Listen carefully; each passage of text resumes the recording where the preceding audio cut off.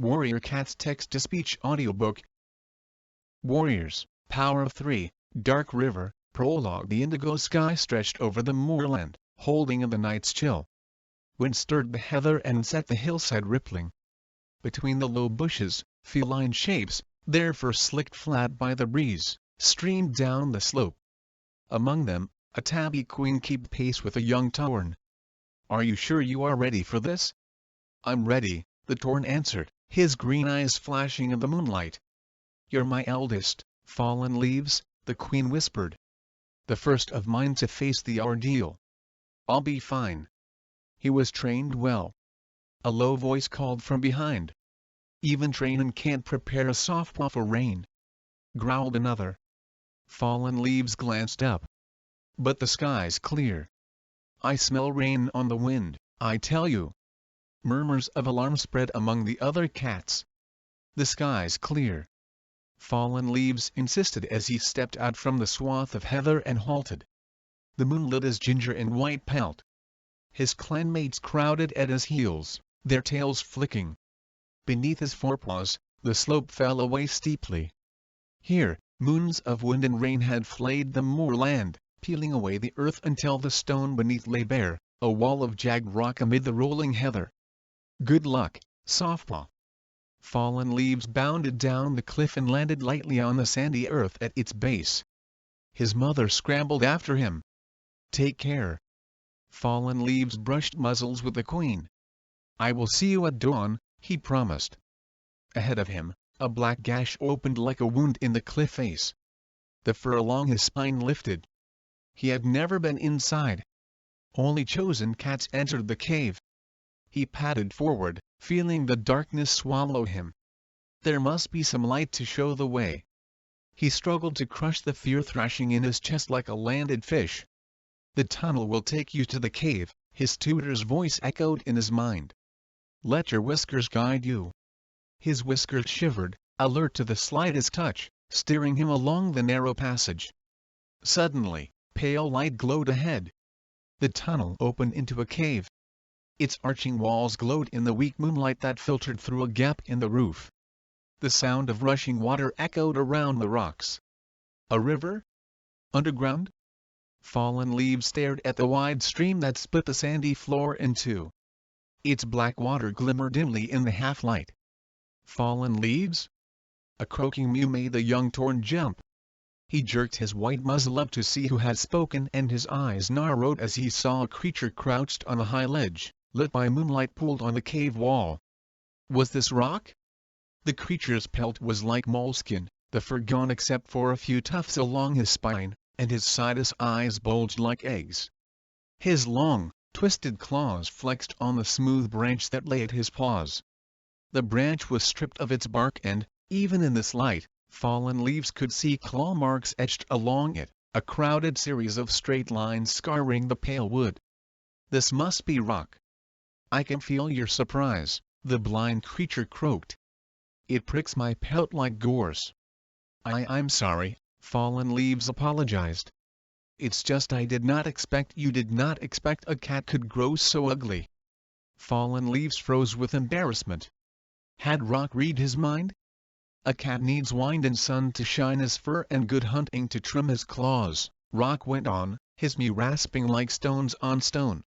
"But I must stay close to our warrior ancestors. Those who have taken their place beneath the earth.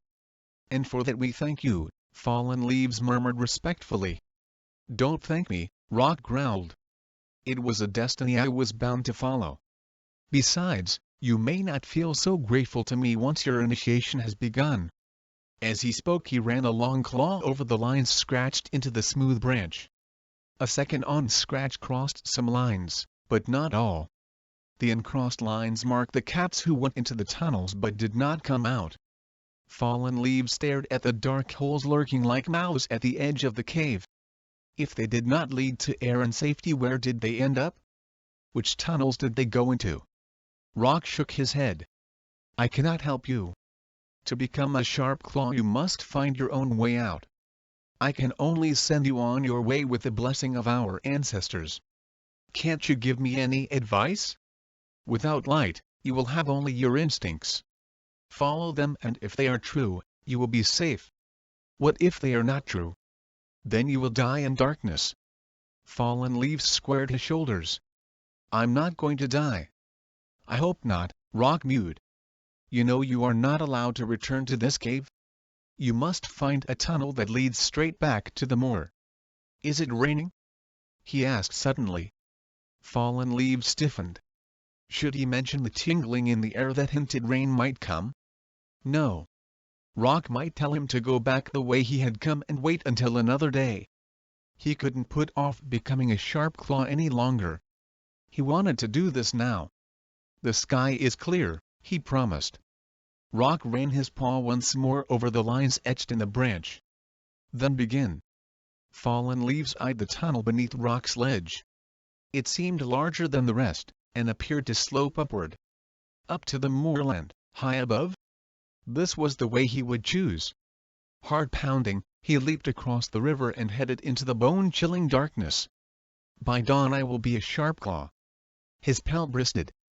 I hope. Chapter 1. Look out! Lionpaw lashed his tail. Shadow Clan warriors behind us. Hollowpaw whipped around, her black pelt standing on end. I'll take them. Lionpaw glanced at his brother. Sent anything, Jaypaw? More warriors coming. The gray tabby warned. His blind, blue eyes were round with alarm. Prepare for attack. We'll ambush them as they come through the camp wall, Lionpaw ordered. He jerked his head toward Hollowpaw. Can you handle those three? Easy. Hollowpaw rolled onto her back, then sprung to her paws. Claws glinting in the afternoon sun. Lionpaw darted forward and crouched behind the prickly wall of thorns. Quick, Jaypaw! Beside me! Jaypaw scooted over and dropped into an attack crouch. They're coming! A tabby warrior trotted through the entrance. Now! Lionpaw screeched. He hurled himself at the warrior. Jaypaw scrambled between the enemy's paws. With a grunt of surprise, the invader tripped and tumbled onto his side. Lionpaw was on him in an instant. Enough! Squirrelflight's sharp mew rang around the small clearing. Lionpaw stopped pummeling Bramble-Claw's back with his hind legs and stared at his mother as she hurried through the gap in the bramble wall. But we're pretending Shadow Clan are attacking. Jaypaw skidded to a halt. We'd almost won. Bramble-Claw got to his paws, shaking Lionpaw off. Good ambush,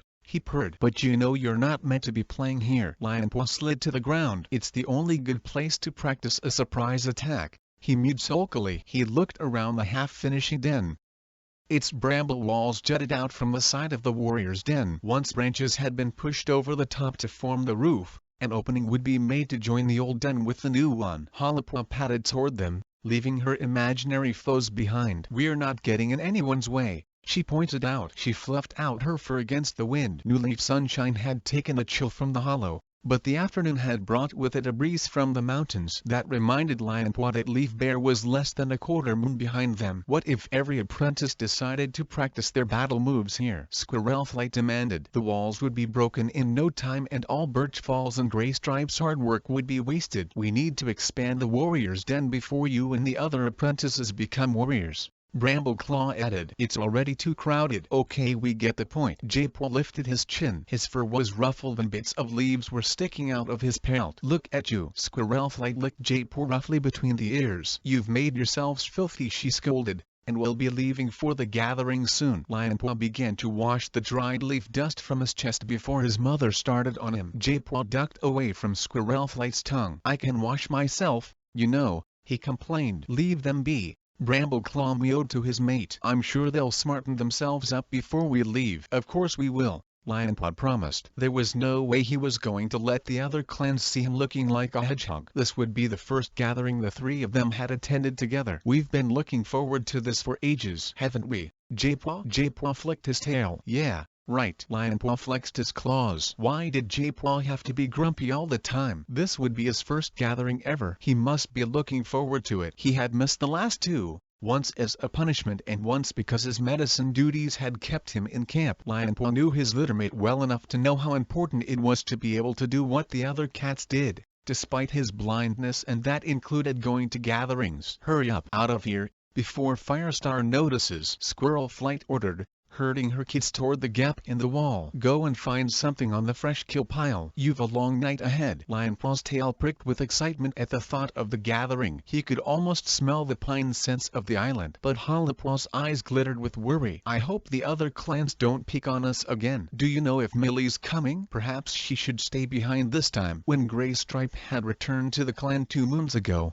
he had brought with him his new mate, Millie, a Katipit whom he had met while the Twillegs held him captive. He had trained her as a warrior, and in return she had helped him make the long, perilous journey to the lake in search of his lost clan. Her Katipit roots made her an easy target for the other clan's jibes, and she wasn't the only Thunder Clan cat who was taunted for not being clanborn. Millie can take care of herself, Squirrelflight pointed out. Besides, the contest seemed to have smoothed things over a bit, Brambleclaw added. But for how long? Hollipaw mewed. Lionpaw knew his sister had never been entirely convinced that the daylight gathering would heal the rifts between the clans. The 4 clans had competed in friendly contests to test their skills, pitting their apprentices against one another in an effort to put aside growing distrust and border tensions. Lionpaw remembered the day for a different reason, though. He and the Wind Clan apprentice Breezepaw had fallen into an old badger set and nearly suffocated in choking sand before Jaypaw had found them. You're always fretting about something,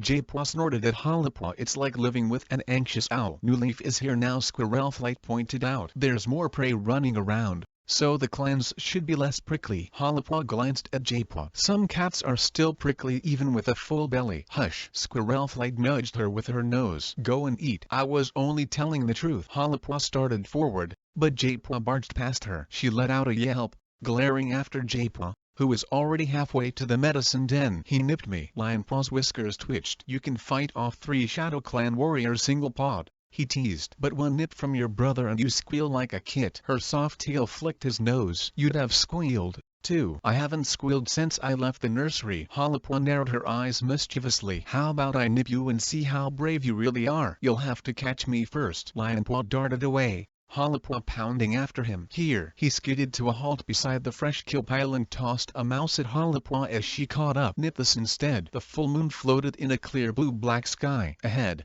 the island rose from the lake, its trees lifting brittle branches to the stars. Lionpaw walked beside Hollipaw, following his clanmates along the pebbly shore. He glanced at Jaypaw again. His brother was padding beside Leafpool, nose twitching as he scented the unfamiliar ground. Occasionally, Leafpool's flank would graze Jaypaw's, steering him around sharp stones or protruding roots. Should he warn Jaypaw about the tree bridge? It was surprisingly slippery. Lionpaw had almost fallen off on his first crossing. Hollipaw mewed beside him. It'll be good to see Willowpaw. Willowpaw? He echoed distractedly. There was only one apprentice Lionpaw was hoping to see at the gathering, Heatherpaw, the pretty Wind Clan apprentice with smoky blue eyes. He let out a small sigh. What are you thinking about? Hollipaw nudged him. You're moons away. Jaypaw, he mewed quickly. I was wondering if he could make it over the tree bridge. Don't let him hear you say that, Hollipaw warned. Lionpaw suddenly felt cold water seep over his claws. Firestar had led them onto the marshy shore at the edge of River Clan's territory. Sandstorm picked her way after him. Brambleclaw and Squirrelflight padded beside Millie and Graystripe while Birchfall and Dustpelt followed, talking Queedy. Hazelpaw was listening to her mentor while Berrypaw dodged from side to side, sniffing among the clumps of grass as though any moment he might flush out prey. This is River Clan territory, Hollipaw hissed, reminding him that hunting on another clan's territory was forbidden. I know, Berrypaw retorted, but there's no harm in looking so long as you just look. Graystripe let out a loud purr. Firestar? He called. It sounds like Hollipaw's preparing to challenge you for leadership. Lionpaw glanced at his sister. Was this the Grey Warrior's gentle way of telling her not to be so bossy? She can challenge all she wants, Firestar purred back. I don't think I have to worry until she gets a bit bigger. Hey! Hollipaw fluffed out her fur indignantly. I was just telling him. Firestar halted among the snaking roots of the fallen tree that crossed the water between the shore and the island. The scents of Wind Clan and Shadow Clan were fresh on the bark. They must be here already. Finpaw pricked his ears. Faint mews drifted from the island. Sandstorm jumped up nimbly and wove her way between the stumps and nuts until she reached the other side. One by one, the others followed. Finpaw stood back as Hollipaw leaped after Hazelpaw. Aren't you coming, Finpaw? She mewed, steadying herself. Of course, Lionpaw hissed back at her. He's waiting to make sure I don't fall in, Jaipwa mewed from behind him. Only because I nearly fell in the first time, Lionpaw explained quickly. It's tricky if you don't know where to put your paws. Jaipwa reached up into the tangle of roots, feeling his way with his forepaws. Here, Leafpaw mewed, jumping up past him onto the trunk. It's not too high. Jaipwa lifted his nose and sniffed, judging how far away his mentor was. Then he pushed up with his hind legs and clawed his way onto the trunk beside her. Instantly, his forepaws slid from under him. Lionpaw's heart lurched as Jaipwa shot sideways. Leafpaw darted toward him, but Jaipwa had already dug his claws into the rotting bark and steadied himself, his tail lashing as he fought to regain his balance. Beneath him the dark water lapped at the shore. Lionpaw fought the urge to jump up and help as Jaipwa began to pad past his mentor and along the trunk. Leafpaw crouched,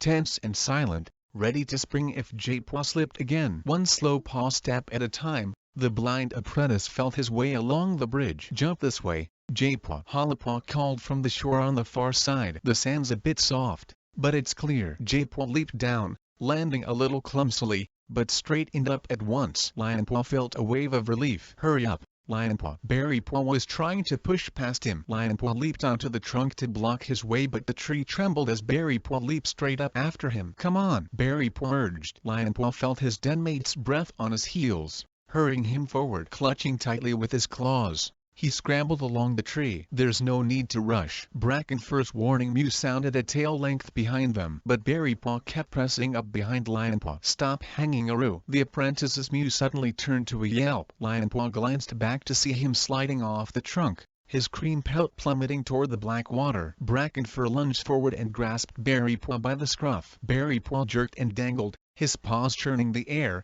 the tip of his thick, cream tail rippling the surface of the lake. Hold still, Brackenfur grunted through clenched teeth, muscles straining beneath his pelt. The golden warrior heaved Berrypaw up onto the trunk. I told you not to rush. Lionpaw blinked. Thanks StarClan, it wasn't me. He turned and padded the rest of the way, glad that Berrypaw wasn't still trying to shove past him. The fresh scent of RiverClan drifted from the shore.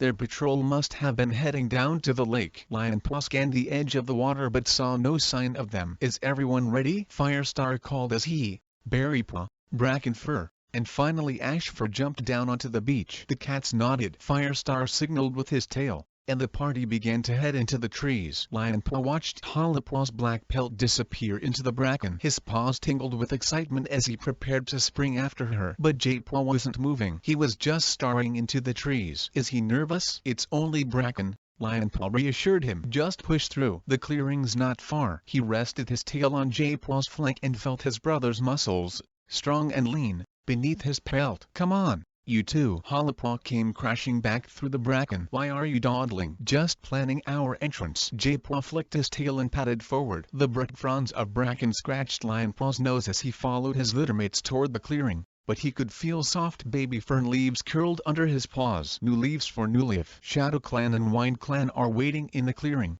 Halapaw called over her shoulder. But RiverClan haven't arrived yet. They're on their way, Lionpaw mewed. I smelled them from the tree bridge. Jaipwa lifted his nose. You're right. His whiskers twitched. But there's something odd. Lionpaw opened his mouth and tasted the fresh scent of RiverClan again. It seemed the same as usual to him. Probably just been eating too much fish, he guessed. Let's make sure we beat them. Halapaw urged them through the bracken and out onto the edge of the clearing. As they emerged into the open, Jaipwa stiffened. Are there always so many cats? He whispered. Lionpaw gazed at the warriors, apprentices, and medicine cat who crowded the clearing. It looked like an ordinary gathering to him. Was Heatherpaw here? Hey, Kitipit. Whitetail, a WindClan she-cat, was rushing toward Millie. Whitetail's apprentice, Breezepaw, hurried after her, ears flattened. Lionpaw unsheathed his claws, ready to defend his clanmate. Hi, Millie. Whitetail rubbed muzzles with Millie and twined her tail with hers as if they were old friends. Lionpaw let his claws slide back in. Do they know each other? Halapaw gasped. Lionpaw shrugged. Breezepaw stared wide-eyed as his mentor stepped away from Millie and blinked warmly at her. Thanks for the rabbit you gave us at the contest,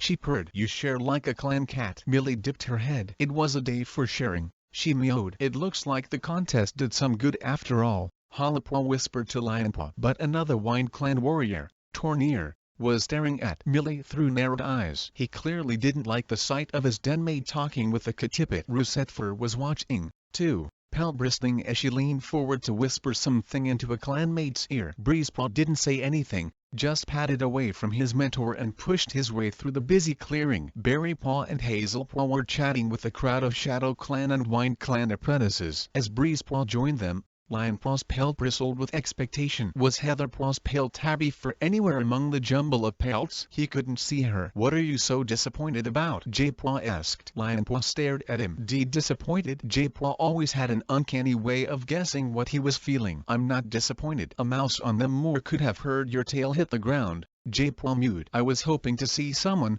Lionpaw admitted. Hollowpaw flicked her ears anxiously. "Heatherpaw? Well, you want to see Willowpaw," he retorted, his fur bristling at her accusing tone. "It's not the same." "Yes, it is," Lionpaw protested. "We're just friends." As he spoke, he smelled a warmly familiar scent. Heatherpaw was racing across the clearing toward him. "Lionpaw, you're here." He felt his heart skip, then glanced nervously at Jaypaw. Was he listening to his heartbeat, too? As though bearing prey ready to taste later, Lionpaw pushed his excitement away. "Hello, Heatherpaw," he mewed coolly. "You don't sound very pleased to see me." The Wind Clan cat's ears twitched. "I've been on my best behavior all moon so that Crowfeather couldn't possibly leave me behind." Lionpaw felt a flash of guilt about his lack of enthusiasm. Then anger pricked his paws. Why should he feel guilty? She was just a friend. "I'm glad you made it," he mewed. Hollowpaw stepped in front of him and lightly brushed muzzles with Heatherpaw. "Star Clan have given us fine weather again," she mewed politely. "You brought your brother." Heatherpaw's eyes shone as she noticed Jaypaw. Jealousy ran like cold water along Lionpaw's spine. He wished she hadn't been around to watch Jaypaw rescue him from the collapsed badger set. He was almost grateful when Jaypaw snapped at her hotly. "Nobody brought me. I came with my clan." "Of course."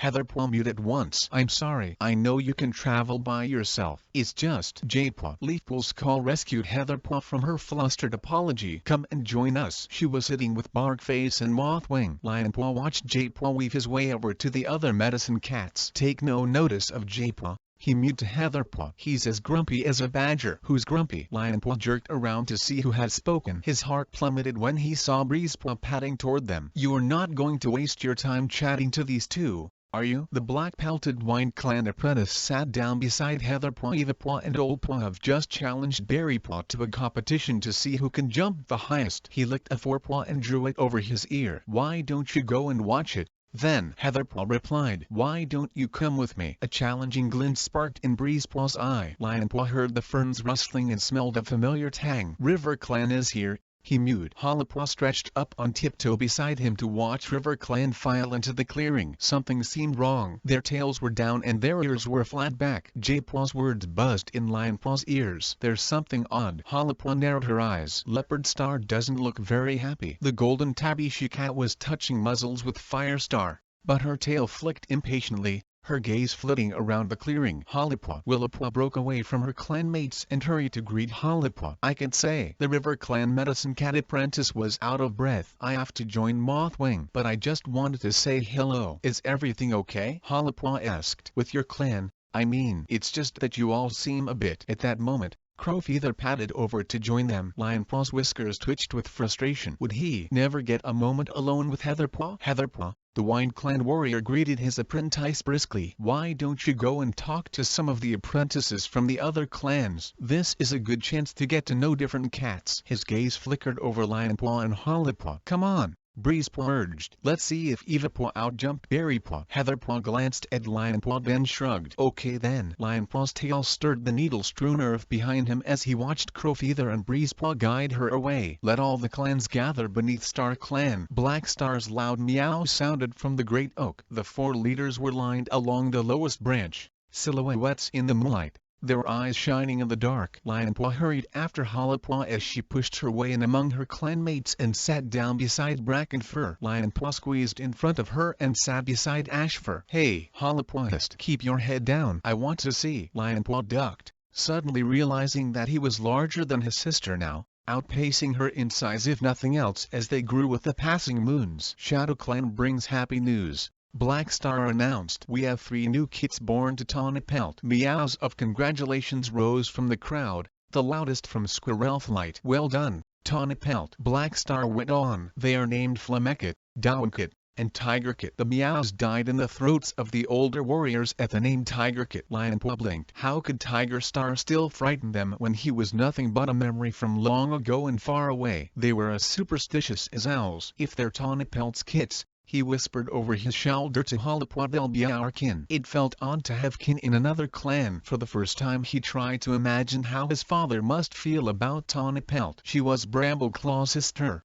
yet she had found her destiny with another clan. Had he ever had to face her in a fight? Anything else to report? Firestar's voice jolted Finpaw from his daydreaming. Did I miss anything? Finpaw glanced back at his sister. She shook her head, but her eyes were shaded with worry. Blackstar had tucked his tail over his paws and was looking satisfied. Onestar turned his head from the Thunder Clan leader, signaling he had nothing to say. Firestar nodded. All has been well with Thunder Clan, too. He turned to the River Clan leader. Feared Star, you've shared no news. There's no news to share, she mewed curtly. The fish are returning to the edge of the lake. Hunting is good. My clan is well. I'm pleased to hear it, Firestar replied. Then the gathering is over, Feared Star declared. The clans began to pad away from the great oak as their leaders bounded down from the low branch. Lionpaw stretched, feeling cold from sitting still. Hazelpaw nudged him with her muzzle. 3 new Shadow Clan cats, she mewed. We're going to have to train harder than ever. She began to follow her clanmates across the clearing. Lionpaw hurried after her. But they're only kits. Kits become warriors, Hazelpaw reminded him. Lionpaw felt Hollipaw pressing beside him. Her pelt was bristling. Do you think we'll ever have to fight them? She whispered anxiously. Let's not talk about fighting now. Squirrelflight had joined them and overheard. 3 kits are a blessing to any clan. She was clearly pleased at Tawny Pelt's news. Leafpool caught up,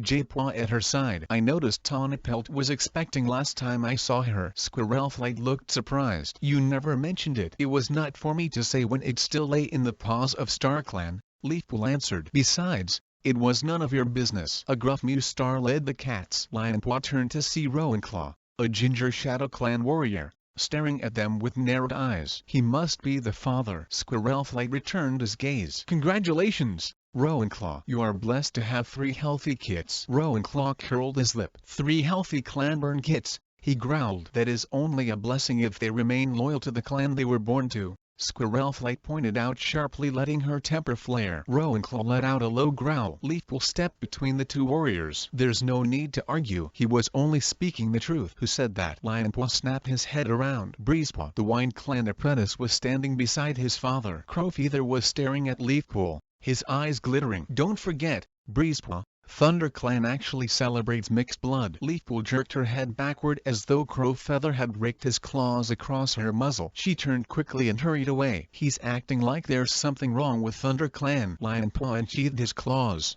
then felt his mother's tail run along his flank. Come along, Lionpaw. Don't forget the truce. She pressed against Lionpaw and padded toward the edge of the clearing, steering him away from Crowfeather, Breezepaw, and Rowanclaw. Lionpaw glared over his shoulder at the 3 cats, wishing he could ignore the stupid truce and rip a piece of fur from each of them. Heatherpaw was bounding toward him. What? Lionpaw stopped and faced Heatherpaw. Squirrelflight paused beside him. Heatherpaw gazed up at her. Can I speak to Lionpaw, please? Squirrelflight's ears twitched, but she nodded. Don't be long. She padded into the bracken after Leafpool, Hollipaw, and Jaypaw. Please don't be angry, Heatherpaw begged. Crowfeather's always bad-tempered. It's just his way. And Breezepaw thinks he's a warrior already. But you heard what they said about mixed blood in Thunder Clan. They just can't let it go, can they? Maybe they can't, but can we forget it? Heatherpaw's eyes were shining. I've got a plan to get back at them. Heatherpaw's eyes widened. Of course not. They're my clanmates. She flicked her tail. My plan is something else entirely. Lionpaw tipped his head to one side. What?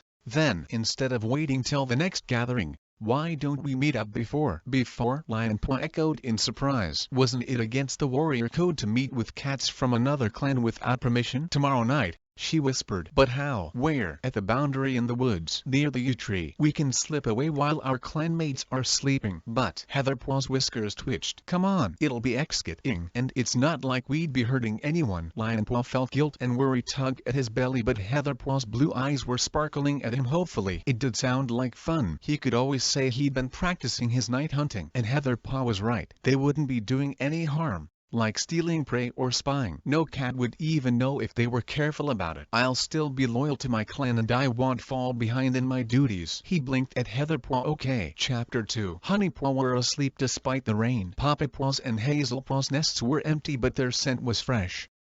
They must have gone out with the dawn patrol. Hollypaw? Cinderpaw lifted her head and blinked open her eyes. Did the rain wake you? Hollypaw shook her head. Lionpaw did. She mewed. He's soaking wet. He's been out in this? Cinderpaw rubbed her eyes with a paw. It looks like it. Hollypaw's fur was starting to itch with curiosity. This wasn't the first time Lionpaw had done something weird. He had woken her before dawn only a few days ago, slinging back into the den. He said he'd been out to make dirt, but his fur smelled of leaves, as though he'd been farther into the forest than just a dirt place. And he'd snapped the answer back as though she was prying. She was sure he was up to something. Cinderpaw's belly began to rumble. I wonder if there's any fresh kill on the pile yet? There may be some left over from last night, Hollypaw suggested. Let's go and see. She picked her way among the warm bodies of her sleeping clanmates and peered out of the entrance. She could hardly see the fresh kill pile. The dawn sky was dark with clouds and the rain was so heavy that mud danced over the clearing. Cinderpaw squeezed up beside her. Let's make a dash for it. Okay. Hollypaw screwed up her eyes and darted out of the den. Stormfur and Brook crouched beneath high ledge,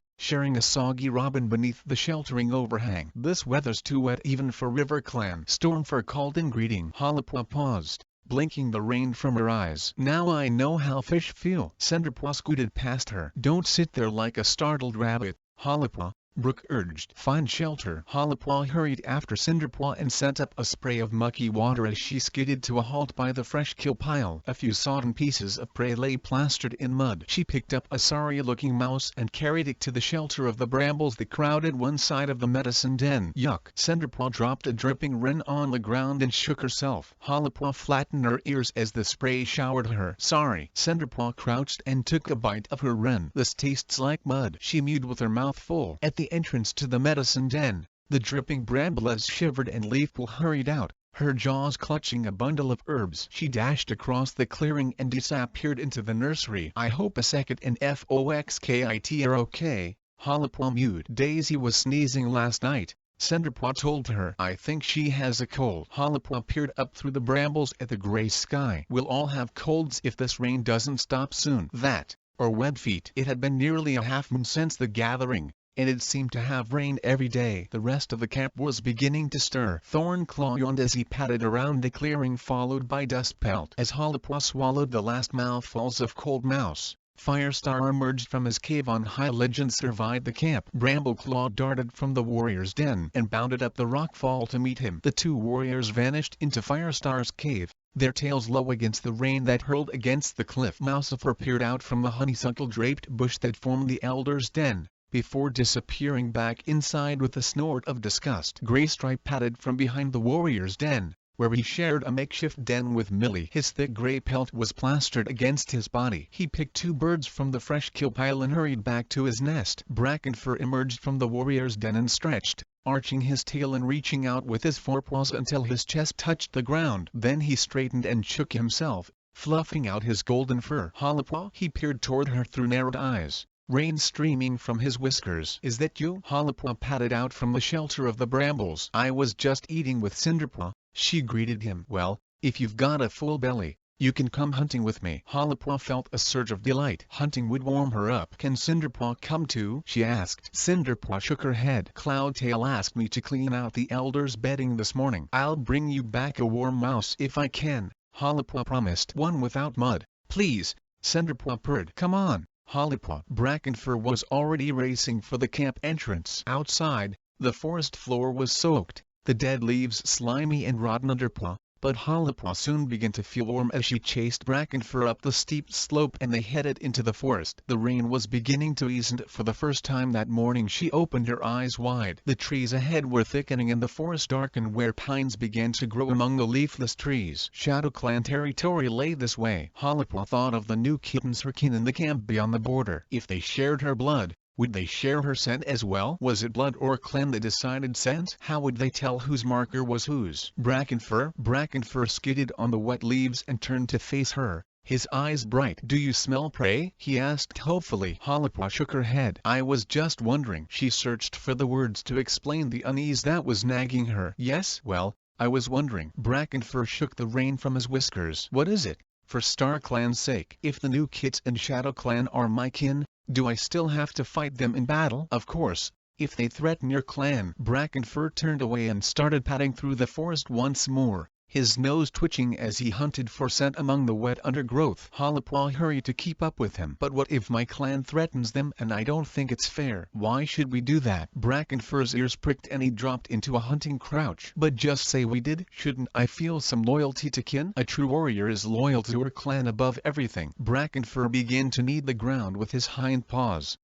He had spotted something ahead and was preparing to pounce. But Halapaw's mind was hungrier than her belly. "You can hurt cats that share your blood," she argued. "Does that mean there are more important things than the warrior code?" She blinked in alarm. "If that's true, then how do we know what's right?" "Hush!" Brackenfur's hiss silenced her as a leaf trembled a fox length away and a small brown shape shot away into the safety of its burrow. Brackenfur sat up and stared crossly at his apprentice. "Why don't you stop thinking about the warrior code and start following it? Your clan is hungry and wet. You should be concentrating on feeding them, not on deciding what's wrong and what's right." Halapaw's tail drooped. He was right. She had scared off prey that could have fed her clanmates. "I'm sorry," she murmured. "Now stop asking questions and find something to take back to camp." Halapaw hunted even harder than usual and returned to the camp carrying 3 mice. Brackenfur led her through the thorn tunnel, a crow in his jaws. He dropped it on a fresh kill pile that had already been restocked by another hunting patrol. "You did well,"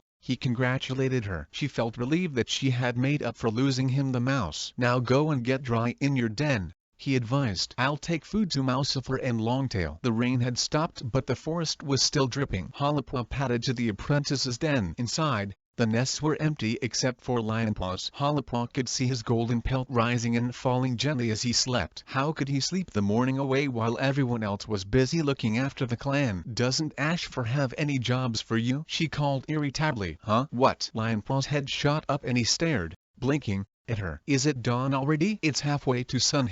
Lionpaw leaped to his paws. His eyes were round with guilt. "Has Ashfur been looking for me?" "I don't know. I've been out hunting," Halapaw answered pointedly. She began tugging at the damp bedding closest to her, pulling at it with her teeth and shaking it to let moisture out and fresh air in. "Why are you so tired anyway?" she asked, her mew muffled by the moss. "I didn't sleep well," Lionpaw replied. Halapaw glanced at him, but he was staring at the ground, as if avoiding her gaze. "Is there something wrong, Lionpaw?" "No," he mewed quickly. "Are you sure?" "Of course." His mew was tetchy. Halapaw felt a wave of sadness. They used to share everything, but now getting details out of her brother was like trying to pick fleas off a hedgehog. Unless they jumped out by themselves, there was no way she could reach them. Okay, there's no need to bite my head off." She started plucking at the moss again. Lionpaw padded past her. "I wasn't biting your head off," he muttered. "But sometimes it's nice to be able to do stuff without being asked so many questions." He stalked out of the den, leaving Halapaw alone. She sighed and let the moss she was working on drop to the ground. Perhaps Japaw knew what was up with Lionpaw. He always seemed to guess what she was thinking. Perhaps he could do the same with Lionpaw. She headed for the medicine den and pushed her way through the brambles. Japaw was sorting through herbs at the back of the cleft in the rock wall. "I'm busy," he mewed without looking up. "Leafpool wants me to see what herbs we need before she gets back from the nursery." "Are the kids sick?" Halapaw asked anxiously. "Daisy has a cold," Japaw replied. "Nothing serious, but with all this rain, Leafpool wants to treat it before it gets worse." "I wanted to talk to you about Lionpaw," she ventured. "Is he ill?" "No." Halapaw sat down, wishing Japaw would stop messing around with the herbs and talk to her properly. "He's just been so tired lately, and grumpy. Every time I talk to him he practically nips my whiskers off." "How should I know what's wrong with him?" Japaw pushed a pile of dark green leaves together. Halapaw tried to remember their names. She had, after all, trained as a medicine cat for a while, but she hadn't a clue. "It's just that you usually know. You share a den with him," Japaw pointed out. "I'm stuck over here with Leafpool most of the time." His voice prickled with resentment. Halapaw sat in silence for a moment. On top of worrying about Lionpaw, her dream about Willowpaw was still nagging at the back of her mind. But if Japaw wasn't going to help her work out what was up with Lionpaw, There wasn't much hope he would care what was bothering her River Clan friend, and yet she decided to try coming at it sideways. Always a good hunting move when stalking tricky prey. "Did you speak to Willipwa at the gathering?" she asked casually. "Not much. I think she's worried you don't like her." "Why do I have to like every cat I meet?" Japwa grumbled. "Why do you have to dislike every cat you meet?" she shot back. "Willipwa's really nice. You don't have to go out of your way to make her feel uncomfortable." "I don't make her feel anything." Japwa turned back to his herbs. "She feels what she wants to feel." "Didn't you think she was feeling anxious at the gathering?" Willipwa decided to press on. "Didn't you think the whole of River Clan was acting oddly?" Japwa turned from his herbs. Perhaps his ears were pricked as if Willipwa had finally said something that interested him. "So I didn't just imagine it." "Imagine what?" "That something's troubling River Clan." "Do you think there is?" Japwa was leaning toward her now. "I don't know." Willipwa didn't want to start a rumor that would make River Clan look weak. It felt disloyal to her friend, and besides, it might not be true. "Do you?" "I couldn't tell." Willipwa felt a wave of frustration. This conversation was going in circles. "But I might be able to find out something when we go to the moon pool," Japwa went on. Of course, the medicine cats would be traveling together to the moon pool at half moon. That was only a few days away. "If there is something worrying Willipwa, will you tell me?" Willipwa asked. Japwa narrowed his eyes. "Sure, I know how I'll be able to find out." Willipwa's pelt began to prick with unease. "I'm not asking you to spy or anything," she mewed. "Just let me know if I'm right to worry." "Okay." Japwa shrugged and began pulling at another pile of herbs. Willipwa. Brackenfur was calling her from the clearing. Feeling slightly relieved, she hurried out of the medicine den. A small patch of blue had opened in the clouds above the hollow. "We may as well do some training in the forest while the rain holds off," Brackenfur mewed. "Cloudtail's taking Cinderpaw out to explore, and I thought we could join them. Get to know the territory a bit better." Cinderpaw came bouncing toward them, followed by Cloudtail and Birchfall. "Firestar wants us to check out the old fox den," Birchfall called. "Make sure those fox cubs haven't returned." Willipwa shivered. She still remembered the awful day when she and Japwa and Finpaw had set out to chase the fox cubs from the den and had ended up being chased themselves. In his terror, Japwa had fallen over the side of the hollow and nearly died. "Don't worry, Willipwa," Cinderpaw whispered. "I'll watch your tail." Willipwa brushed gratefully against her friend as they padded out of the camp after the three warriors. "And I'll watch yours." As they neared the narrow glade that sloped down to the den, Willipwa sniffed the air. Her paws tingled. "Fox, young, female, but it's stale,"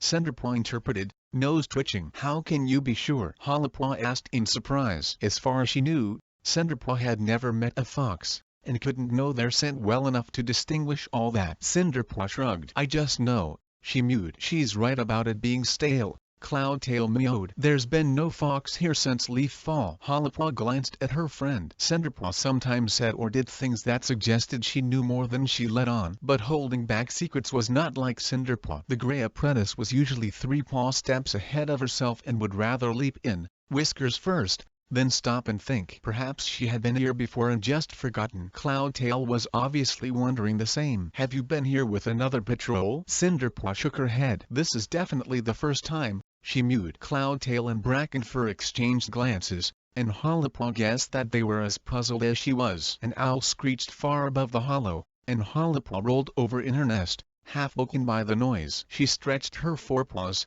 feeling for the reassuring warmth of Lionpaw, and found emptiness. She blinked open her eyes. "Lionpaw?" she hissed under her breath. No reply. She reached farther into his nest, wondering if he had rolled to the far side, but no, he was definitely gone. "Are you looking for Lionpaw?" Papapaw yawned from the other side of his nest. "He left the den a while ago." Willipwa sat up, her heart racing. Lionpaw had gone missing once too often. "Is something wrong?" Papapaw's eyes gleamed in the darkness. And no, Willipwa didn't want to arouse the suspicions of the other apprentices. "Has Lionpaw gone to make dirt again?" Cinderpaw's mew sounded behind her. "It must be that stale old thrush he ate." Willipwa felt a wave of gratitude toward her friend. She was clearly covering for Lionpaw, stopping Papapaw from answering any more awkward questions. The thrush had been perfectly healthy, caught fresh that day. "I'll go and check if he's okay," Willipwa mewed. She crept from the den and hurried as silently as she could around the edge of the slumbering camp, keeping to the shadows. Lionpaw's scent led to the entrance,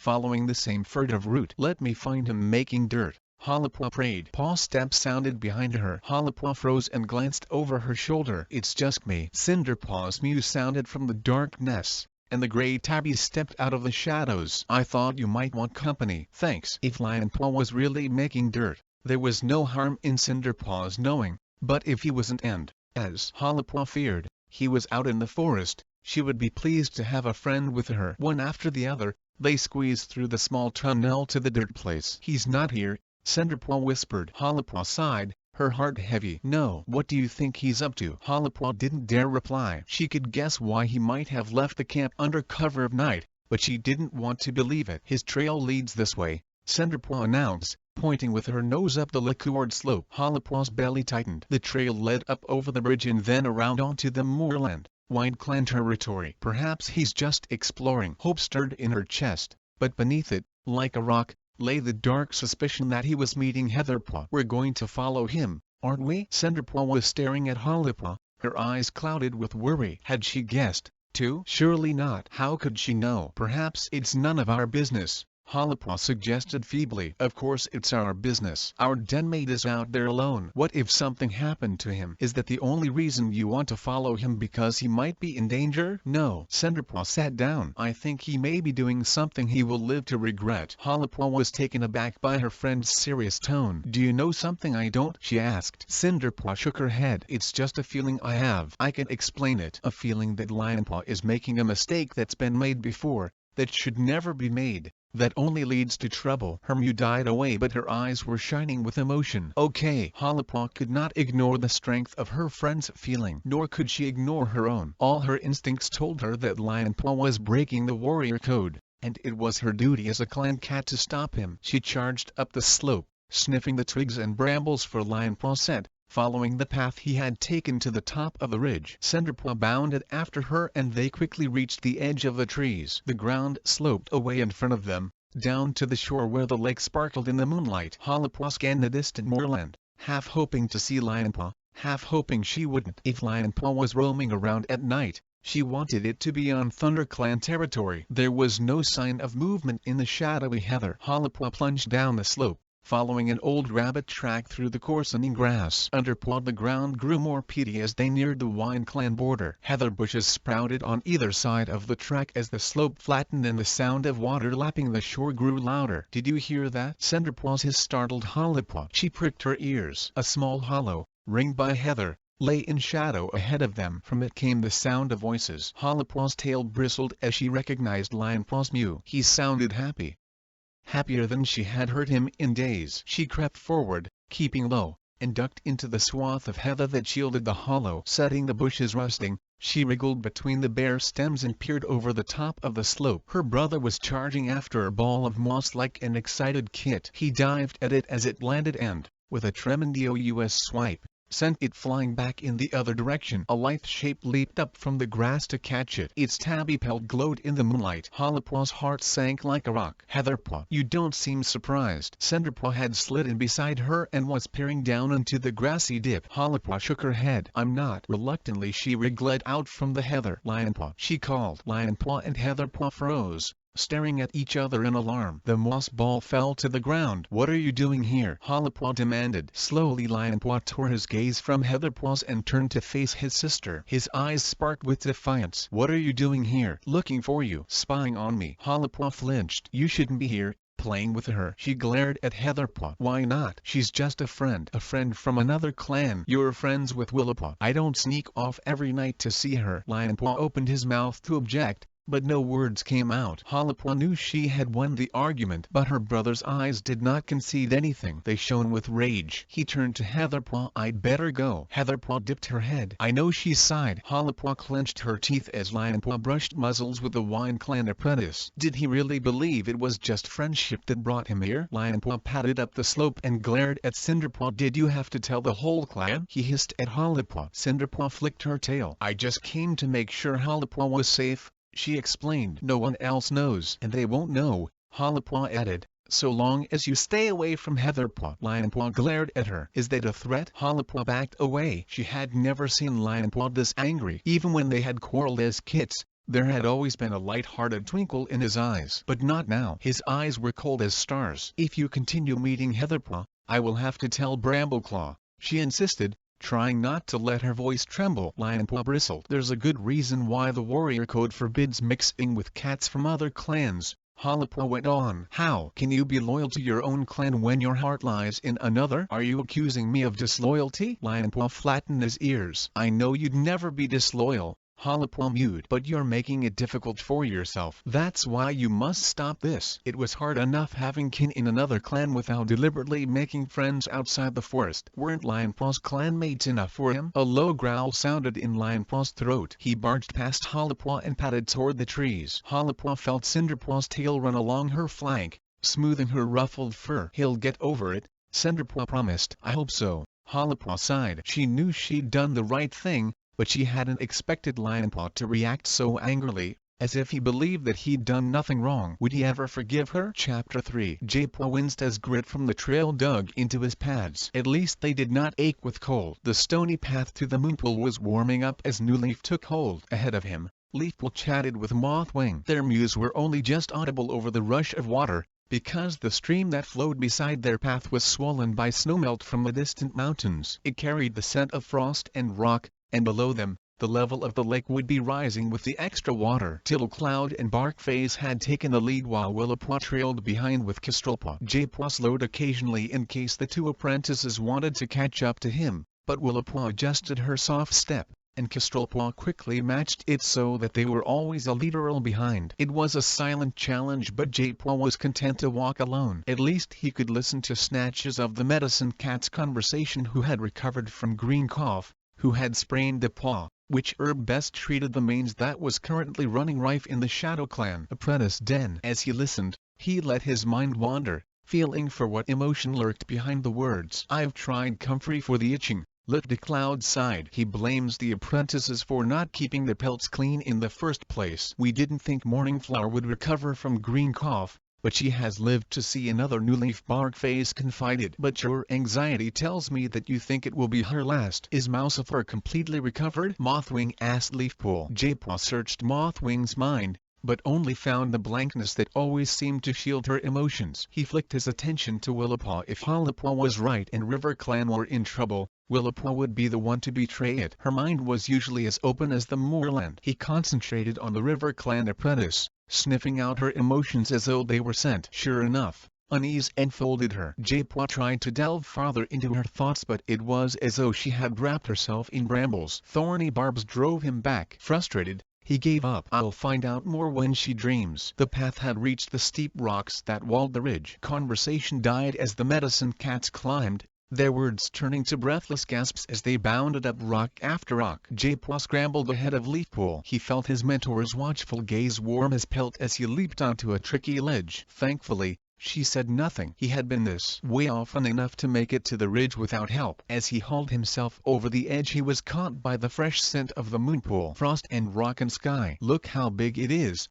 Willowpaw breathed as she climbed up beside him. Meltwater, Leafpool mewed. It's wide enough to hold every star in the sky, Kestrelpaw mewed. There is room for all tonight. A whispering breeze sang into J-Paw's ears. The voices had come to welcome him. He wondered if they welcomed the others, too. Did you hear that? He asked casually. Leafpool's gaze scorched his ears. Hear what? That'd be the wind, Littlecloud explained. It sounds different up here because it's echoed by the rock, Barkface added. Their matter-of-fact tone answered J-Paw's question. These cats heard only the wind. The voices spoke to him alone. J-Paw thought again of the prophecy he had heard in Firestar's dream. There will be 3, kin of your kin, who hold the power of the stars in their paws. His pelt prickled with excitement. This must be part of his power, the ability to hear things no other cat could. Willowpaw shifted her weight from one paw to another. Where shall we lie? The water has covered our usual places. J-Paw heard Mothwing's tail swish the air. The rocks are flat over there. He followed Leafpool down toward the pool. The breeze stirred his fur, and the voices whispered in his ear again. Welcome,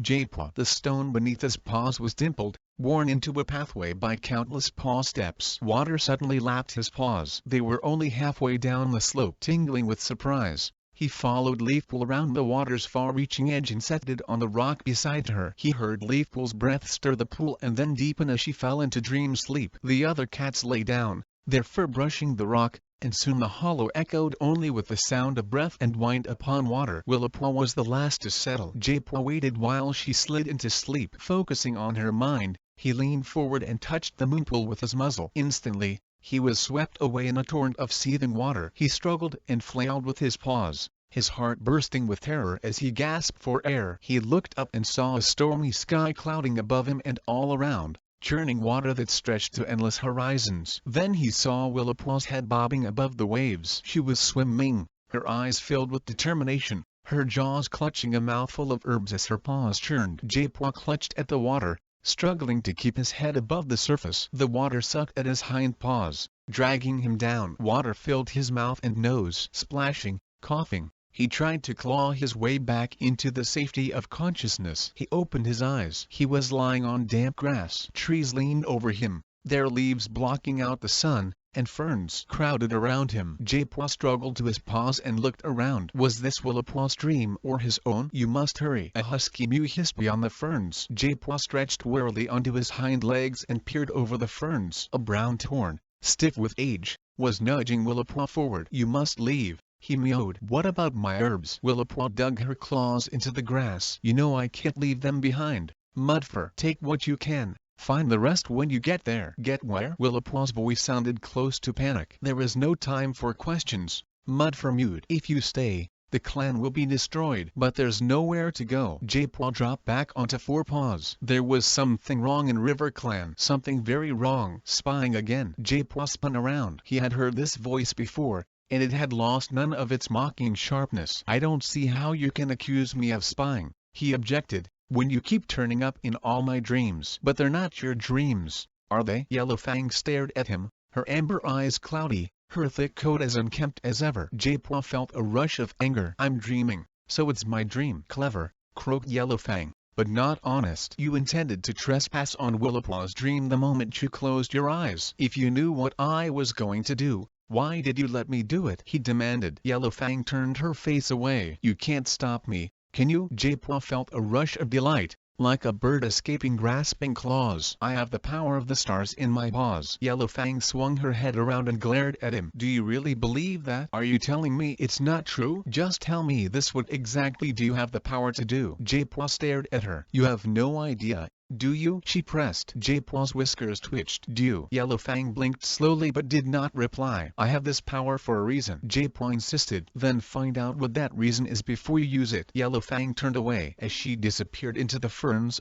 Jaepaw woke up. Blackness pressed in on him. He was blind once more. Beside him, Leafpool was stretching. "Did you dream?" she yawned. "Yes." Jaepaw scrambled to his paws and whispered in her ear, "About River Clan. Tell me once we have left the others." She jerked away from him. "Mothwing, is everything okay?" "What?" In her dreams about hunting squirrels and chasing butterflies, Jaepaw had long since guessed that there was something wrong with Mothwing's connection with StarClan, some secret that Leafpool shared but would not betray. He heard Grit skating across the rock. Willowpaw had leaped to her paws. "Mothwing!" Jaepaw could tell the young cat was trying to stop her voice from trembling. "We have to go home at once." "What did you see in your dream?" Anxiety was pricking from Leafpool's pelt. Jaepaw could feel it like lightning in the air. They had left the others at the Wind Clan border and were heading up the slope toward the forest. The wind was chilly and carried the freshness of unfurling leaves. Jaepaw guessed that dawn was close. "River Clan is in trouble," he announced. "I saw Willowpaw swimming in a huge lake, bigger than this one." She said River Clan have to find a new home, and she was talking to some old cat called Mudfur. He was River Clan's medicine cat before Mothwing. Leafpool gasped. "What was he doing in your dream?" "What was either of them doing?" Her voice trailed away and Jaepaw felt anger flare from her. "You went into Willowpaw's dream, didn't you?" "Hollowpaw told me to find out if River Clan were in trouble." "Did she tell you to trespass on her friend's dreams?" "Of course not. Hollowpaw doesn't understand that stuff. She just wanted to know what was wrong, so I tried to find out." "As a favor to your littermate." Leafpool's mew was scathing, and yet beneath her anger Jaepaw could sense fear, which puzzled him. What was there to be scared of? "StarClan let me do it," he told her. "Why are you making such a fuss?" "The most important thing is that we know River Clan is in trouble." "You shouldn't be able to find things like that out so easily," Leafpool murmured, half to herself. "Just because you can't do it, doesn't mean it's wrong." Jaipua snorted impatiently. That's got nothing to do with it. Leafpool snapped. I'm worried it'll be like last time when I dreamed about the dogs attacking Wine Clan. When Barkface dreamed about the dogs attacking Wine Clan. Leafpool was fighting not to raise her voice. Star Clan shared with him so he could protect his clan. You wanted to take advantage of their vulnerability. Well, this time I'm just doing Halapua a favor. Jaipua mewed. Don't tell anyone else what you're doing. Leafpool begged. Why not? Jaipua flexed his claws. Why should I keep secrets about a gift Star Clan has given me? Why was Leafpool so fond of secrets? Secrets about his gift. Secrets about Mothwing and Star Clan. He suspected there were even more secrets buried in his mentor's heart. Secrets that she guarded so closely he had never been able to glimpse them. Knowledge can be dangerous, Leafpool warned. Frustration clawed at Jaipua's belly. He lived his life in darkness. He longed for light and clarity, not shadows. He forced away his anger. Leafpool had lived too long with secrets. He couldn't change her mind in a single night. But why did she have to drag him into her complicated world? We will tell Firestar about River Clan, though, won't we? He prompted. We might as well. Leafpool paused. But please don't mention how you found out. Jaipua didn't reply. It was just like the Wine Clan dream. He hadn't cared then whether the other cats knew what he could do or not. He didn't care now. But he didn't like Leafpool making the decision for him. He hurried ahead, familiar now with the ground beneath his paws. They were almost back at camp. He broke into a run and heard Leafpool's paws pattering on the fallen leaves behind him. She was right on his tail as he burst into the camp. Leafpool? Firestar's mew sounded from the highledge. Is something wrong? I need to talk to you, Leafpool called. She whisked past Jaipua, heading toward the tumble of fallen rocks. We need to talk to you. He followed her up to highledge. Come inside. Firestar led the two cats into his cave. Jaipua could sense Sandstorm and hear the steady lapping of her tongue. Good morning, Leafpool. Sandstorm paused from her washing. Her voice softened as she addressed him. Good morning, Jaipua. A twinge of resentment stabbed his belly. She still thinks I'm a kid. I had a dream, he began. About River Clan. Leafpool quickly finished his sentence. Jaipua dreamed they were in trouble. There seemed to be a problem with their home. Firestar's tail swished over the ground. Was there any message about ThunderClan? ThunderClan wasn't involved, Leafpool mewed carefully. And there was no clear sign about what their problem is? Firestar queried. Not exactly, Jaipua admitted. Then I don't see what we can do, Firestar concluded. Shouldn't we try to help them? Leafpool's mew was brittle with surprise. If they need help, they'll ask for it. Firestar shifted his paws. It's none of our business. Why not? Jaipua bristled with frustration. I haven't forgotten the last time you came to me with a dream, Firestar growled. It's not part of the warrior code to attack every clan that seems weak. Jaipua's ears burned. I never said anything about attacking them. We could help them. If ThunderClan helped now, River Clan would be in their debt. Perhaps we could pay them a friendly visit, Leafpool suggested. No, Firestar was firm. We have our own clan to worry about. I don't know why Star Clan can't send you dreams about us instead of announcing every other clan's problems. Leafpool took a step forward. You could send a patrol though, just to see. If they stayed near the shore, it wouldn't break the... They live on the other side of the lake. Firestar cut her off. I think Onestar has had enough of our meddling. And Blackstar is always looking for an excuse to get even with ThunderClan. Star Clan knows why. I'm tired of acting for the best and then finding I've only made ThunderClan the focus of every resentment and jealousy in the other clans. Jaipua felt disappointment pulse from his mentor. Her paws scuffed the earthen floor of the cave as she padded out. He followed her, scrabbling down the rockfall. Aren't you going to argue with him? I tried, Leafpool sighed. But he has to listen to you. You're the medicine cat. He's the leader. Leafpool started to pad away. I want to check on Daisy, she mewed. You go and sleep. Jaipua flicked his tail. He wished his dream had been clearer. Then Firestar might have acted. Warm sunshine dapped his pelt as he padded toward the medicine den. He was tired after the long trek to the moonpool. He needed rest before he could think of doing anything. Jaipua, wait! Halapua's voice rang from the apprentice den. She skidded to a halt beside him. Was Willapua there? Did you talk to her? No. Jaipua wanted to sleep, not chat. She wasn't there? Panic-edged Halapua's mew. She was there. I just didn't talk to her. Did you find anything out? Perhaps Mothwing told Leafpool something. PVIVER clan is definitely in trouble, Jaipua mewed. What's wrong? How can you be sure? Halapua paced around him. I saw Willapua in a dream. She's worried that she has to find a new home. A new home? Halapua froze. That's dreadful. What's Firestar going to do? Nothing. J-Paw reported. He doesn't want to interfere, but he must. Harper gasped. PVIVER clan is in trouble. Firestar says it's their problem. J-Paw's pelt itched with annoyance as he remembered the way the clan leader had dismissed him. Again. So we have to stand by and watch? Look, I'm tired. J-Paw began to pad toward the medicine den. Go and argue with Firestar. He's the one that makes the decisions. He left Harper, feeling her gaze follow him across the clearing, sensing the indignation prickle from her pelt, hearing her shift her paws as she wondered whether to confront Firestar or not. It wasn't like Harper to be so indecisive. Would she be more certain if he shared what he knew about the three cats who held the power of the stars in their paws? Not yet. Something held him back. Some pleasure in saving the knowledge for himself, some fear that speaking his destiny out loud might change it. Right now all he wanted to do was rest his aching paws and sleep. Chapter 4. I'm still really tired, J-Paw complained. Leafpool was leading him down to the lake. But son, he's the best time to collect mallow when the leaves are dry. J-Paw yawned. His paws were still sore and he felt as if he'd hardly closed his eyes before Leafpool nudged him awake. At least the day was warm. There was no chance of New Leaf being driven back by the long claws of Leaf Bear now. The sunshine striking through the new foliage was hot enough to make his pelt itch as they padded through the trees. Birds called to one another,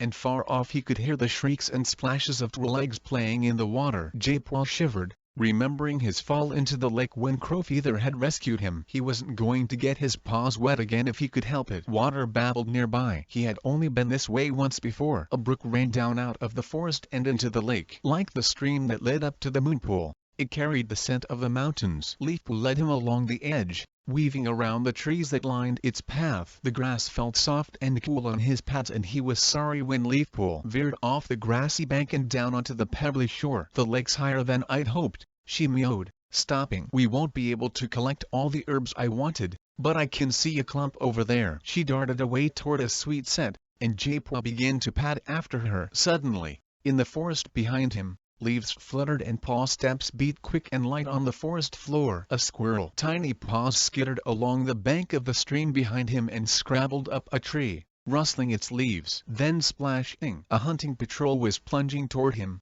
down the shallow stream. Did you hear where it went? Birchfall's excited mew sounded from the trees. J-Paw flicked his nose toward where the squirrel was leaping along a low branch. I'll get it. Pebbles rattled and water splashed as Mousepaw scooted from the stream and up the tree trunk. J-Paw ducked and blinked as shards of bark sprayed him, gouged out by Mousepaw's eager claws. The branch overhead creaked, and J-Paw heard a surprised squeal. But it wasn't the squirrel. It was Mousepaw. The apprentice tumbled off the branch and crashed onto the pebbles beside J-Paw. Fox dung. Mousepaw scrambled to his paws, embarrassment flashing from his ruffled pelt. Catch it? J-Paw inquired. Leaves rustled above them as the squirrel made its getaway. Nice try. Spiderlig called from the stream. Next time, I'll get it. Mousepaw called back to his mentor. The scent of the stream had confused J-Paw, but as the ThunderClan patrol clambered out, shaking water from their paws, he recognized their distinctive smells. Ashfur and Lionpaw were with Birchfall,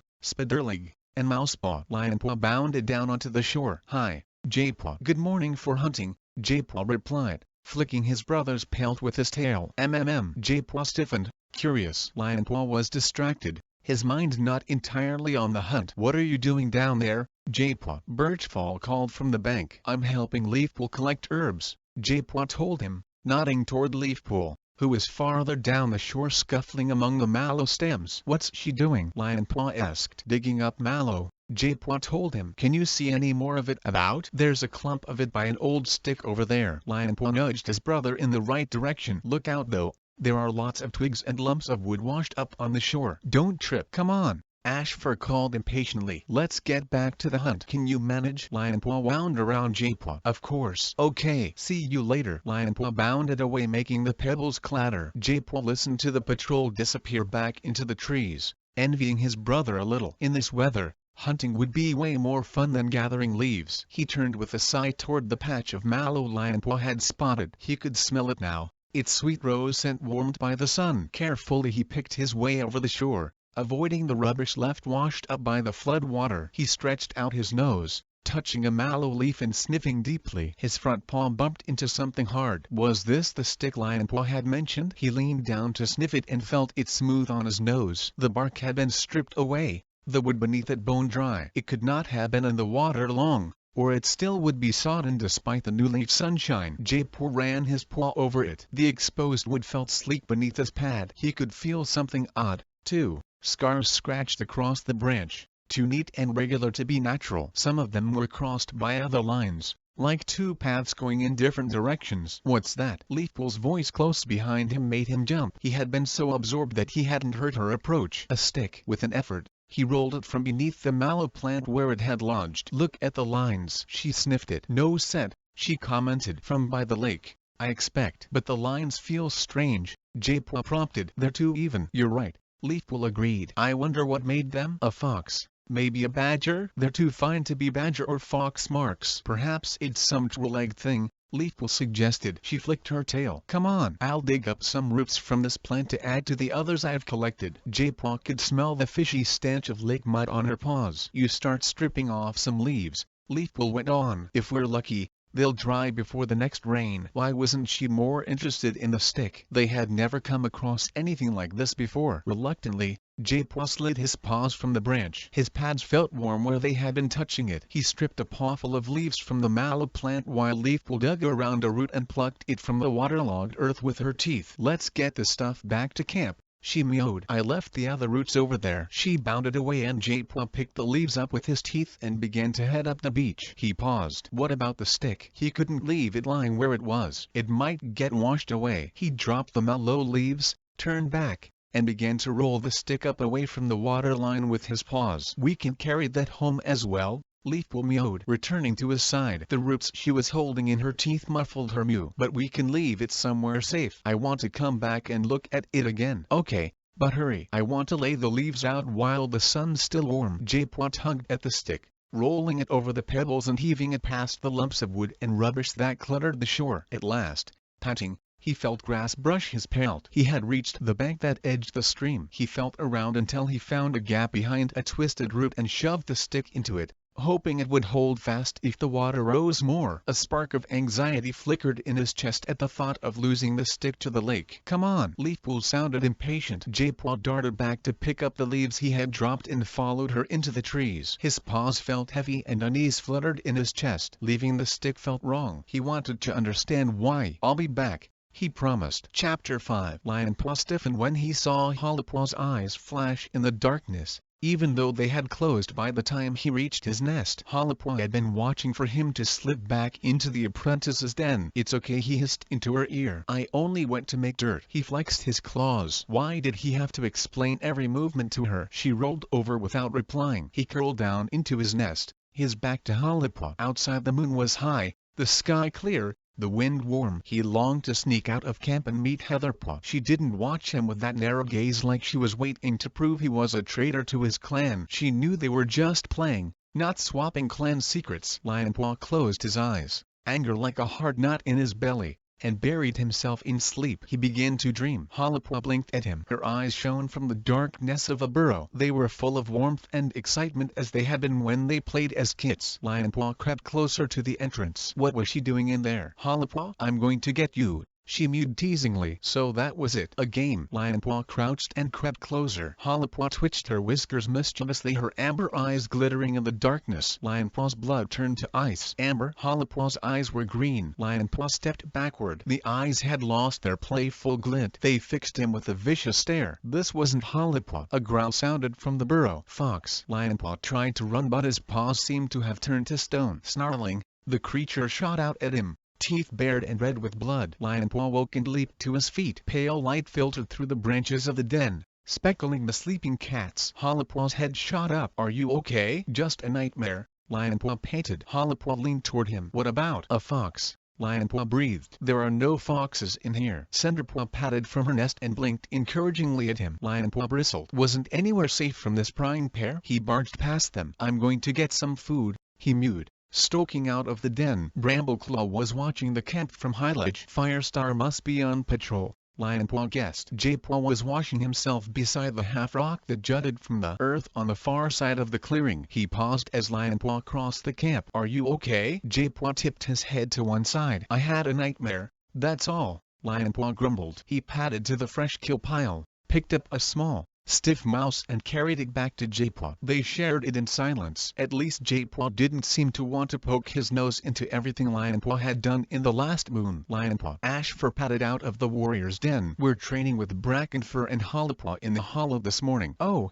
great. Can't I ever get away from her? The thorn barrier trembled as an early hunting patrol raced into camp. Firestar and Sandstorm were both holding prey in their jaws. Spiderleg and Mousepaw each carried a mouse, and Whitewing gripped a plump thrush between her teeth. Is everything all right? Brambleclaw called down. Firestar dropped his prey on the fresh kill pile. All quiet, and as you can see, the prey is running. Berrypaw was already at the fresh kill pile, sniffing the thrush Whitewing had dropped. He picked it up and carried it to the nursery. Hi, J-Paw. Hollowpaw was bounding across the clearing with Cinderpaw. Any food left? You can eat later. Hollowpaw. Brackenfur was pacing up and down in front of the camp entrance. Training first. Lionpaw gulped down the last of his mouse, feeling a twinge of satisfaction. Hollowpaw had probably been gossiping about him. Serves her right if it means she goes hungry. He got to his paws and hurried toward Brackenfur. Ashfur bounded across the clearing to join them. I'm starving, Hollowpaw complained, catching up. We'll hunt after battle training, Brackenfur promised. The golden warrior darted through the tunnel. Lionpaw fell in beside Ashfur, leaving Hollowpaw to hurry after them. They padded to the training hollow in silence. Sun was slanting through the bright green leaves, and the air trembled with birdsong. Lionpaw saw Hollowpaw lick her lips. Ashfur sat down in the center of the hollow, his tail whisking over the mossy ground. Today, we're going to be thinking about how other clans fight, their strengths and weaknesses, and the best way to exploit them. So, what strengths do the other clans have? Brackenfur prompted. River Clan can swim, Hollowpaw mewed, which means they can approach from water. Wind Clan is well camouflaged and small, so they are hardest to detect, Lionpaw offered. Unless they're upwind, Hollowpaw pointed out, in which case their rabbity scent gives them away. Lionpaw bristled with indignation. Heatherpaw didn't smell rabbity. What about Shadow Clan? Ashfur asked. Well, they are just evil, Hollowpaw growled. So you never know how low they'll stoop in any attack that makes them unpredictable. And weaknesses? Brackenfur pressed. Shadow Clan is weak because they think they are braver than they actually are,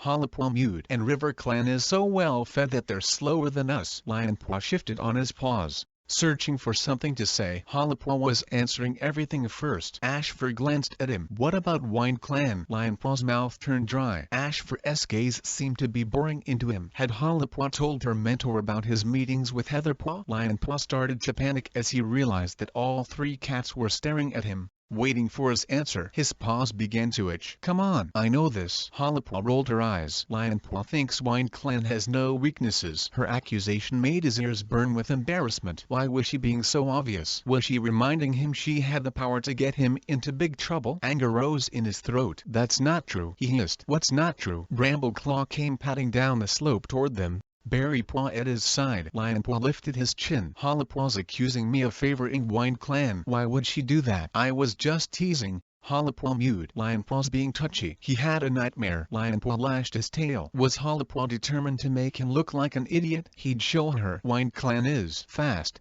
but not as strong as us because they don't have any trees to climb on the moorland, he growled, glaring at her. Good. Brackenfur nodded. You seem to know the basics. Let's practice some moves. First, let's try one that will work on a River Clan cat. Brackenfur darted under Ashfur's belly and nipped him on his hind leg. Ashfur rounded on him ready for the counterattack, but Brackenfur had already shot out of reach. Ashfur leaped toward him, but Brackenfur rolled out of the way, sprang to his paws and launched himself onto Ashfur's back, unbalancing the Grey Warrior and sending him rolling onto his side. The two warriors jumped to their paws, shook the earth from their pelts, and turned to face their apprentices. Now you two try it, Ashfur mewed. Lionpaw. Brackenfur touched Lionpaw's flank with his tail. You be the River Clan cat because you're bigger and more powerful. Hollowpaw, you try and unbalance him like I did with Ashfur. Hollowpaw nodded. Don't make it easy for me. Her eyes were shining with determination. Don't worry, I won't, Lionpaw hissed through gritted teeth. Didn't she know how much she was annoying him? He felt her dart underneath him, felt her teeth graze his hind leg. But he wasn't going to let her get away as easily as Ashfur had done. He dropped his whole weight onto her before she could scamper free, then grasped her with his paws and tugged her over onto her side. Hey, she squealed. That's not how you're meant to do it. You should have been faster. Lionpaw spat, and began raking her spine with his hind claws while he gripped her shoulders with his forepaws. "You're hurting me," Harper shrieked, struggling to free herself. "Lionpaw, stop!" Brambleclaw's sharp command made Lionpaw freeze. Harper slid from his grip and scrambled to her paws. Brambleclaw was staring down at Lionpaw, his eyes blazing. "This is training. We don't want any cat hurt." Lionpaw got to his paws. "Sorry," he mewed. "I got carried away." Harper was lapping at the scratches Lionpaw had given her. He felt a wave of guilt for letting his temper get away from him. He hung his head. "Sorry, Harper," he murmured. The rage that had been seething in his belly all morning faded away. "I'm really sorry." He glanced nervously at his father,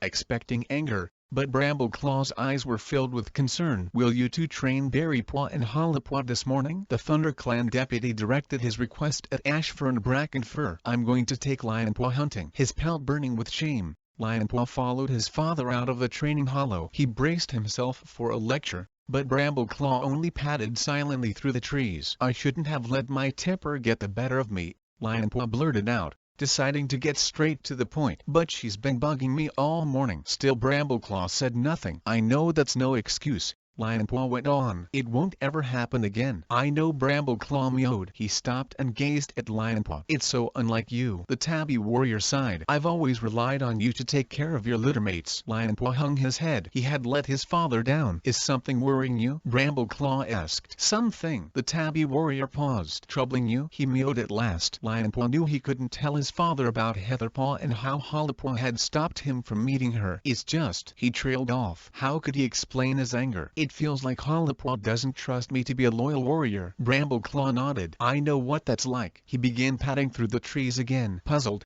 Lionpaw hurried after him. "Being Tiger Star's son has meant I've had to win the trust of every ThunderClan cat over and over," Brambleclaw went on quietly. "So I know how frustrating it is when you have to prove something that shouldn't need proving." The leafy forest floor sloped upward before them and they sank their claws into the sweet-smelling earth to help them climb. The trouble is that everyone only saw evil in Tiger Star. They forgot what a bold and brilliant warrior he was. Lionpaw pricked his ears. Was Brambleclaw defending Tiger Star? "I haven't forgotten how Tiger Star betrayed his clan," Brambleclaw mewed, as if he had noticed Lionpaw's surprise. "But we all have strengths and weaknesses. It must be sad to be remembered only for your weaknesses. I hope I'll be remembered for my strengths instead." "Of course you will be," Lionpaw mewed. His fur prickled at the thought of his father being nothing but a memory. "Every cat in the clan respects you." "I wish that were true." "What do you mean?" "I think there may be one clanmate who wishes me harm." The words came in a whisper. Lionpaw's heart lurched. "Who?" Brambleclaw shook his head. "It's not important. Forget I said anything." "But if there's some cat you don't trust," Brambleclaw cut him off. "If you want to be remembered for your strengths,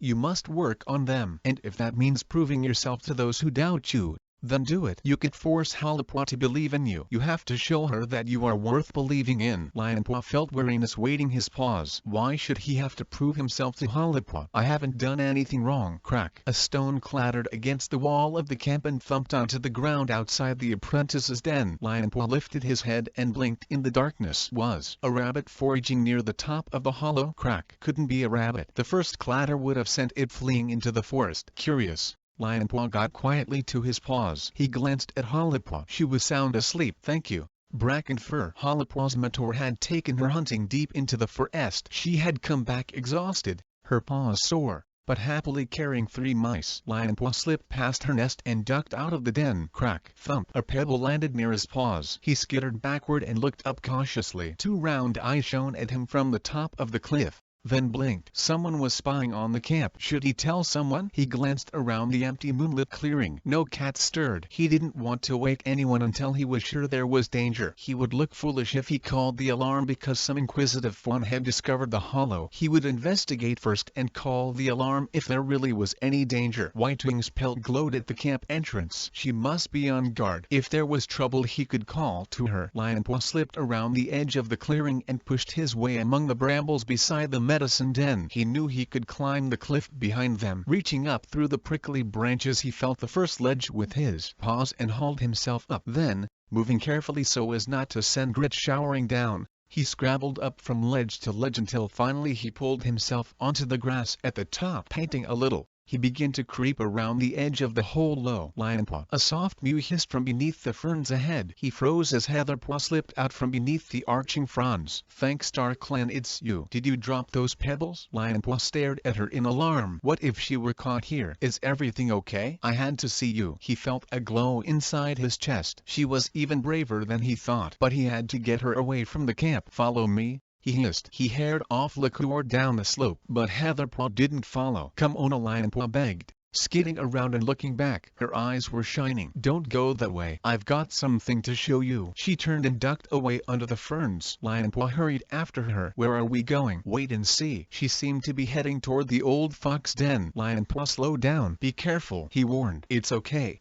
she told him. There aren't any foxes. She paused in front of the thick brambles that crowded the bottom of a steep slope. Wait here. She dived beneath them, and Lionpaw watched her tail disappear into the dense foliage, making the bushes tremble. Where was she going? An owl called in the branches above his head. Lionpaw fluffed out his fur and glanced around nervously. Here. Lionpaw looked up the steep slope and saw Heatherpaw blinking at him from the entrance to a small tunnel. What are you doing in there? It looked like a rabbit burrow. You'll never believe what's inside. Come on. Heatherpaw scooted backward into the darkness. Paws pricking, Lionpaw squirmed under the brambles, wincing as their barbs tugged his fur. He heaved himself up the slope, out of the thorny tangle, and paused at the burrow entrance. Heatherpaw, he called, his heart pounding. Come inside. Her mew echoed strangely from the shadows. Lionpaw squeezed in after her. The tunnel was pitch black. Crouching, he wriggled forward, damp earth pressing against his pelt. What was Heatherpaw up to? This place was hardly big enough for a rabbit, let alone a cat. Suddenly, he felt space around him,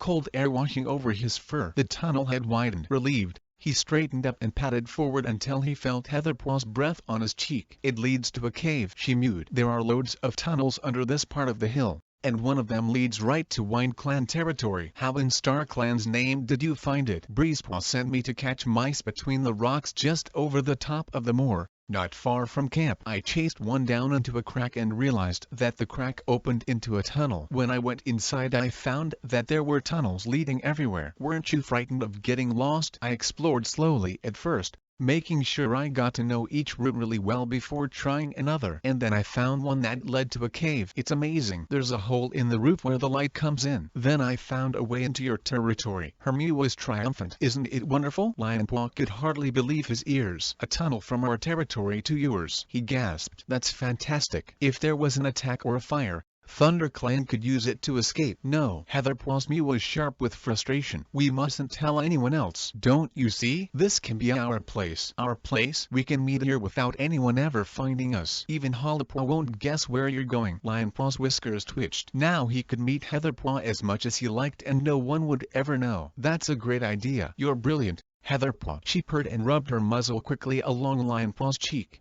then turned away. Follow me. I'll show you the cave. Her paw steps disappeared into the darkness. Fear surged in Lionpaw's belly. He fought the urge to rush back out into the forest, and began to follow Heatherpaw. The blackness pressed in on him and suddenly he realized how Jaypaw must feel. He sniffed, searching for scents of fox, or rabbit or even badger, but smelled only damp earth. It was stale and musty as though no creature had walked here for moons. How come no one else uses this place? He wondered. I guess no one's been lucky enough to find it. Heatherpaw's mew echoed eerily up ahead. Someone must have discovered it before. I've never smelled anything here except rock and water. Uneasiness tugged at Lionpaw's pelt. But it seems unlikely that we're the first. Suddenly, the tunnel brightened and opened into a large cave. Lionpaw stopped dead and stared around in astonishment. The rocky walls were lit by moonlight filtering through a small hole in the roof, just like Heatherpaw had said. The floor was smooth, dusty stone, rippled here and there as if giant paw prints had left their shape. And most amazing of all,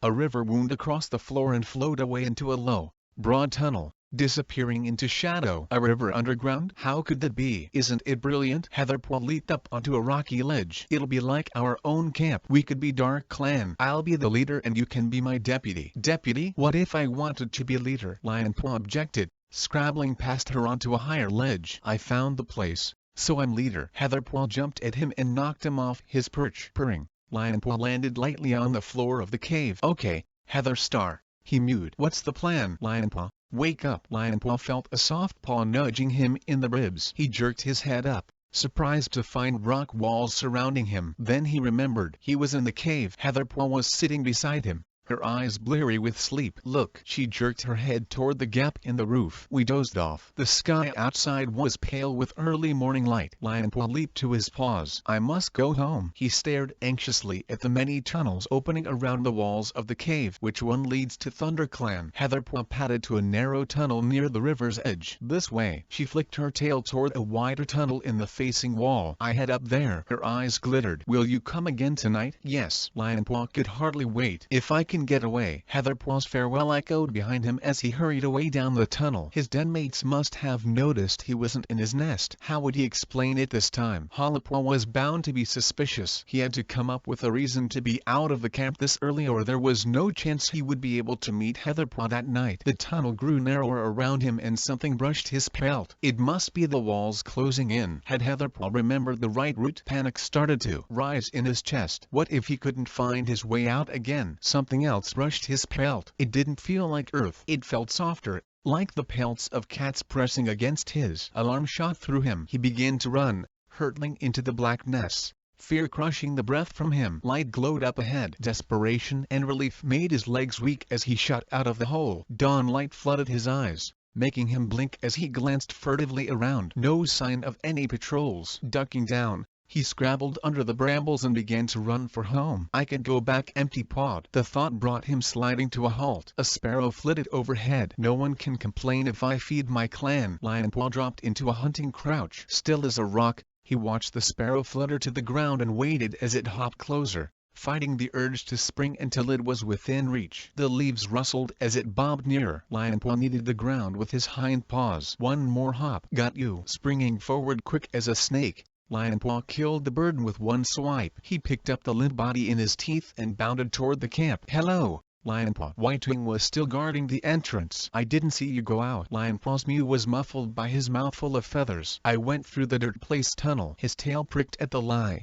but he had no choice. Looks like someone's going to have a nice early breakfast, Whitewing commented. Lionpaw nodded, whisking past her into the camp. Hollipaw was lying beside the half-rock with Jadepaw. She looked up as Lionpaw entered the camp, flicking his tail at her. He dropped his catch on the pile. You must have been up early, Jadepaw mewed as he clambered onto the smooth half-rock and began to wash. The birds make so much noise. I'm surprised you can sleep through them, Lionpaw replied, thinking fast. Hollipaw narrowed her eyes. After the hunt Brackenfur took me on yesterday, I'd have slept through anything. Lionpaw wiped a paw over one ear. Inside, his stomach was a hard knot. He hated lying. He wasn't doing any harm by playing with Heatherpaw, but he knew his clanmates wouldn't see it like that. I'm loyal to my clan, Lionpaw told himself. I shouldn't have to prove it. But still, the bitter taste of his lie stung in his throat. Chapter 6. Hollipaw yawned and stretched in the den entrance. The early morning sun felt warm on her paws. She looked over her shoulder. Lionpaw was still asleep in his nest. Cinderpaw was already at the fresh kill pile. Anything there? Hollipaw called to her friend. Only a mouse. Cinderpaw pawed it uncertainly. A bit stale,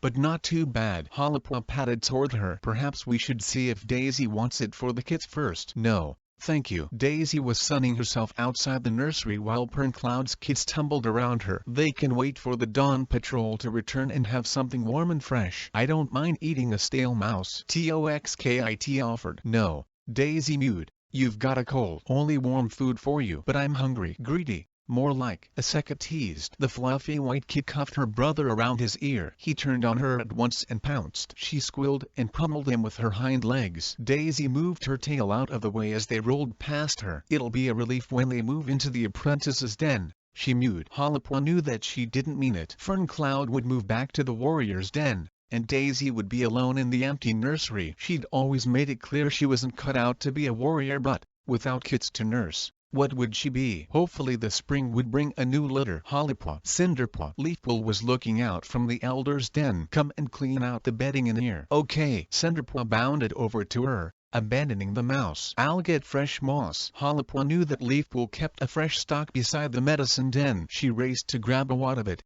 then carried it to the elder's den. The honeysuckle that trailed over the elder bush where Longtail and Mousifer slept was bright with new leaf. Fresh tendrils swayed in the light breeze. Buds were forming that would flower come green leaf and fill the hollow with a wonderful smell. Hollypaw ducked inside and dropped the moss. Cinderpaw was already busy scrabbling through the bedding, bundling out stale bits. Leafpool looked up from where she was crouched at Longtail's side. Longtail has an infected tick bite. The tangy aroma of herbs filled the den. I'm putting a poultice on it, but I want the bedding freshened up so he doesn't get another one. Okay. Hollypaw nodded. Mousifer sat up stiffly. Good to see New Leaf again. Longtail winced as Leafpool washed more herbs into his wound. The forest smells good, he mewed. I've been thinking about going out. Hollypaw blinked in surprise. Since he had lost his sight, Longtail rarely left camp. Only if I can come with you, Mousifer croaked. You'll need someone to keep an eye out for foxes. Foxes? Hollypaw tucked her tail close to her. Cinderpaw tossed a wad of moss toward the entrance. Foxes aren't that bad. Aren't that bad? Hollypaw gasped. What about the ones that chased me? They almost had my tail. You were only a kit,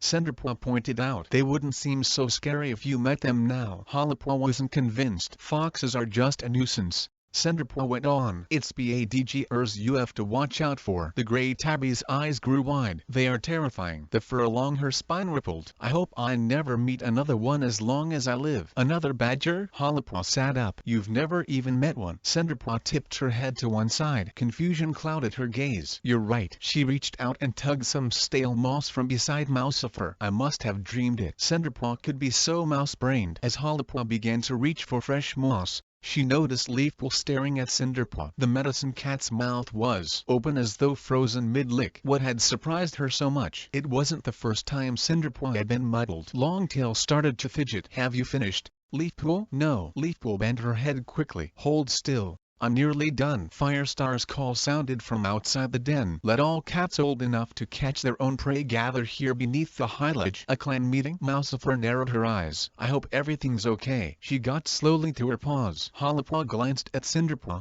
excitement fluttering in her chest. Had something happened? She darted out of the den ahead of the others and saw Firestar leaping down the tumble of rocks from hyliage. The fresh kill pile was well stocked. The dawn patrol's back, Hollypaw whispered to Cinderpaw as her friend caught up. Perhaps they've brought news. Stormfern Brook sat at the edge of the clearing. Graystripe and Millie padded out from behind the warrior's den. Brambleclaw and Squirrelflight sat down in the shadow of hyliage while Lionpaw padded after Ashfur and settled beside his mentor. Daisy stayed by the nursery, whisking a second and foxkit back with her tail as they tried to see what was happening. Once the clan had settled, Firestar sat down in the center of the clearing. He gazed around, his eyes shining. Doesn't look like anything bad, Hollypaw murmured to Cinderpaw. There is something I've wanted to do for a while. Firestar began. And now that New Leaf is here it seems like a good time for new beginnings. Hollypaw leaned forward excitedly. It is time Millie became a ThunderClan warrior. Hollypaw froze. Millie had been a Catipid when Graystripe had met her. He'd given her some warrior training and she'd helped him on the long journey back to his clan. But did that make her a warrior? Hollypaw didn't even know if Millie believed in Star Clan. Mews of approval rippled around the edge of the clearing. About time. Whitewing called. Birchfall kneaded the ground. She has the heart of a warrior. Hollypaw stared at them in surprise. Surely it wasn't that simple. The daylight gathering had helped to smooth the ruffled fur of the other clans, but making a Catipid a warrior, wouldn't that stir up hostility again? Millie was a good hunter and had proved her bravery and loyalty in battle, but to make her a ThunderClan warrior, Millie, Firestar beckoned the striped gray tabby. She stepped forward, chin high. Hollypaw couldn't help admiring her, and yet she had never trained as an apprentice. How could she possibly have a warrior name? Hollypaw felt her chest tighten with anxiety. You have fought bravely in battle, Firestar meowed. You have made sure the clan has been fed through a bitter leaf bear. No cat here doubts your loyalty or your skill. You have earned the warrior name I give you. He paused for a moment. From this day on you shall be known as... Wait. Mews of surprise rippled among the clan as Millie interrupted Firestar. She gazed steadily around the cats, her blue eyes glowing. I'm privileged to be considered a ThunderClan warrior, she meowed. I could ask for no greater honor, and I am grateful to Graystripe for rescuing me from my life as a Catipid. She blinked warmly at her mate. If I'd stayed my whole life as a two-legged companion, it would have been only half a life. But Graystripe stepped forward. Millie? His eyes were clouded with anxiety. You are not going to leave, are you? Never. Millie padded toward him and brushed her muzzle against his. Then she turned back to Firestar. You can rely on my loyalty until the day I join StarClan, and you must believe that I will live and die to protect ThunderClan. But I don't want to change my name. I have always been Millie, and I see no shame in it. A shocked silence gripped the clan. Ashford flicked his tail. Sandstorm narrowed her eyes, studying the former Ktippet. Brambleclaw's whiskers twitched. Greystripe lifted his chin. Millie is right. It doesn't matter what she's called. It only matters how she acts, and I know that she will always put the clan first. Halapaw watched Firestar, wondering what he would do. The ThunderClan leader shifted his paws uneasily, glancing from Greystripe to Millie. Suddenly, another mew sounded. May I speak? Halapaw spun around. Daisy was padding forward. The cream-colored queen slid between Spiderlig and Birchfall and stepped into the center of the clearing. Halapaw pricked her ears. Daisy had never spoken at a clan meeting before. I am glad Millie has chosen to keep her name,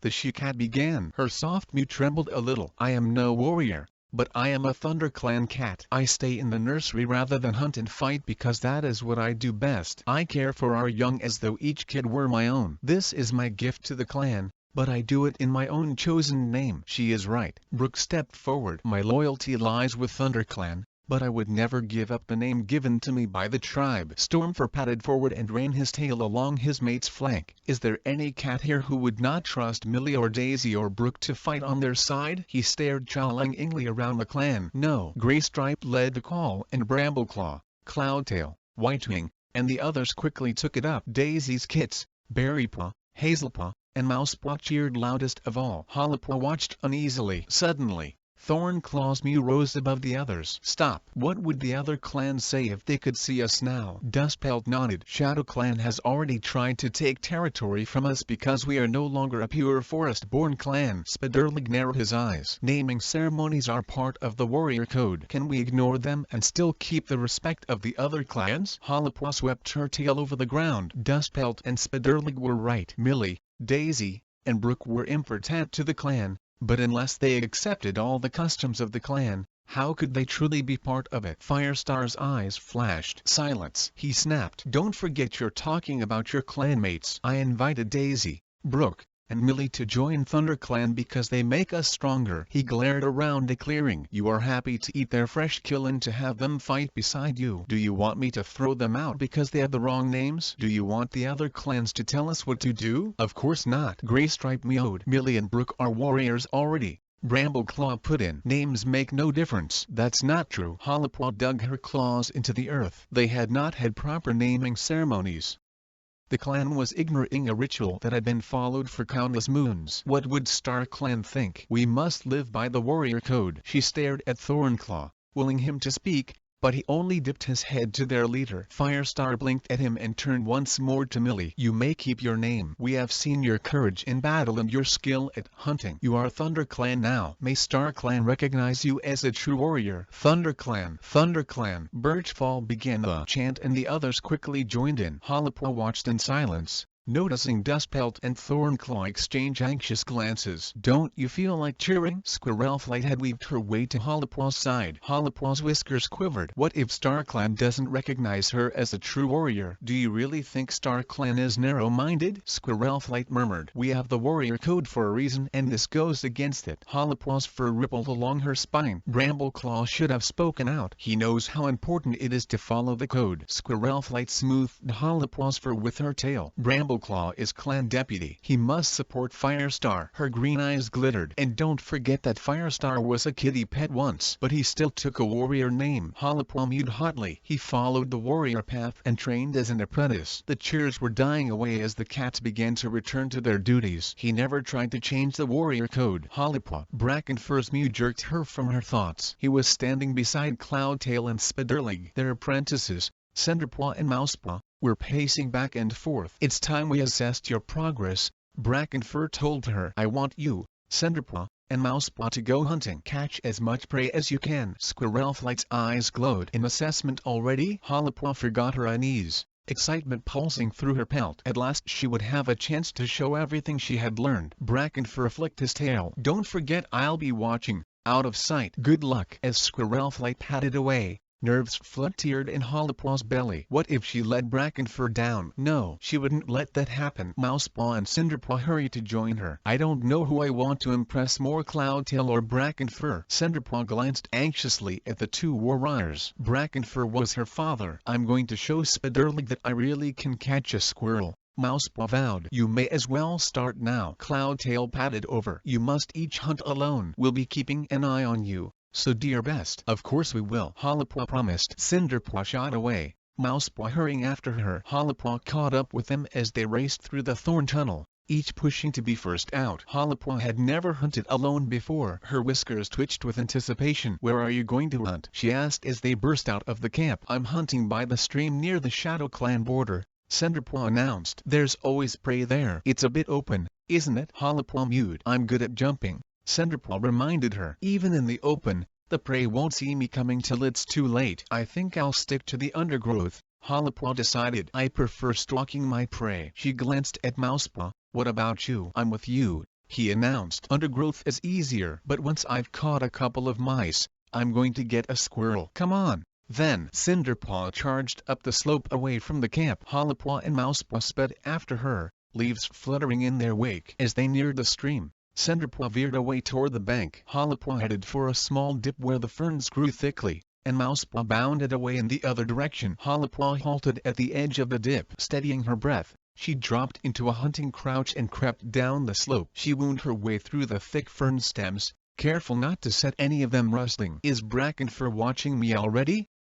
She wondered as she drew herself forward, one slow paw step at a time. Don't think about that. Concentrate on the hunt. She focused her senses on the foliage ahead, opening her mouth slightly to taste the breeze. Rabbit scent hung stale in the air, but the smell of mouse was fresh. Good. She halted and pricked her ears. The ferns were shivering up ahead. Narrowing her eyes, she peered through the lush stalks and saw a small brown shape dart across over the leafy earth. A shrew. It began rooting among the leaf litter. She crept closer. The shrew stiffened. Mouse dung. Her tail had brushed against a leaf. The shrew glanced around. Don't move. Hollipawpaw held her breath and pressed her tail to the ground. The shrew began rummaging again. Good. It's busy looking for food. Moving as slowly as a snail, Hollipawpaw drew herself forward. The shrew went on rummaging. One more paw step. A twig cracked beneath her paw. The shrew darted away. Hollipawpaw sprung and shot out her forepaws, catching the shrew in her claws before it had time to escape. One quick nip to the back of the neck and it was dead. Heart pounding,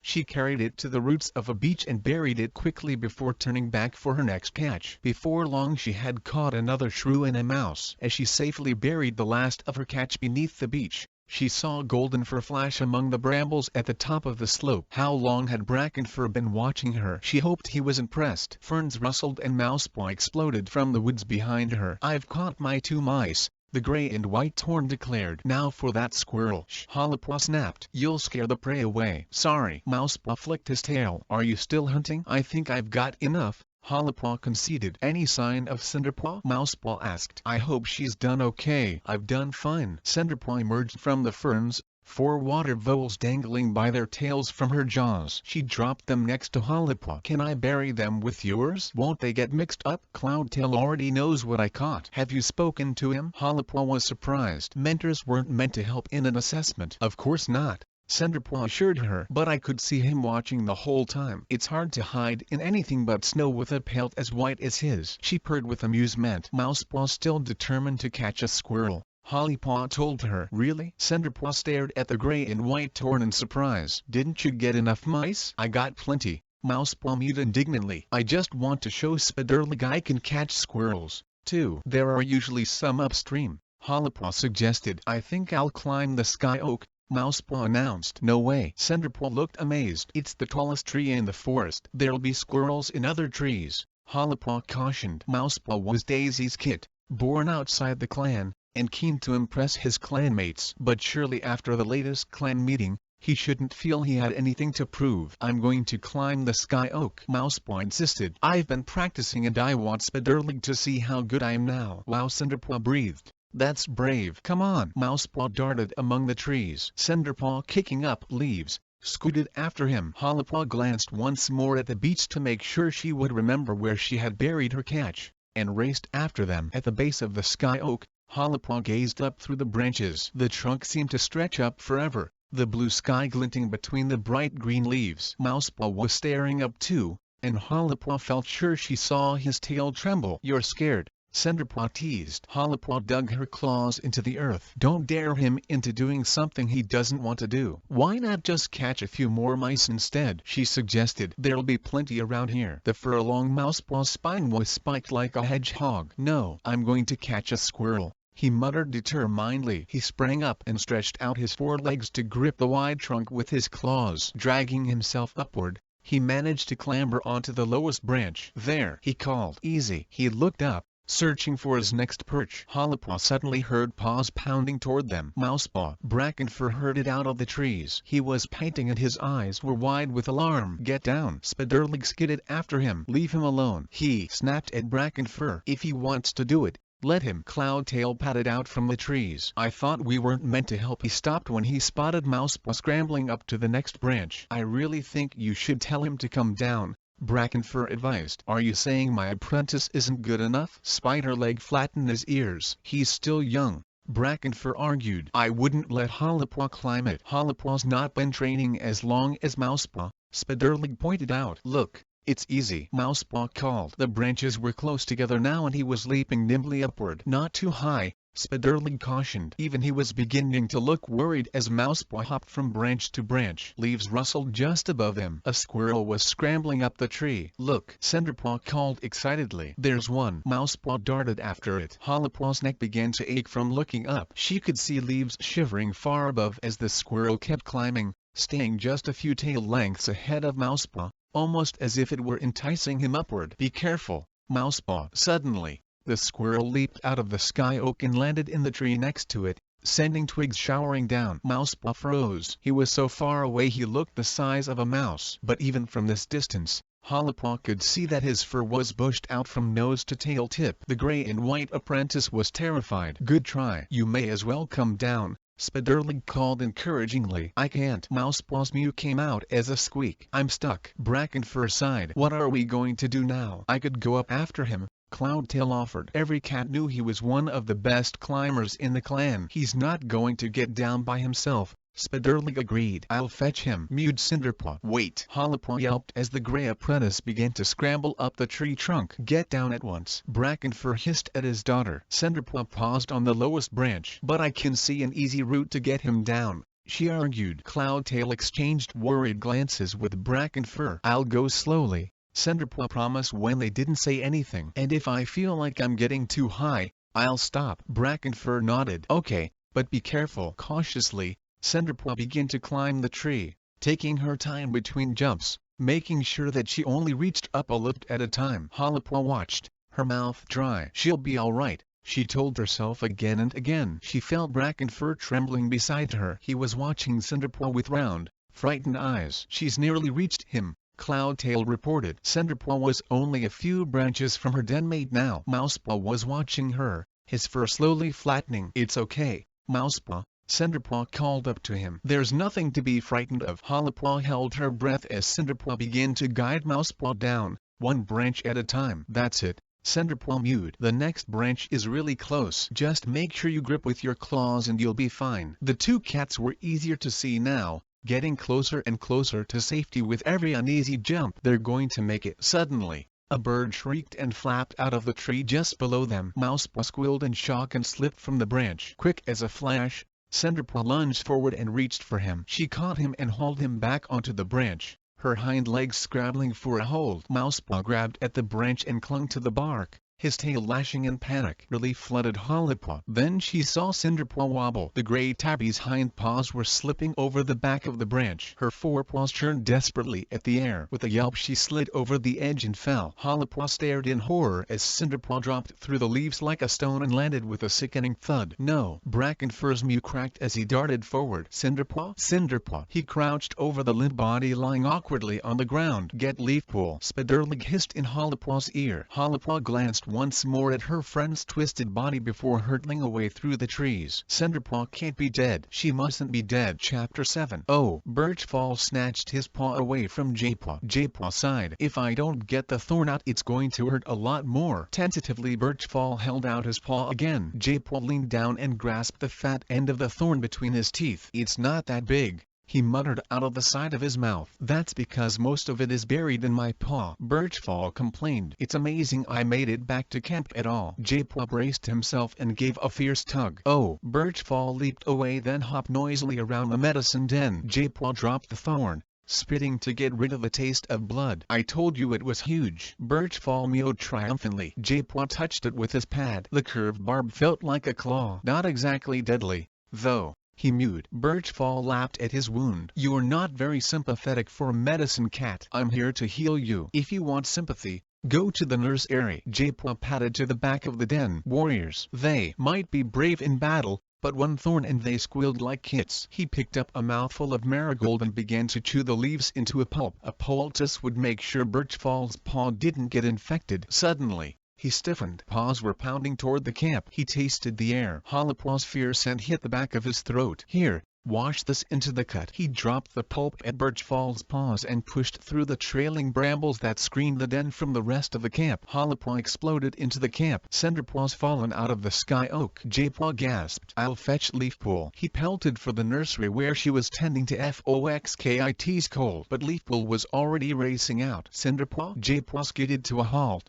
narrowly avoiding her. She stopped, trembling, in the middle of the clearing. Horror pulsed from her like blood from a wound. No, not again. Her silent plea sliced into J-Paw's thoughts, as clear as if she'd cried out loud. You have to come at once. Hollipaw wailed. What's happened? Firestar pounded across the clearing. Paw steps sounded on every side as the clan came running to see what was wrong. Cinderpaw was helping Mousepaw down the sky oak and she fell. Hollipaw's words came in great gulps. Leafpool, go to her, Firestar ordered. Come on. J-Paw willed his mentor to move, but she seemed rooted to the spot, her terror blocking out every other thought. What herbs will we need? He prompted. He could feel Hollipaw trembling behind him. Poppy seeds? He pressed when Leafpool didn't answer. Just as panic threatened to overwhelm him, Leafpool snapped out of her daze. He felt her mind clear, like rain lifting. Poppy seeds, yes. Rushes and cobweb to bind any broken legs, and thyme for the shock. I'll fetch them,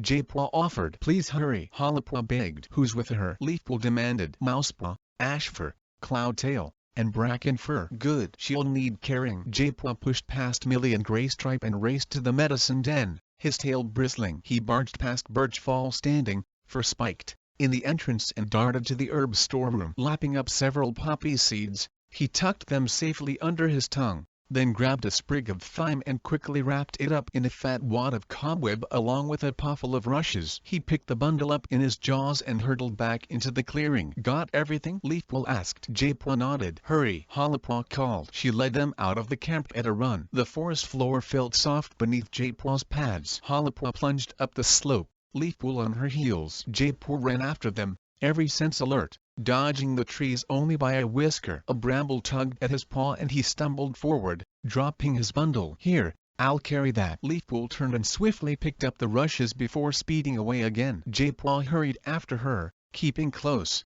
following her paw steps as she weaved through the forest. I see the sky oak, Hollipaw called. Her paws beat faster against the ground. Watch out for the fallen tree, she warned. Her paw steps fell silent as she leaped over the log and landed with a thump on the other side. Leafpool followed her. J-Paw didn't hesitate. Tensing, he leaped as high as he could, praying he had timed it right. He felt the rotting bark of the fallen tree brush his paws as he sailed over and landed lightly on the ground beyond. Over here. Hollipaw had reached the others. J-Paw felt Brackenfur's panic flash like lightning from his pelt. He could hear Ashfur pacing around the sky oak, could sense Mousepaw trembling. She's still breathing, Cloudtail called. Good. Leafpool dropped the bundle. J-Paw crouched beside her as she leaned over Cinderpaw. He could hear the injured apprentice's breathing. It was quick and shallow. He touched her flank with his nose. She was as limp as a dead mouse. His belly tightened. She's in shock, Leafpool pronounced. Lick her chest while I give her the thyme. J-Paw spat out the poppy seeds and began to lick Cinderpaw. Her heart beat rapidly beneath his tongue. He smelled the herbs as Leafpool tore open the bundle bundle and chewed the leaves into a pulp that she could drip into Cinderpaw's mouth. Is she going to die? Brackenfur's mew trembled. I won't let her,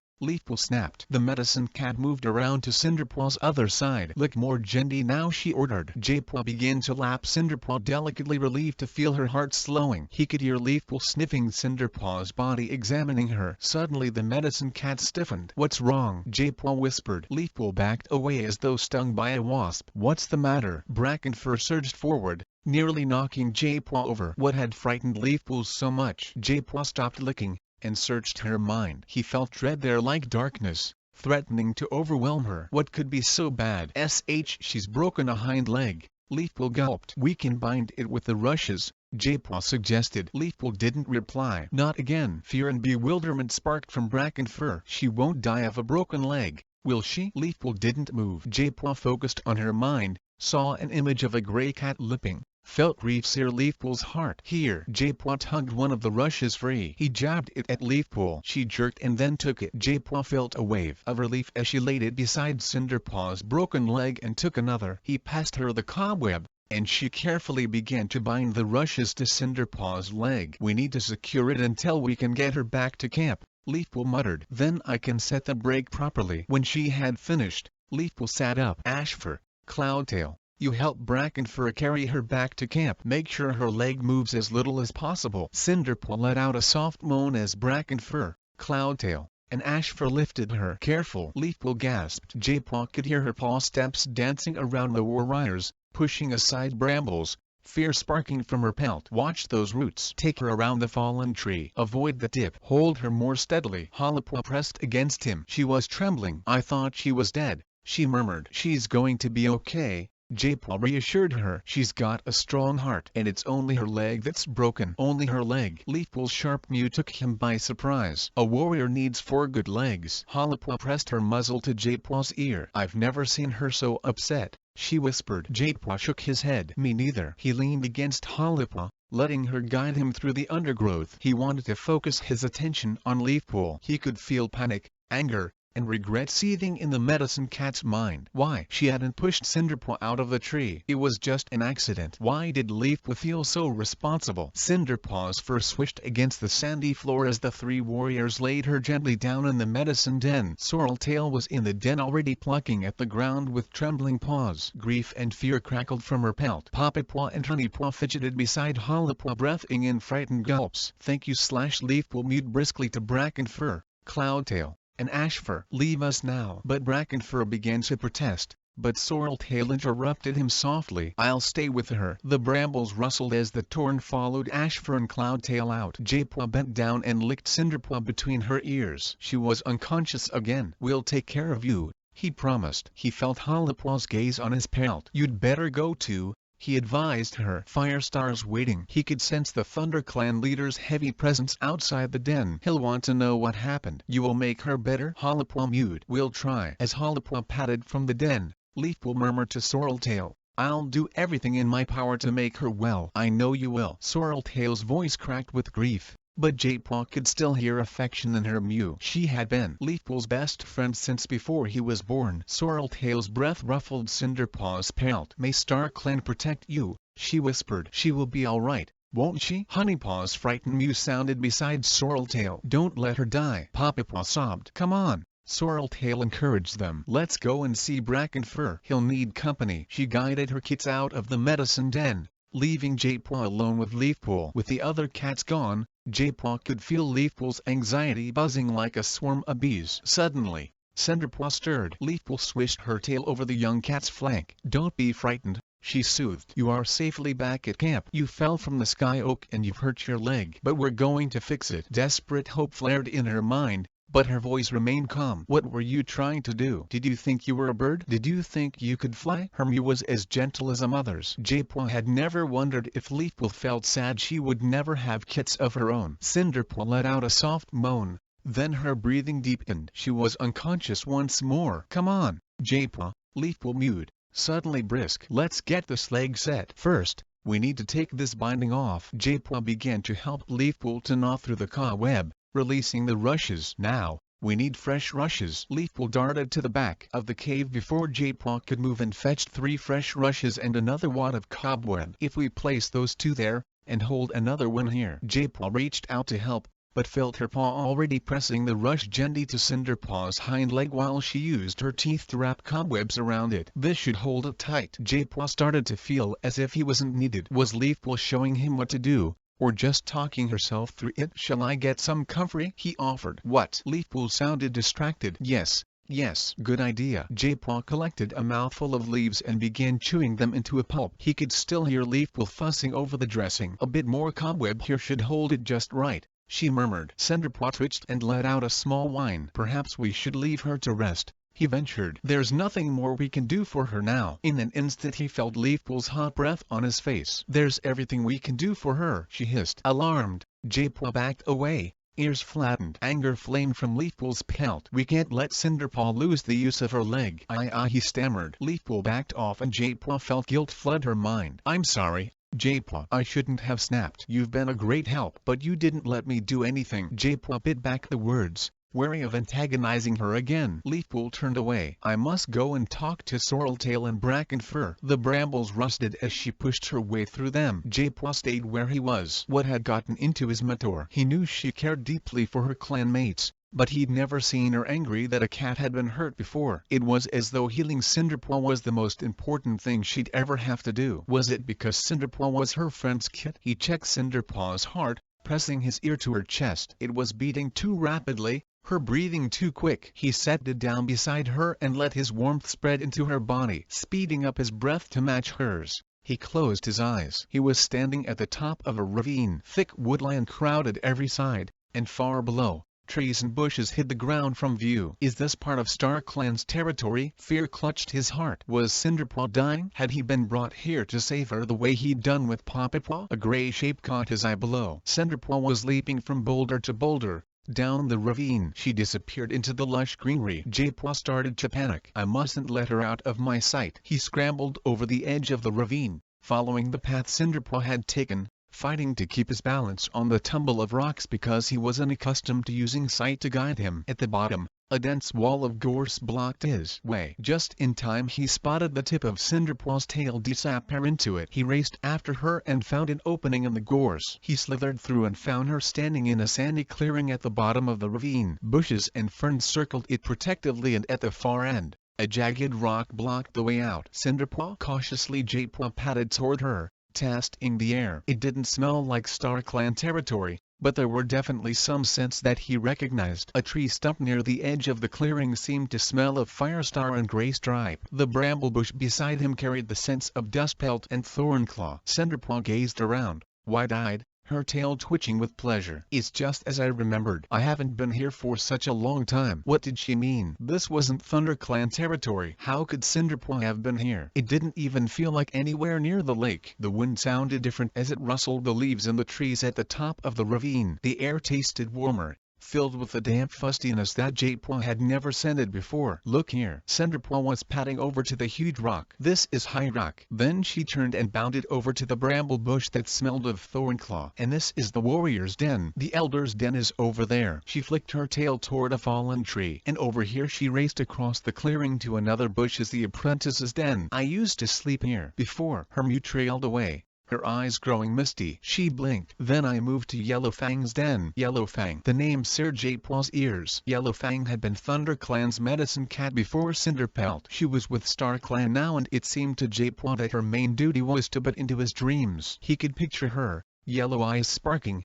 matted pelt bristling with impatience. Come and see. Cinderpaw's mew interrupted his thoughts. An eerie feeling pricked his tail as she led him through a narrow tunnel to a much smaller clearing. A rock towered at the far end, split down the middle by a cleft big enough for a den. Cinderpaw gazed wistfully into the shadowy cave. Yellowfang kept her herbs in there. Yellowfang's dead, J-Paw mewed. She's in StarClan now. Cinderpaw looked at him. Of course she is. Where else would she be? I don't understand. Why are you acting as if you lived here too? Because I did. Many moons ago, before we left the forest. But you never lived in the forest. Once I did. Cinderpaw's blue eyes sparkled with starlight. But have returned to tread a different path. The path of a warrior. She looked warmly at him, and when she spoke her voice seemed deeper, more wise. as if she'd aged in front of him. "Tell Leafpool that she has nothing to fear. I will recover this time, and tell her that I'm proud of her. She has learned more than I could ever have taught her." Jaipaw's pelt bristled. Vivid images were thronging in his mind,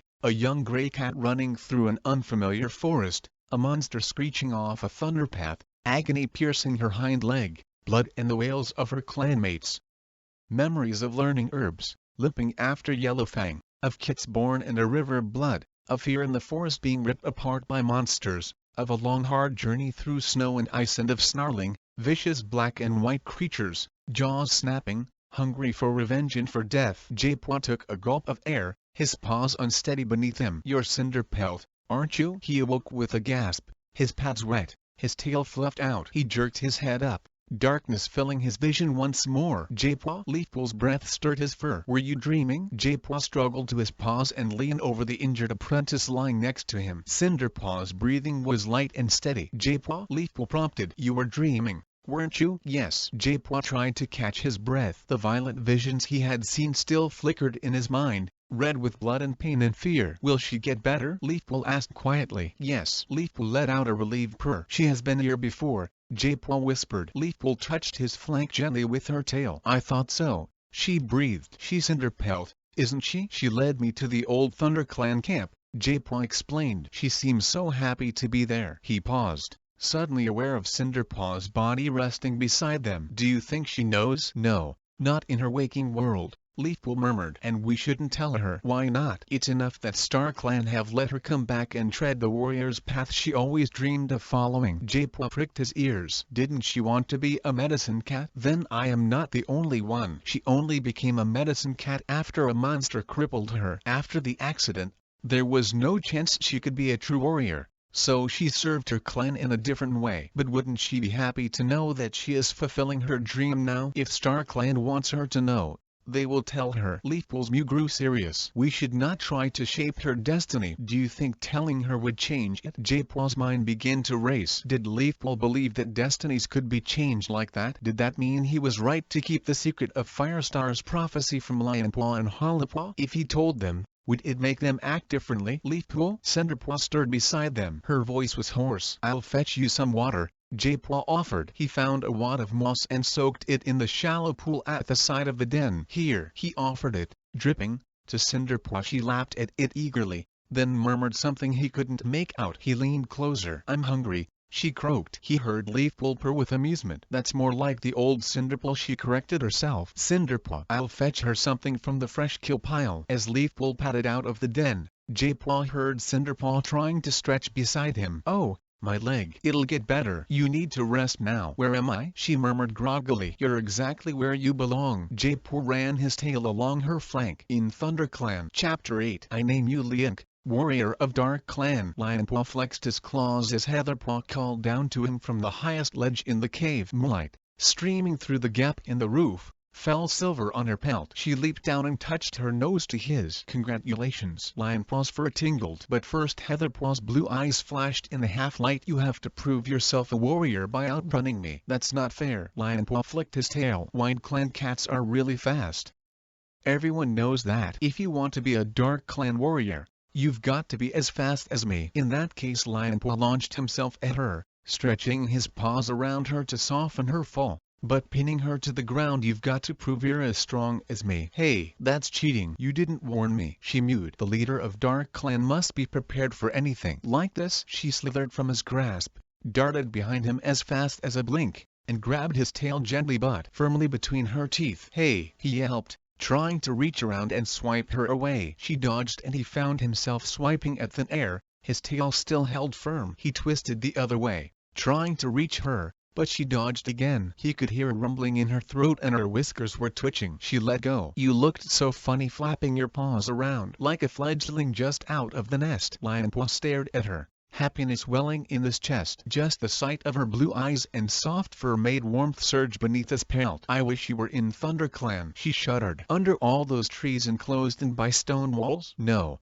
thanks." "Besides," she went on, We don't need to live in the same clan when we've got this cave all to ourselves. She reached out a paw and batted something from the fur behind his ear. Just a burr. She flicked it onto the ground. Thanks. Heatherpaw was right about the cave. Lionpaw knew he wouldn't want to live on the moorland any more than she'd want to live in the forest. This cave was the perfect solution. They'd been meeting here for half a moon now, and none of his clanmates suspected a thing. Not even his nosy sister. I wonder where some of these other tunnels lead? Heatherpaw leaped over the river and began to sniff at one of the openings. Lionpaw jumped after her. Dank, stale air seeped from the tunnel and he shivered. Do you think one leads into Shadow Clan territory? Heatherpaw wondered. The fur along Lionpaw's spine lifted. I hope not. We could explore. Lionpaw backed away. There's no hurry. We have enough fun here. He glanced around the cave. Getting here still made his paws quiver. There was something spooky about the tunnels, and he was always relieved to find Heatherpaw waiting for him in the moonlit cave. Heatherpaw's eyes sparkled. There might be all sorts of terrible creatures down there with big teeth and sharp claws.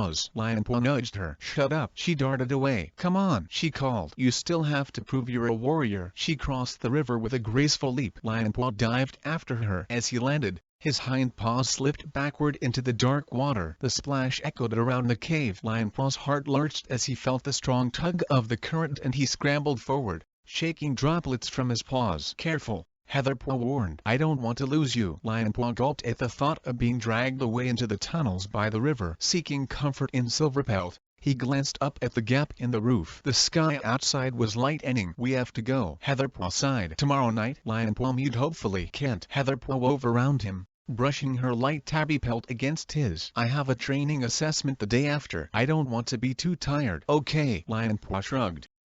He understood. She had to put her clan first, but he would still miss her. Bye. They hurried away each to their separate tunnel. Lionpaw was relieved that he knew the path well enough now to be able to run all the way. Jaypaw would be surprised to know how fast his brother could race through the blackness, using only his whiskers to guide him. He burst from the entrance, relieved to smell fresh air once more. This is my part of the forest. He wriggled happily under the brambles and pulled himself out the other side. The older warriors acted like they had created Thunder Clan territory because they had brought the clans to the lake, but Lionpaw knew that they hadn't explored every paw step of it yet. The fact that he knew about the cave proved that there were still places left to find. It would be the young cats who would do that, who would make this land their own. Through the leaves he could see that the star-studded sky was growing pale. He began to race through the forest. He had to get home before the camp woke. Greetings, Lionpaw. A deep mew sounded in his ear and fur brushed his flank. Lionpaw bristled with alarm. He glanced sideways and saw the faint outline of a cat keeping pace with him. Am I dreaming? We have been watching you. The Owdan shimmered. Beside him a huge tabby torn with amber eyes which shone in the half-light. The Tom's massive shoulders seemed strangely familiar. Something brushed his other flank. Lionpaw turned, his heart pounding. Another shadowy cat was running beside him, a second tabby torn with ice-blue eyes,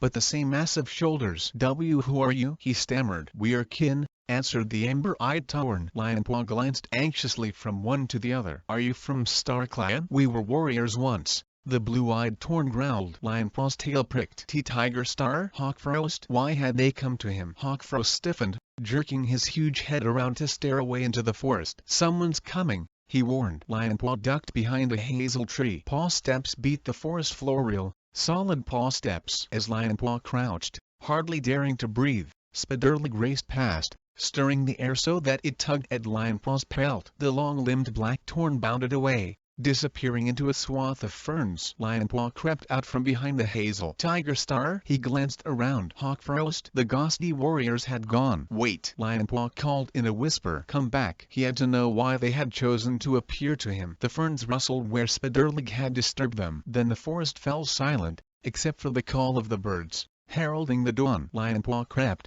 yawning, through the dirt-placed tunnel. The cat lay in silence. Relief flooded his paws. Then guilt. Away from Heatherpaw's side he was suddenly aware how sneaky he was being. No cat was up. No sign of the dawn patrol preparing to leave yet. He shouldn't feel so pleased that he'd be able to creep to his nest unnoticed and get some much-needed sleep. He scooted around the edge of the clearing, clinging to the shadows, then slipped into the apprentice den. Stepping lightly, he began to tiptoe toward his nest. Lionpaw? Hollypaw lifted her head. Is that you? Panic seared his paws, then irritation. Yes, he hissed. "Where are you going?" she yawned. Lionpaw hesitated. He couldn't choose the dirt place excuse again. She'd think he was ill. "Dawn Patrol," he answered quickly. Hazelpaw sat up groggily and blinked. "I thought I was doing that with Honeypaw." "I'm coming too," Lionpaw mewed. "Just for the experience." His pelt burned. So many lies. Honeypaw tucked her nose back under her paw. "Rather you than me," she murmured. "We'd better get a move on." Hazelpaw prodded Honeypaw. "Wake up,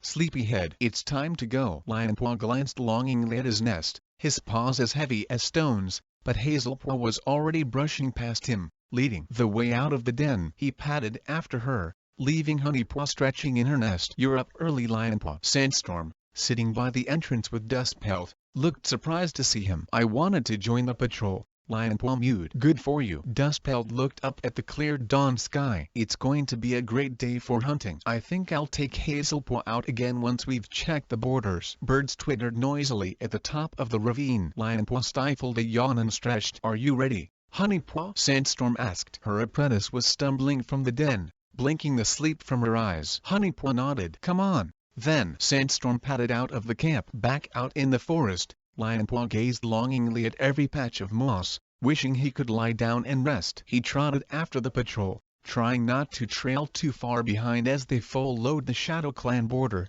renewing the scent markers. "All clear here," Dustpelt mewed at last. "Great, now we can go home." Sandstorm sniffed the air. "Let's check the Wind Clan border." Lionpaw's heart sank. The patrol turned and headed back through the forest. Lionpaw felt his eyes glazing with tiredness. Suddenly, a movement caught his eye. Far off through the trees, something was stirring. Tiger Star. He scanned the forest, but it was only a fern flickering in the light breeze. Why had they come that morning? Tiger Star had said they'd been watching him. "They must know I've been meeting Heatherpaw." His paws tingled. Did they think he was doing something wrong? But they had warned him about Spiderlig. Perhaps they only wanted to help him. But why? The patrol neared Wind Clan's territory. A small gully marked the border, a stream trickling at the bottom between tangled ferns and brambles. Beyond it, the forest stretched farther before opening onto the moorland. Dustpelt stopped to mark a tree. Honeypaw clambered down into the gully for a drink, disappearing beneath thick brambles. Hazelpaw stiffened. "Look," she mewed,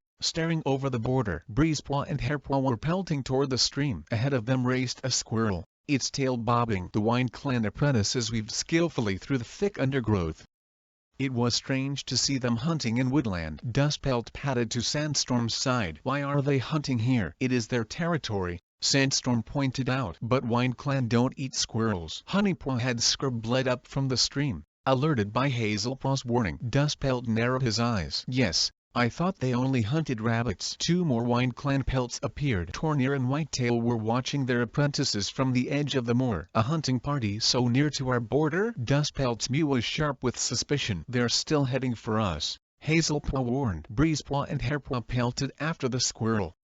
Their eyes were fixed on their quarry. "They're not slowing down," Dustpelt warned. "They won't cross the border on purpose," Sandstorm reassured him. "But they might do it accidentally," Dustpelt replied. "The stream's hardly visible here." He dropped into a crouch and crept to the edge of the gully, ducking behind the brambles that covered it. Breezepaw's and Hairpaw's pads thumped the ground as they herded nearer. They still weren't slowing. "Stop!" Dustpelt reared up and yelled across the stream at the Wind Clan apprentices. Breezepaw and Hairpaw skidded to a halt, their eyes wide with alarm. The squirrel leaped the gully and disappeared up a tall birch. "What in Star Clan's name are you doing?" Tornir's angry mew rang through the trees. The Wind Clan warrior broke into a run, racing down to the border with Whitetail on his heels. "How dare you frighten our apprentices!" Tornir halted at the edge of the gully and glared at Dustpelt. They were about to cross the border. Dustpelt arched his back aggressively. "How do you know?" hissed Breezepaw. "You weren't even slowing down," Dustpelt accused him. "I'd have caught the squirrel in one more stride." Lionpaw curled his lip. "You were nowhere near it." Breezepaw bristled. "Was too. Everyone knows Wind Clan can only catch rabbits." Lionpaw spat back. "Thunder Clan are the best squirrel hunters." "Not anymore." Hairpaw squared his shoulders beside his denmate. "Every Wind Clan apprentice has special training in the woods, so we don't have to rely on rabbits anymore." Sandstorm's eyes grew round. "Really? Why?" Tornir turned his glittering gaze on her. "It's none of your business." "Is it so you can invade our territory?" Dustpelt paced the border line, lashing his tail. Whitetail stepped forward, her ruffled fur smoothing. "We have woodland in our territory," She mewed evenly. It makes sense to use it, and we don't want to be dependent on one sort of prey anymore. The elders still speak of the hunger Wine Clan suffered when Prologue started poisoning the rabbits before the great journey. That made sense. Lionpaw let his claws curve back into their sheaths, but it still felt odd to think of Wine Clan hunting Thunder Clan prey. Harper was nodding. And there are sheep on the moorland now, with Prologues and their dogs. Tornir silenced his apprentice by flicking his tail across his mouth. That's none of Thunder Clan's business either, he snapped. So long as we stay on our side of the border, we can hunt what we like. But squirrels don't know about the border. They cross over it. You'd be eating our prey. If it's on Wine Clan territory, it becomes our prey. Tornir snapped. Squirrels have always been Thunder CKN prey. Dustpelt stopped pacing and let the fur stand up on his neck. Is that part of the warrior code? Sneered Tornir. He took a step forward, his eyes glittering. Dustpelt dropped into a crouch, ready to spring. Blood pounded in Lionpaw's ears. He unsheathed his claws again.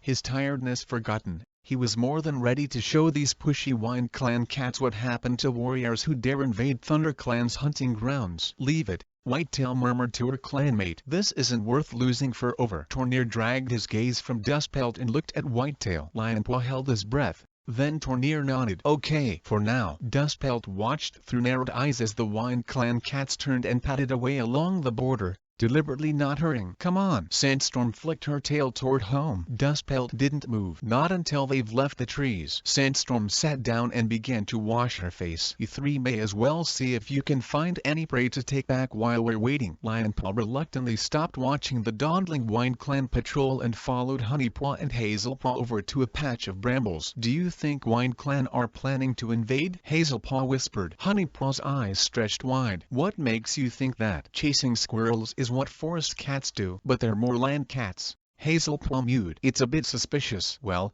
Dustpelt's acting like they are, Lionpaw commented. Honeypaw glanced back over her shoulder. But why would they want to take our territory? Perhaps the Twillegs and their dogs are more of a problem for Wine Clan than we realized, Lionpaw suggested. They coped with it last New Leaf, Hazelpaw pointed out. Foreboding clawed at Lionpaw's belly. It might be worse this time. Anything to report? Firestar called down from high ledge as the dawn patrol padded into camp. Wine Clan are hunting in the forest, Dustpelt answered. In our forest? Firestar leaped down from the ledge. Lionpaw padded quickly to the fresh kill pile and dropped the mouse he had caught, then hurried back to join Dustpelt. He was ready to defend his clan's prey from any marauding Wine Clan cats, but what if one of those cats was Heatherpaw? Lionpaw. Hollowpaw stopped him halfway. What's going on? Jaypaw was with her.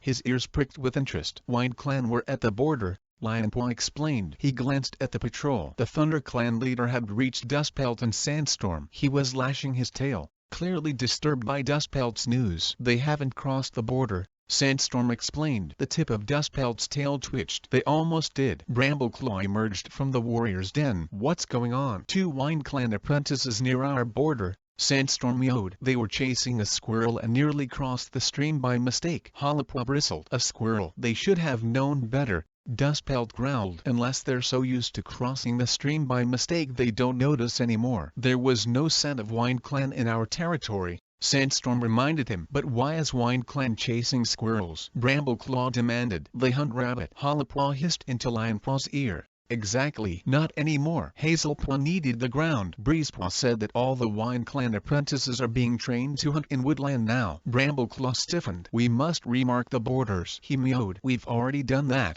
Dustpelt told him. Sandstorm sat down. Let's not make a big thing about this. It was just two young cats. Dustpelt cut her off. Hunting our prey. We should be on our guard, Brambleclaw advised. It needs to be reported at the next gathering. Firestar plucked at the ground. Did any Wine Clan cats cross the border? No, Sandstorm replied. And there was definitely no scent of Wine Clan cats on our side of the stream. Firestar pressed. None. Dustpelt snorted. The rain might have washed it clean. Or they've never crossed the border, Firestar pointed out. I can tell Wine Clan what to hunt on their own territory. He turned away. We'll leave it for now and see what happens. Jaypaw narrowed his eyes. Not again, he muttered. Lionpaw glanced at his brother. What do you mean? Firestar didn't want to help River Clan either, Hollowpaw explained. Even though Jaypaw dreamed they were in trouble. How are the clans going to respect us if we never do anything? Jaypaw complained. Lionpaw frowned. Does it matter? So long as none of them cross our borders. But there must be balance,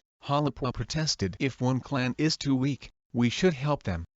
If one is too strong, we must react so we look strong as well. Japaw scowled. I don't know about balance, he mewed. It just seems like Firestar's wasted another chance to make ThunderClan look as if we can take care of ourselves. Flicking his tail, he padded away. Halapaw stared after him. What do you think, Lionpaw? Lionpaw stiffened, suddenly picturing Heatherpaw trouncing a squirrel toward the ThunderClan border. Was Halapaw wondering the same? What do I think about what? He stalled. Should Firestar challenge WindClan at the next gathering? Halapaw tipped her head to one side. Her clear green gaze was curious. Lionpaw shifted his paws, uncertain what to think about his leader's decision. If Firestar ignored every problem, ThunderClan might look weak. But the thought of fighting WindClan made his stomach churn. How could he go on meeting Heatherpaw if their clans were at war? Suddenly, a breeze ruffled his fur and a voice murmured in his ear. Be honest, Lionpaw. Don't be afraid of the things you desire. You know what you think. Lionpaw's belly twisted with guilt, but Tiger Star was right. He knew exactly what he thought. A battle with WindClan was the last thing he wanted. We should leave WindClan alone,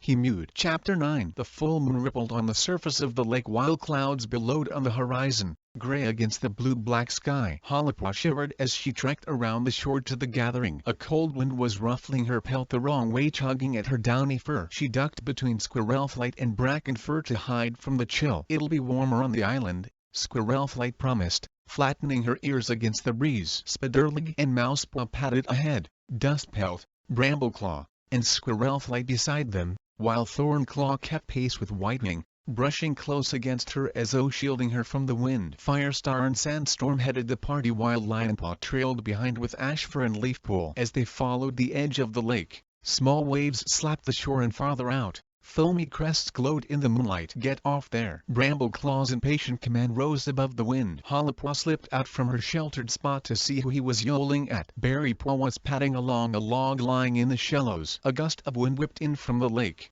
flattening Halapaw's whiskers against her face. Through narrowed eyes she watched as Berrypaw lost his balance and fell with a splash into the water. He fought his way to his paws and, shaking the water from his creamy pelt, raced back up the shore to join his clanmates. Brambleclaw cuffed him around the ears. That was a mouse-brained thing to do. Berrypaw sneezed. And don't think you're missing any training if you've caught a cold. The sour smell of horseplace tainted the breeze as the cats neared the end of WindClan territory. The pebbly shore was narrow here, and the wind was blowing spray over it. Firestar led the party up onto the soft grass, skirting the fence. Beyond it the horses were whinnying in their field. Halapaw felt a shiver of unease as she gazed at the great dark shapes shifting beyond the fence. Perhaps they don't like the weather either. The squally wind promised rain, and plenty of it. Thud! A horse stamped its foot close to the fence. Whitewing yelled in surprise, leaping sideways in alarm. She careered into Mousepaw, sending him tumbling down onto the pebbly shore. Watch out! He spat,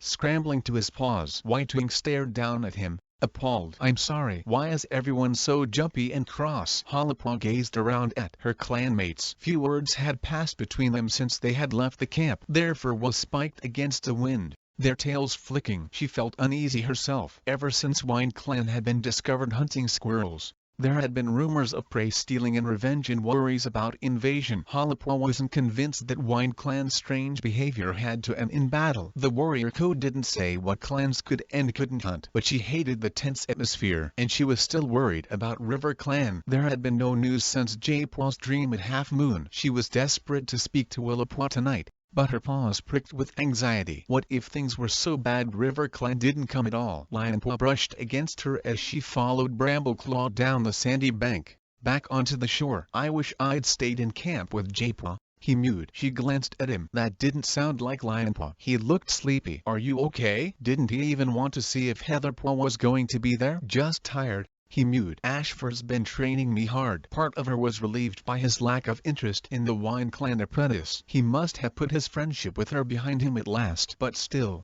it was strange that he'd rather be stuck in camp than going to a gathering. Dustpelt halted in front of them, ears pricked. WindClan, he warned. Halapaw saw a swarm of dark shapes moving against the heather, heading down to the shore. Do you think Firestar will mention the squirrel hunting tonight? Lionpaw shrugged. Who knows? The WindClan cats streamed onto the shore a little ahead of ThunderClan, and headed onto the marshy shore of River Clan territory. Hollowpaw wrinkled her nose as muddy water squelched between her claws. Firestar had veered closer to the water, hurrying his clan forward so that they pulled ahead of Wind Clan squirrel thieves. Dustpelt muttered, glancing sideways at the Wind Clan cats. Squirrel thieves. Berrypaw echoed more loudly. The insult rippled through the Thunder Clan party until it rang above the blustering wind. Hollowpaw tensed. They couldn't fight tonight. She glanced warily at the Wind Clan cats. Tornir's eyes blazed in the moonlight.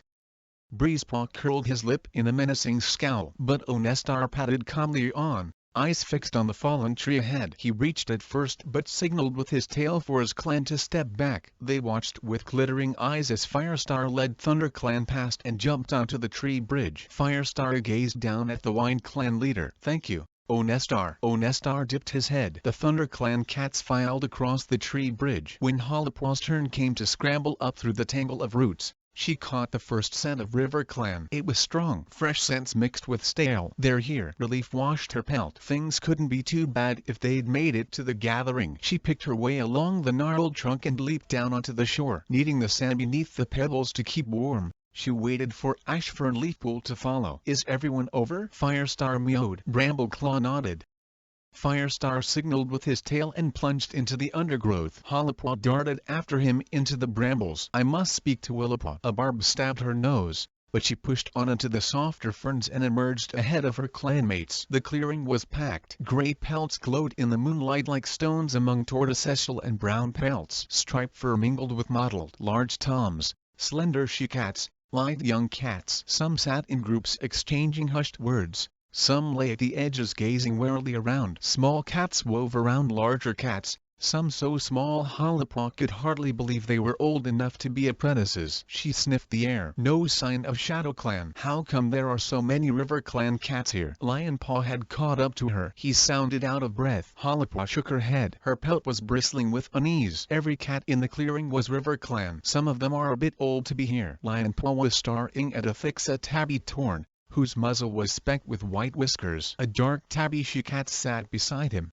her fur matted as though she could no longer wash herself properly. Swallowtail, a very young cat, was hurrying toward the elderly she-cat. Its eyes were wide with fear. "I can find Greymust or Sneezicket." "Don't worry, Mallookit." Swallowtail swept her tail around the little cat. "Your mother will be back in a moment. Sneezikit's probably with her." "Did she say Kit?" Lionpaw asked in surprise. Hollowpaw didn't reply. She was staring at Willowpaw. The River Clan apprentice was laying out some herbs in front of a heavily pregnant queen. Alarm flashing in her paws, Hollowpaw zigzagged through the busy clearing to Willowpaw's side. "What's going on?" Willowpaw looked up, her eyes filled with panic. "Hollowpaw, what in Star Clan has happened?" Before Willowpaw could answer, Wind Clan burst into the clearing. Mews of surprise rippled from them as they squeezed among the River Clan cats. Greymist, Greymist, a tiny tortoiseshell kit was wailing in the middle of the chaos. "Sneezikit, what are you doing away from your mother?" Swallowtail darted forward and plucked up the tiny kit in her jaws. She winced as though the weight were too heavy for her stiff limbs and padded back to Mallookit. "Why are there kits and elders here?" Willowpaw. Hollowpaw turned back to her friend. "We had to." Firestar's mew cut her off. "Leopardstar, what's going on?" The Thunder Clan leader was padding toward the great oak, where Leopardstar sat among the roots. Onestar was hurrying across the clearing. "It looks like you've brought the whole of River Clan," he growled. Leopardstar blinked. "I have." "What?" Onestar stumbled to a halt beside her, eyes wide. Hollowpaw leaned forward. What had happened to River Clan? Blackstar's angry mew sounded from the edge of the clearing. "What's going on here?" Shadow Clan had arrived. Firestar plucked at the earth. "Let's start a meeting. Then we can all find out." He leaped onto the lowest branch of the oak, Leopardstar following. Blackstar and Onestar climbed up beside him. Below, the clans jostled as they struggled to find space to settle. Willowpaw stayed beside the pregnant cat. "Is everything all right?" Hollowpaw asked. "Join your clanmates." Willowpaw pawed at the ball of herbs, avoiding her friend's gaze. "Please." Hollowpaw nodded and fell in behind a group of River Clan warriors padding toward the oak. Their heads were high, their tails flicking fretfully. A gray River Clan queen pushed past her, heading in the other direction. "Sorry." Hollowpaw swerved out of the way, but the queen didn't seem to notice her. "Greymist, you're here." Swallowtail's mew was filled with relief as the queen reached her. The kits hurried to greet their mother, but Grey must shoo them back and followed Swallowtail to a clump of ferns where River Clan elders and kits were already sheltering. Their eyes glowed warily from the shadows. Hollowpaw hurried to join her clanmates. Berrypaw flinched as she squeezed past him. "Watch my tail. Careful," Dustpelt warned as she stepped on his paw. "Sorry." Hollowpaw slid gingerly around Lionpaw, making sure she only put her feet on solid ground. "Did you find anything out?" he hissed. "No. Just sit down and keep quiet," Brackenfur ordered. Hollowpaw blinked a silent apology and looked up at Leopard Star. The River Clan leader gazed steadily from the oak. A kit wailed and was quickly silenced. "We have a small problem on River Clan territory," Leopard Star began. "Small?" Hollowpaw's heart pounded. "Then why are you all here?" "We've had to leave our camp." "Leave your camp?" Black Star's eyes glittered with interest. "Only for a short time," Leopard Star mewed quickly. "We're sorting the trouble out. We shall move back as soon as it's fixed. Until then we'll be staying on the island." "What about gatherings?" Hollowpaw glanced up anxiously at Silverpelt. "Gatherings were governed by the warrior code.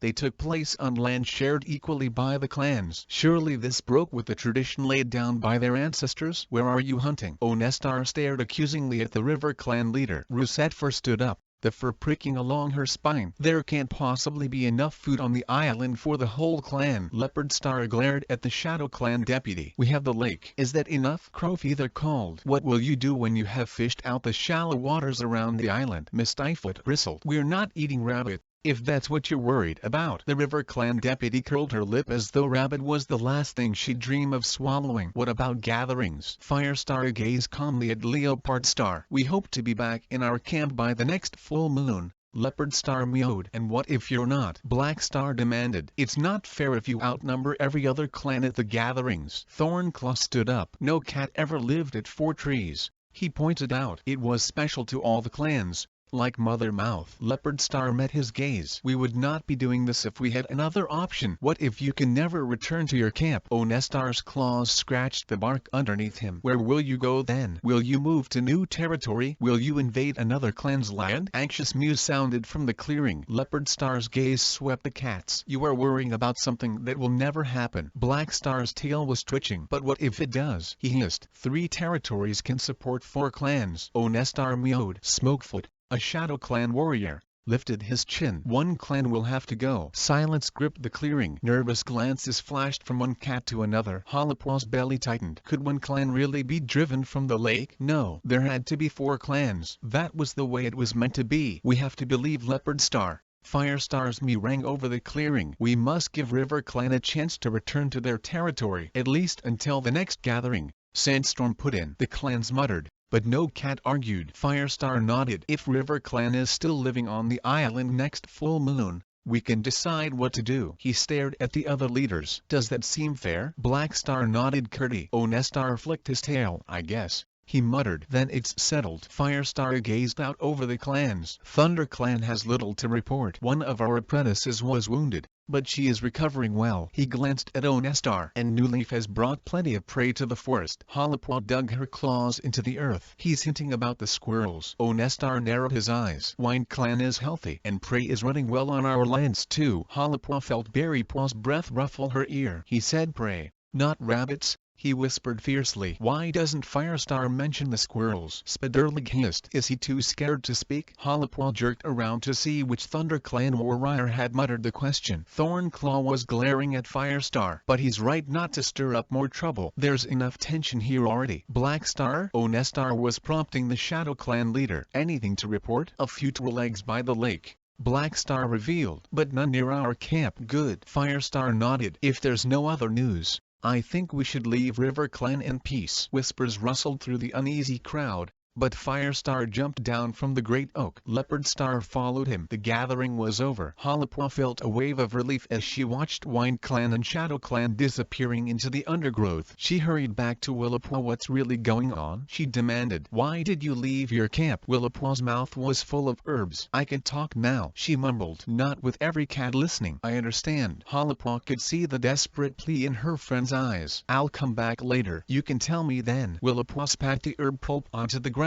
"Please don't get into trouble." "I won't." Halapaw promised she had to hear the whole story. Firestar might be able to help River Clan. The future of the clans could depend on what she could find out. She spotted Brackenfur disappearing into the undergrowth with Brambleclaw and Squirrelflight. Lionpaw was beckoning to her with his tail. "I've got to go." Halapaw touched her muzzle to Willowpaw's cheek before darting away. "Did she say anything?" Lionpaw asked as she reached him. "No. Not really." Halapaw began to hurry through the ferns. Her heart ached for her unhappy friend. They caught up with their clanmates at the tree bridge. Wind Clan and Shadow Clan were already padding away on the far shore. "What does this mean for Thunder Clan?" Mousepaw was asking anxiously as he scrabbled onto the trunk. Squirrelflight jumped up behind him. "Nothing." "How can you be sure?" Spiderleg stopped in the middle of the bridge. Dustpelt narrowed his eyes. "If River Clan can't stay in their own territory, they might try to invade Wind Clan or Shadow Clan. If that happens, none of the borders will be safe. But we're over on the other side of the lake." Mousepaw mewed. "It won't affect us." He followed Dustpelt through the branches and hurried in his paw steps along the trunk. "I just hope you're right," Dustpelt muttered darkly. "I suppose this explains why Wind Clan has started training their apprentices to hunt in Woodland." Spiderleg growled. Halapaw shivered. Could he be right? Was Wind Clan planning to invade Thunder Clan territory? Lionpaw. Ashfur's urgent call woke Halapaw. She looked up from her nest. Lionpaw was already halfway out of the den. "Is something wrong?" she asked. Most of the nests were already empty. Only Honeypaw slept on. "Battle training," Lionpaw replied over his shoulder. Halapaw got to her paws and stretched. Brackenfur hadn't called for her. Perhaps she'd get a chance to visit Cinderpaw before training. Outside she could hear paw steps hurrying and excited mews. Everyone seemed very busy this morning. Intrigued, Halapaw padded from the den. The sun was only just beginning to creep into the hollow, but the clearing was buzzing like a nest of bees. The fresh kill pile was well stocked. Mousepaw and Berrypaw were practicing bad moves by the half-rock. Graystripe and Millie were dragging Brambles toward the half-finishing den. Firestar was talking with Thornclaw and Brambleclaw below the high ledge outside the Elder's den. Mouseifer was stretching in the sun. Longtail sat beside her, his face lifted to the sky. "Halapaw, is that you I smell?" the blind warrior called across the clearing. "Yes." Halapaw went over to him. "I hear trouble's coming." Longtail dug his claws into the ground. "I wish I could help defend my clan." "There's no trouble," Halapaw answered quickly. "River Clan just has a few problems, that's all." "Sounds like there's going to be a new marking out of territory," Longtail went on. "I'd like to see any clan try to take a piece of what belongs to us." "He's enjoying this." Alarm bristled along Halapaw's spine. She was relieved to see Brackenfur padding toward her. Surely he would be too sensible to be caught up in all this talk of bad. "We're going hunting," he announced. "Good. Something normal." Brackenfur went on. "If there's going to be a bad, we need to be well fed." Halapaw stiffened. "Not Brackenfur, too." "Can I visit Cinderpaw before we leave?" "Go ahead," Brackenfur agreed. "But don't be long." Halapaw padded across the clearing and poked her nose through the trailing brambles that covered the medicine den entrance. "Can I come in?" Cinderpaw was sitting up in her nest. Her rush-bound hind leg stuck out awkwardly in front her. She was reaching forward to chase a ball of moss around the edge of her nest with her forepaws. Leafpool was soaking dried horsetail stems in the pool at the side of the den. She looked around. "Hi, Halapaw." Halapaw thought she detected relief in the medicine cat's mew. She pushed through the brambles. "I'm glad you're here." Cinderpaw could do with some company. Leafpool glanced at her fidgeting patient. "She's finding it hard to keep still." Cinderpaw patted the moss ball so that it flew across the den and landed beside Halapaw. "Toss it back so I can catch it," she pleaded. "Don't you dare." Leafpool leaped over and grabbed the ball in her teeth. "You've got to keep still if you want your leg to mend straight." Halapaw purred with amusement as Cinderpaw rolled her eyes. Then she noticed Jaypaw at the back of the den. He was busily wrapping up herbs in leaf parcels and piling them against the den wall. He seemed totally absorbed in his task and didn't look up to greet his sister. "What are you doing, Jaypaw?" she called across the den. "Preparing herbs," he muttered. "What does it look like?" "That's a lot of herbs." Halapaw could smell horsetail and marigold. She remembered enough of her medicine training to know that he was preparing for combat wounds. She felt sick. It seemed as though the whole clan had accepted a bad day was coming. "What's up?" Cinderpaw called from her nest. Halapaw padded to her side. "Has anybody told you what happened at the gathering?" Cinderpaw shook her head. Leafpool and Jaypaw were whispering about something when Leafpool got back. but they haven't said anything to me. River Clan is living on the island. Cinderpaw's eyes widened with shock. Living there? They can't use their camp for some reason, and all the other clans think they'll have to find new territory. Cinderpaw gasped. But that would mess everything up. I know. Hollowpaw glanced at Jadepaw, still busy at the back of the den, and it seems as if everyone is expecting a fight. Cinderpaw plucked at the moss in her nest. I just hope I'm better in time to join in, she mewed. Hollowpaw stared at her crossly. There doesn't need to be a battle. But if everyone wants one. Hollowpaw cut her off. Everyone's just scared about what River Clan will do. If we can help River Clan, then everything will go back to normal. She padded out of the den and stared around the clearing. Foxkit and a second were fighting outside the nursery. Longtail and Mousefur were drawing bad plans in the sandy earth. Firestar was still talking with Brambleclaw. She couldn't let her clanmates get caught up in a battle before they had tried to find a different way to solve the problem. If she could just find a way to help River Clan, maybe there would be nothing left to fight about. Chapter 10. Jadepaw heard the brambles swish. Hollowpaw's gone? He blinked. Hollowpaw had only been in the den a few moments. She must have remembered something she had to do. Cinderpaw sighed. Oh. Jadepaw went back to wrapping his marigold and horsetail poultices in leaves, preparing for a battle that might never happen. Why hadn't StarClan warned him? It was not like they were shy about interrupting his dreams. Suddenly he felt his pelt begin to warm under Cinderpaw's gaze. She was staring at him, her mind tingling with curiosity. Irritation made his claws itch. How long was she going to stay here? She was obviously bored, and Jadepaw missed the peace and privacy of the empty medicine den. He turned and faced her. Something wrong? He asked. No. Cinderpaw sounded oddly thoughtful. I just think I had a dream about you, and you could see. Jadepaw's ears twitched. She remembered her dream. How much? The camp in the ravine? Being Cinderpelt? He waited for sparks of alarm to flash from Leafpool's pelt, but the Medicine cat was busy soaking horsetail stems in the pool. Her mind focused on her task. Jadepaw padded forward. What was I doing in your dream? He asked casually. I don't remember. I was just surprised you could see. Cinderpaw fidgeted in her nest. Where were we? Cinderpaw hesitated. Some bit of the forest. I think you were following me and what? Jadepaw leaned close to her. I don't remember. Jadepaw flicked his tail. What would happen if Cinderpaw worked out she had been Cinderpelt? Surely all the old Medicine cat's memories must be buried somewhere in the apprentice's mind. Time for Cinderpaw's medicine, Leafpool called from the pool. Okay. Excitement sparked in Jadepaw's belly. This could be his chance to find out if any trace of Cinderpelt remained. He darted to the back of the cave, ignoring the comfrey that would help Cinderpaw's bones to heal, and picked up some of the sweet-smelling mallow leaves instead. The mallow would do nothing but soothe her belly. If any of Cinderpelt's knowledge lingered inside her, she would know it was the wrong medicine and say something. Here you are,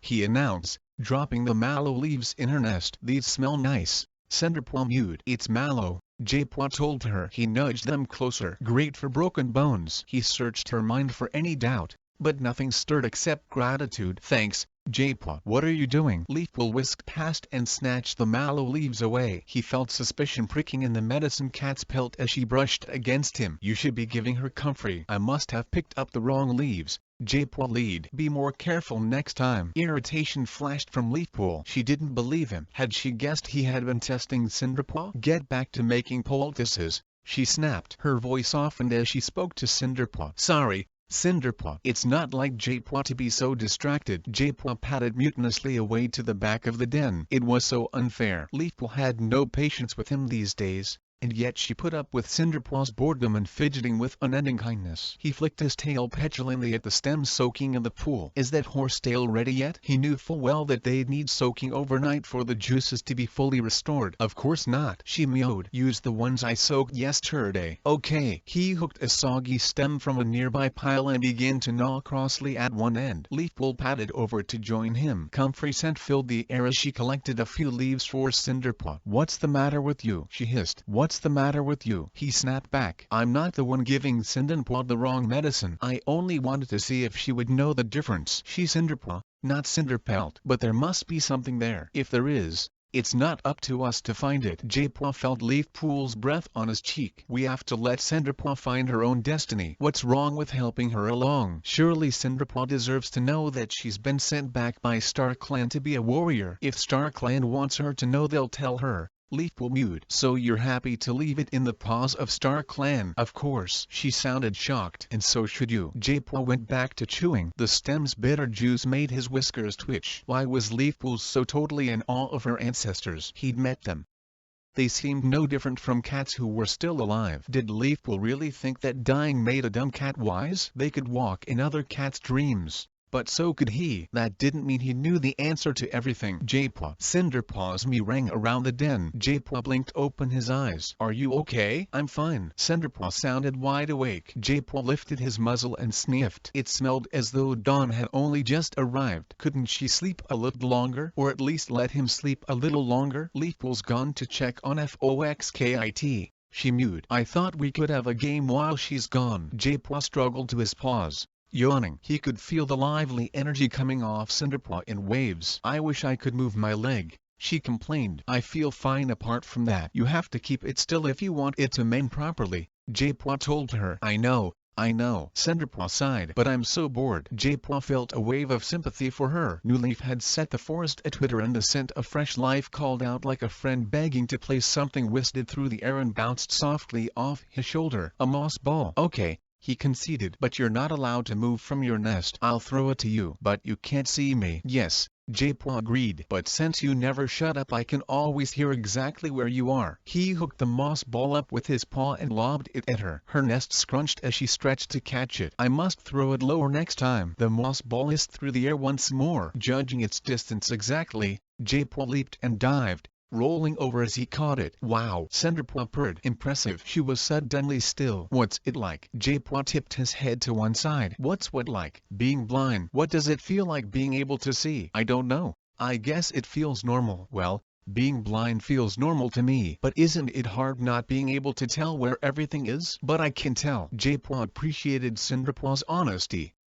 Most other cats acted like if they didn't talk about his lack of sight, he'd forget he was any different. Everything smells or makes a sound, and sometimes I get he searched for the right word, a sense of things. So you never get frustrated? Only when I get treated like I'm different, J-Paw replied. I don't feel any different, so it's really annoying when anyone makes a fuss about my blindness. It's like they feel sorry for me when there's nothing to feel sorry about. He flicked the ball into the air, then swiped it towards Cinderpaw. Her nest rustled under her. What in Star Clan? Leafpool's furious mew sounded at the entrance. She darted across the den and whisked the moss ball into the pool, then rounded on J-Paw. What are you doing? Making her stretch up like that? It was my idea. Cinderpaw mewed at once. Leafpool ignored her. You should have known better. J-Paw bristled. I told her not to move from her nest. That's not good enough. Her leg must heal properly. Leafpool's mew dropped to a whisper. She must train as a warrior this time. Why must she? Anger exploded in J-Paw's chest. Why would it be such a disaster if she had to take a different path? I had to. Leafpool froze for a moment,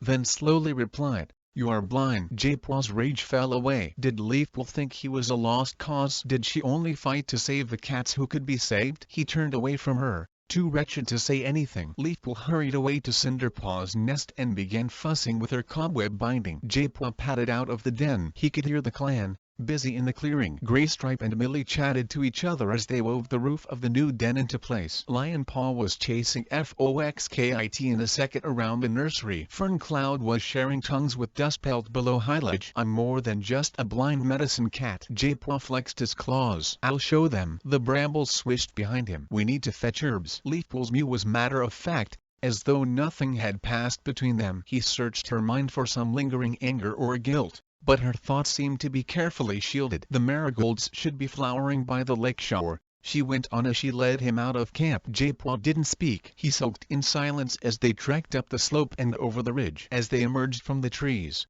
a chilly wind cut through his fur. It smelled of rain. Leafpool headed down the grassy slope to the shore. I can see some. She veered into the wind. J-Paw narrowed his eyes as it blasted his face. This was a pointless journey. You know we've already got a pile of marigold in the den, don't you? Leafpool slowed her pace to match his. If there is to be a battle, we must be prepared, she told him. Our first duty is to heal the clan. J-Paw felt her willing him to speak. Don't you think? She sounded anxious. Grudgingly, he let himself be drawn into conversation. Yes, he conceded. But what about sharing with StarClan? That's part of our duty too. Why didn't they warn us a battle was coming? StarClan doesn't always tell us everything that's going to happen. Do we just have to wait until we're told? Japwa bristled with frustration. We can walk among them in our dreams. Surely we can find out for ourselves? Are you questioning the wisdom of StarClan? Japwa bit back his reply that he couldn't figure out why being dead made StarClan so wise. There's more to being a medicine cat than sharing with StarClan, Leafpool went on. You still don't know every herb. For example, she halted and sniffed loudly. What's this one? Japwa tasted the air. A sharp tang bathed his tongue. He reached down and touched small soft leaves. Tight flower buds bounced against his nose. Do you recognize that? Leafpool prompted. Feverfew. Japwa mewed. Good for aches, especially headaches. He turned away, adding, but it's no good to us now because the flower won't be out for another moon. Why was she treating him like a mouse-brained idiot? How many times did he have to prove himself? Another scent caught his attention. Something tastier than feverfew. He dropped into a hunting crouch. The grass ahead was shivering and he could hear a tiny snuffling. The image of a vole formed in his mind. He could see it as clearly as if he were dreaming. It was trembling. Quick as a flash, Japwa shot forward, diving through the grass. Paws outstretched, the vole darted sideways, but Japwa veered and cut off its escape route. It careered into his paws and he hooked it easily, killing it with a sharp nip. Padding back to Leafpool, he dangled his catch under her nose. Very good, she mewed. He flung it at her paws, the morning's frustration suddenly swamping him. Now do you believe that I don't need eyes to see? He waited for anger to flash from her, for her sharp rebuke to sting his ears. Instead, he felt her tail sweep his flank, gentle as a breeze. Oh, Japwa, she sighed. I have always believed in you. Emotion swelled from her, sentimental and oppressive, filling his mind like a sticky cloud. Taken aback, he edged away and darted down onto the shore. Ahead, a stream was babbling as it flowed out of the forest and into the lake. This was where Mousepaw had lost the squirrel, and it was where he had found the stick. He hadn't realized that they had come this far around the lake. His paws tingled with excitement. The stick. He picked his way over the shore, careful not to trip on the twigs and twilight rubbish washed up by the lake. A large drop of rain landed between the shoulder blades. He shook it off, ducking as another hit his nose. He could smell the stick now, its strange scent calling to him like a kid mewling for its mother. He hurried to where he had left it tucked behind the tree root and dragged it out onto the shore. He wanted to run his paws over it again, feel the scars in its smooth surface. His pads felt warm as they stroked it, his heart suddenly as full as a well-fed belly. Is that the same old stick you found last time? Leafpool had caught up to him. Japwa nodded. Why are you so interested in it? Leafpool was puzzled. It feels important. He rested both paws on the wood, as smooth as spider silk. A gentle murmuring filled his mind, like softly lapping waves. His paws traced the etching on the wood. They lingered on the uncrossed marks, and he felt sadness spike into his pads. These marks are untold stories. Rain was spattering on the leaves overhead and splashed in great drops onto his back. We should get back,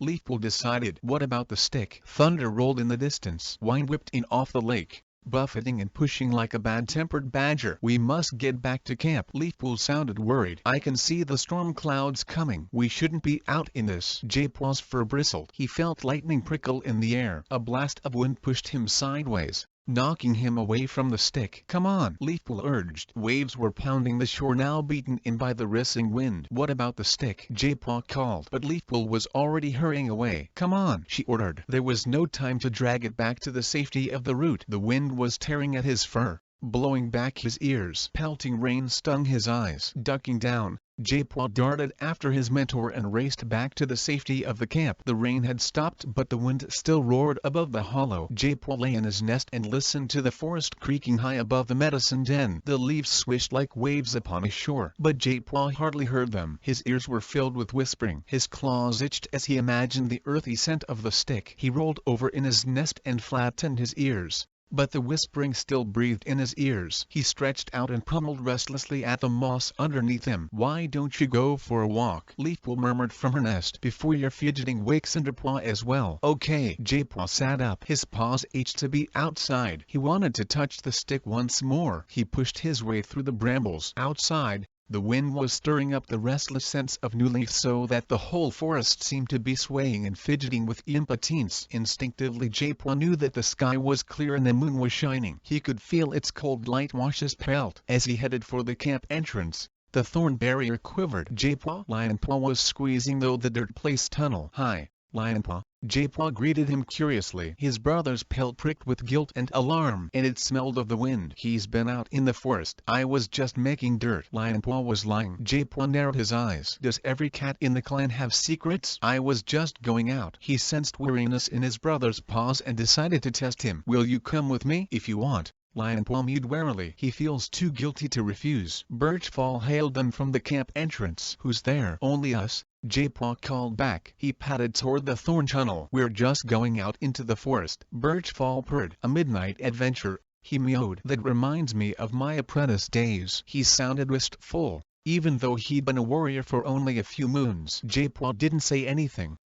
Birchfall always liked to pretend he was vastly wise and experienced compared with apprentices, but Japua hadn't forgotten the fuss he'd made over getting a thorn in his paw. The warrior stepped aside, and Japua felt the wind whisk down the tunnel. He beckoned to Lionpaw with his tail. "Coming?" Lionpaw followed Japua through the barrier. "Watch out for foxes," Birchfall called after them. Japua shivered. The memory of the fox springing from the undergrowth while he and Brightheart trekked through the forest made his belly tighten. "Don't worry," Lionpaw reassured him. "I can handle foxes now." They padded up the slope and onto the ridge. "Where are we going?" Lionpaw asked. "The lake." Lionpaw made no comment. No interest sparked from his pelt. Japua could feel a dark cloud hovering in his brother's mind, absorbing every other thought like quicksand. He tried reaching into it but felt nothing but uncertainty. As they left the trees and headed down the grassy slope, the wind whipped at Japua's ears and whiskers. He lashed his tail, excited by the stormy weather and the thought of touching the stick once more. He could smell the lake now and pictured it a vast moonpool, ruffled and reflecting a shattered moon. The scents of River Clan, Wind Clan, and Shadow Clan clashed and mingled on the breeze. Was there really going to be a battle? "Do you think Wind Clan is planning to invade us?" he mewed. Lionpaw pressed against him, steering him around a rabbit hole. "It wouldn't make sense." Japua thought he heard hope in his brother's mew. "It's River Clan they should be worried about, not us." "But what about the squirrel hunting?" "Why shouldn't they hunt squirrels? The woods belong to them on that side of the gully." Lionpaw sounded more like a warrior than an apprentice, as though he knew something Japua didn't. As their paws crunched on the pebbles around the edge of the lake, Lionpaw hesitated. "Why are we here?" "I left something here," Japua explained. "I need to drag it into the trees. I want to keep it safe from the lake." "What? A stick?" "A stick?" "Yes." Japua sniffed the air, hoping to detect its scent. "It has markings on it." His tail pricked with anxiety as he smelled nothing but wind-blown water. "I left it here." "What does it look like?" "No bark," Japua mewed. "Just smooth wood with lines scratched into it." "Okay," Lionpaw mewed. "You check where you left it. I'll search the top of the shore in case the winds carried it up there." Japua hurried to the place where he had abandoned the stick. His heart began to pound. He was certain it was gone, and not just because he couldn't send it. There was a dark emptiness in his chest that told him the stick was no longer here. He was right. The pebbles were bare. Fighting the fear that jabbed his belly, Japua zigzagged over the shore, sniffing at the pebbles, trying to trace where the stick had gone. Why had he let the storm chase him away? He should have made sure the stick was safe before he ran home like a fox-hearted coward. "Have you found it?" Lionpaw's mew was muffled by the wind. "No." Japua felt panic rising in his chest. He couldn't have lost it. "Is this it?" Lionpaw called suddenly. Japua charged toward his brother. He tripped over a piece of driftwood, bruising his paw, but he ignored the pain and limped desperately toward Lionpaw. He knew even before he reached it that it was not the stick. "Where are the scratches?" he snapped. "I told you, it has scratches." Okay, Lionpaw flashed with resentment. "I'm just trying to help." "I have to find it." Japua wandered away, stumbling over the pebbles and debris. I'm sorry." He felt as if he had let someone down, though he had no idea how or who. His paw was throbbing now, but he didn't care. Had the lake reclaimed the stick? He headed down the beach until water lapped his paws and paddled into the shallows. He had to find the stick. Cold water rippled against his belly fur. It dragged at his paws as he waded deeper. He remembered falling from the cliff, sinking, floundering beneath the waves. Crow feather had saved him then, but the fear of the lake had stayed with him. It screamed at him now, warning him to turn back. "Japua!" A voice rang in his head. Something tugged his fur, drawing him farther out. The waves lapped over his spine and he lifted his chin to keep it dry. This way, with each paw step he had to reach down farther to feel the pebbles, but he had to find the branch. Suddenly, his paw knocked something beneath the water. That's it. Taking a great gulp of air, he ducked his head beneath the waves and grabbed the end of the branch in his teeth. Tugging desperately, he began to drag it up the beach. He let go and took another gulp of air before diving again to grab the branch. He dug his paws into the pebbles, scrabbling to get a grip. The stick was so heavy he pulled and pulled, his lungs bursting as he tried to drag it out of the water. Suddenly, it moved more easily. Almost weightless, the stick began to float toward the shore. J-Paw only needed to guide it with his teeth. Relief surged in his paws as his head finally broke the surface. He gasped and coughed, still gripping the stick in his teeth, water dripping from his whiskers. He had reached the shallows. What in StarClan were you doing? The branch slapped down in the water as Lionpaw let go of the other end. I saw you disappear under the water and I thought you were trying to drown yourself. Then I realized you were dragging this. I don't know how you thought you were going to get it out on your own. The water lapped around the stick. J-Paw ran his paw over it, searching out the scratches. He wished the stick was not so big, that he could take it back to camp with him. Look, he breathed, running his paw over the marks. You half drown yourself in the middle of the night for a stick with claw marks on it. Water sprayed from Lionpaw as he shook himself. You're crazy. I'm not, J-Paw snapped hotly. It's important. Thank you, J-Paw. Will be remembered as long as you guard us. Come on, he mewed. Let's get this tucked under a root and get back to camp. Chapter 11. For StarClan's sake. Ashfur bounded from the ferns and glared angrily at Lionpaw. How did you miss it? The wagtail, which had whisked away from Lionpaw's outstretched paws only moments earlier, perched on a branch above the training hollow and called in alarm before fluttering away into the trees. Lionpaw hung his head. He should have caught it, but his paws felt like stones. Sorry. The midnight trek to the beach with J-Paw had left him exhausted. He quivered with irritation. He had left Heatherpaw early last night so he could catch up on his sleep. Why had J-Paw dragged him out to the lake instead of letting him rest? You're lumbering around like a badger today, Ashfur scolded. Spiderleg and Mousepaw padded out of the ferns with Honeypaw and Sandstorm. More like a hibernating hedgehog, Mousepaw teased. Lionpaw glared at his denmate. Honeypaw flicked her tail at Mousepaw. It wasn't long ago you missed a squirrel, she reminded him. Lionpaw's ears grew hot. He didn't need Honeypaw to defend him. Honeypaw's right. Spiderleg nudged Mousepaw's shoulder with his muzzle. And your climbing could use some practice. Mousepaw flattened his ears. Well, let's go practice. Then you'd better not try the sky oak, Honeypaw called out as the two cats headed for the trees. Mousepaw's tail quivered with annoyance as it disappeared into the undergrowth. Sandstorm turned to her apprentice. Come on, Honeypaw, we'll see if there are any mice around the old beach. Can we come too? Ashfur looked pointedly at Lionpaw. I don't think we'll find many birds around here now. Of course. Sandstorm bounded up the slope out of the hollow and then headed into the trees. Ashfur hurried to catch her up. Don't worry, Honeypaw whispered, falling in beside Lionpaw. I missed a sparrow yesterday. Lionpaw snorted and hurried ahead of her, bristling. The ground beneath the beach was littered with empty husks. This was a great place for hunting mice attracted by the ready supply of beech nuts. Lionpaw pushed ahead of Honeypaw into the ferns that ringed the open ground beneath the tree. Ashfur and Sandstorm were waiting for them, sat beneath the arching fronds. Let's hope we manage to catch something here, Ashfur mewed. We don't want the clan to go hungry. They won't, Lionpaw snapped. Why couldn't Ashfur give him advice instead of pointing out his mistakes? Look. Honeypaw jerked her head toward the clearing. A mouse was sitting between the snaking roots of the beech, a nut between its forepaws. It was busy nibbling at the shell. It'll be easy to catch. She blinked encouragingly at Lionpaw. It doesn't even know we're here. Why don't you catch it?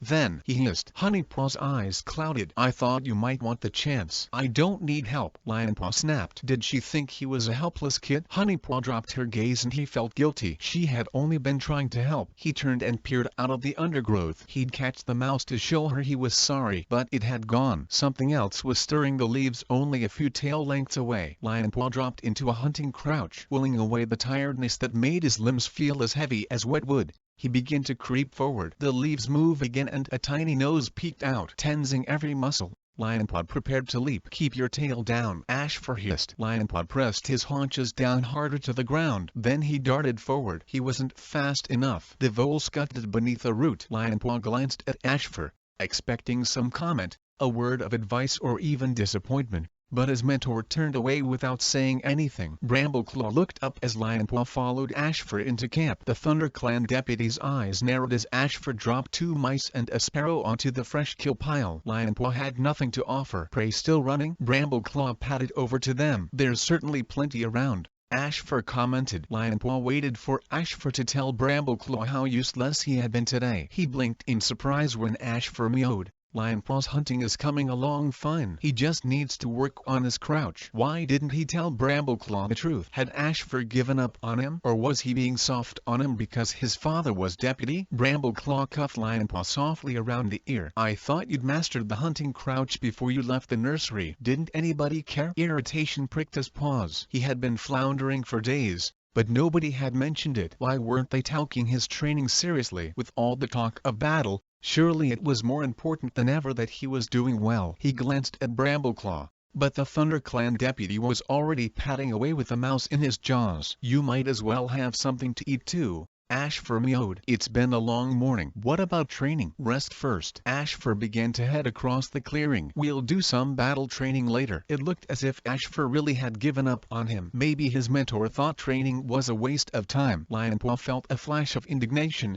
but it died as he stared wearily at the fresh kill pile. He was too tired to eat. All he wanted was to curl up and sleep. He headed for the apprentice den, ducking beneath the low branch of the bramble bush. With a sigh of relief, he coiled down into his nest and closed his eyes. Lionpaw. Barrypaw's voice woke him. Time for battle training. Lionpaw struggled awake like a drowning cat fighting its way to the surface. Barrypaw was standing over him, shaking his shoulder with a paw. Okay, Lionpaw mewed. Put your claws away. I'm awake. He shook Barrypaw away and heaved himself through his paws. A fog filled his brain, and his body felt as though it was weighted down with boulders. His nap had only made him feel more tired. Ashfur and Brambleclaw want us to do some battle training together. Lionpaw sighed. What's the matter? Barrypaw leaned forward. You normally can wait to try and beat me. His whiskers twitched. Are you scared? No. Of course he wasn't scared. I just want to sleep. He stumbled out of the den after Barrypaw and blinked in the afternoon sun. Ashfur and Brambleclaw were already waiting by the camp entrance. They nodded at Lionpaw and headed out of camp. Slow down. Lionpaw felt hardly awake as he hurried after Barrypaw and the 2 warriors. He stumbled through the forest in a daze of tiredness,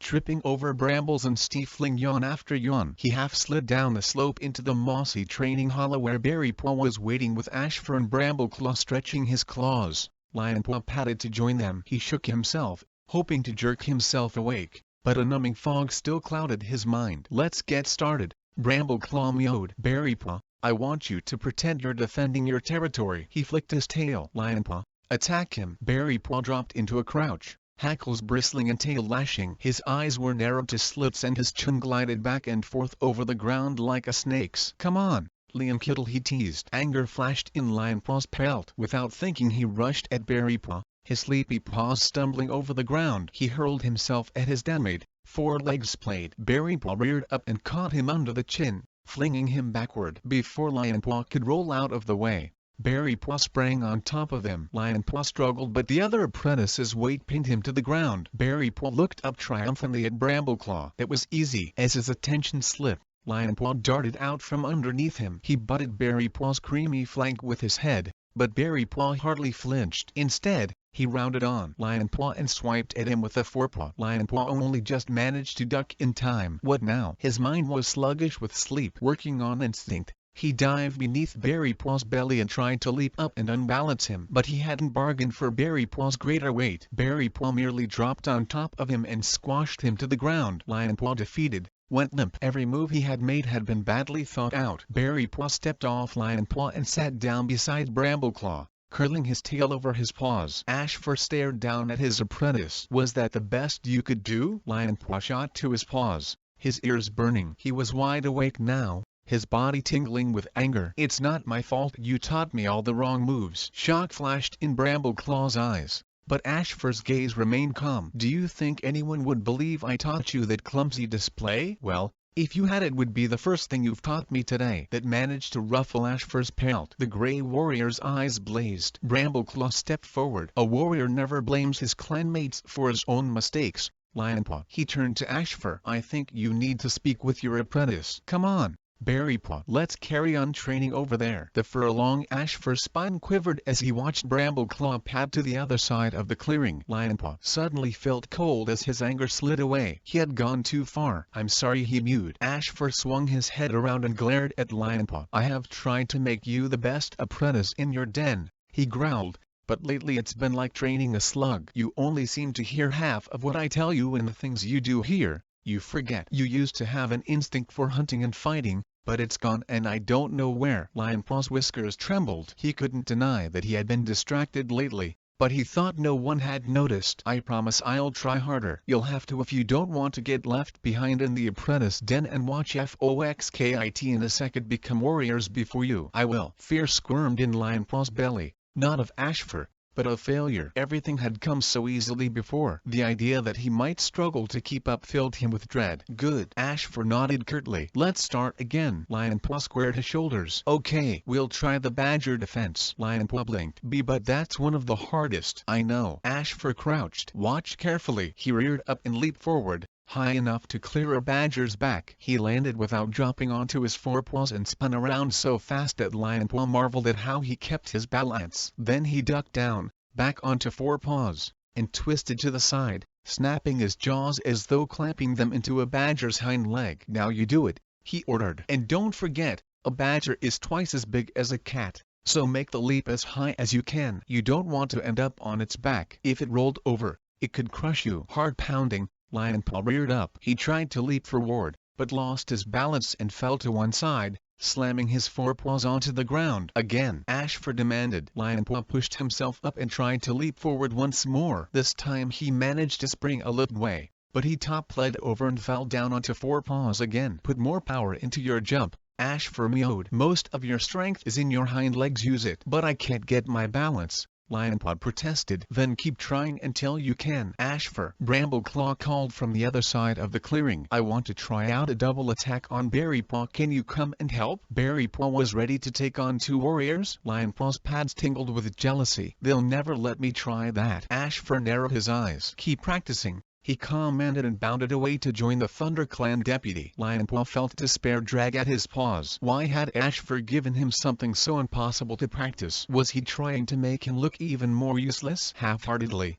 he reared onto his hind legs. He staggered even before he tried to jump, the forest swaying in front of him. Frustrated, he dropped onto forepaws. I'll never get this. Of course you will. A pelt brushed his, nudging him so roughly that it sent him sprawling across the wet moss. Lionpaw scrambled crossly to his paws. What are you? He broke off. Brambleclaw, Ashfur, and Berrypaw were still on the far side of the clearing. Who pushed me? Keep your eyes fixed on something in front of you, a voice growled. It's the only way to keep your balance. Lionpaw stared in alarm. Two eyes burned against the background of the forest. A hazy outline moved like mist against the ferns. Tiger Star. Lionpaw glanced nervously toward his clanmates. Could they see him? Only you can see me. Tiger Star seemed to read his mind. I'm not here as far as they're concerned. Why are you here? Lionpaw shivered. To help you. Tiger Star narrowed his eyes. It looks like you need it. Lionpaw felt hot with shame. I'll be the badger. Tiger Star crouched in front of him. Lionpaw frowned. How would he be able to tackle this ghostly warrior? He could hardly see him. Try it, Tiger Star commanded. And don't forget to keep your eyes on something solid. Lionpaw took a deep breath and stared at a birch at the edge of the clearing. Concentrating hard, he reared onto his hind legs. He was balancing. He tensed the muscles in his hind legs and sprang up and over Tiger Star,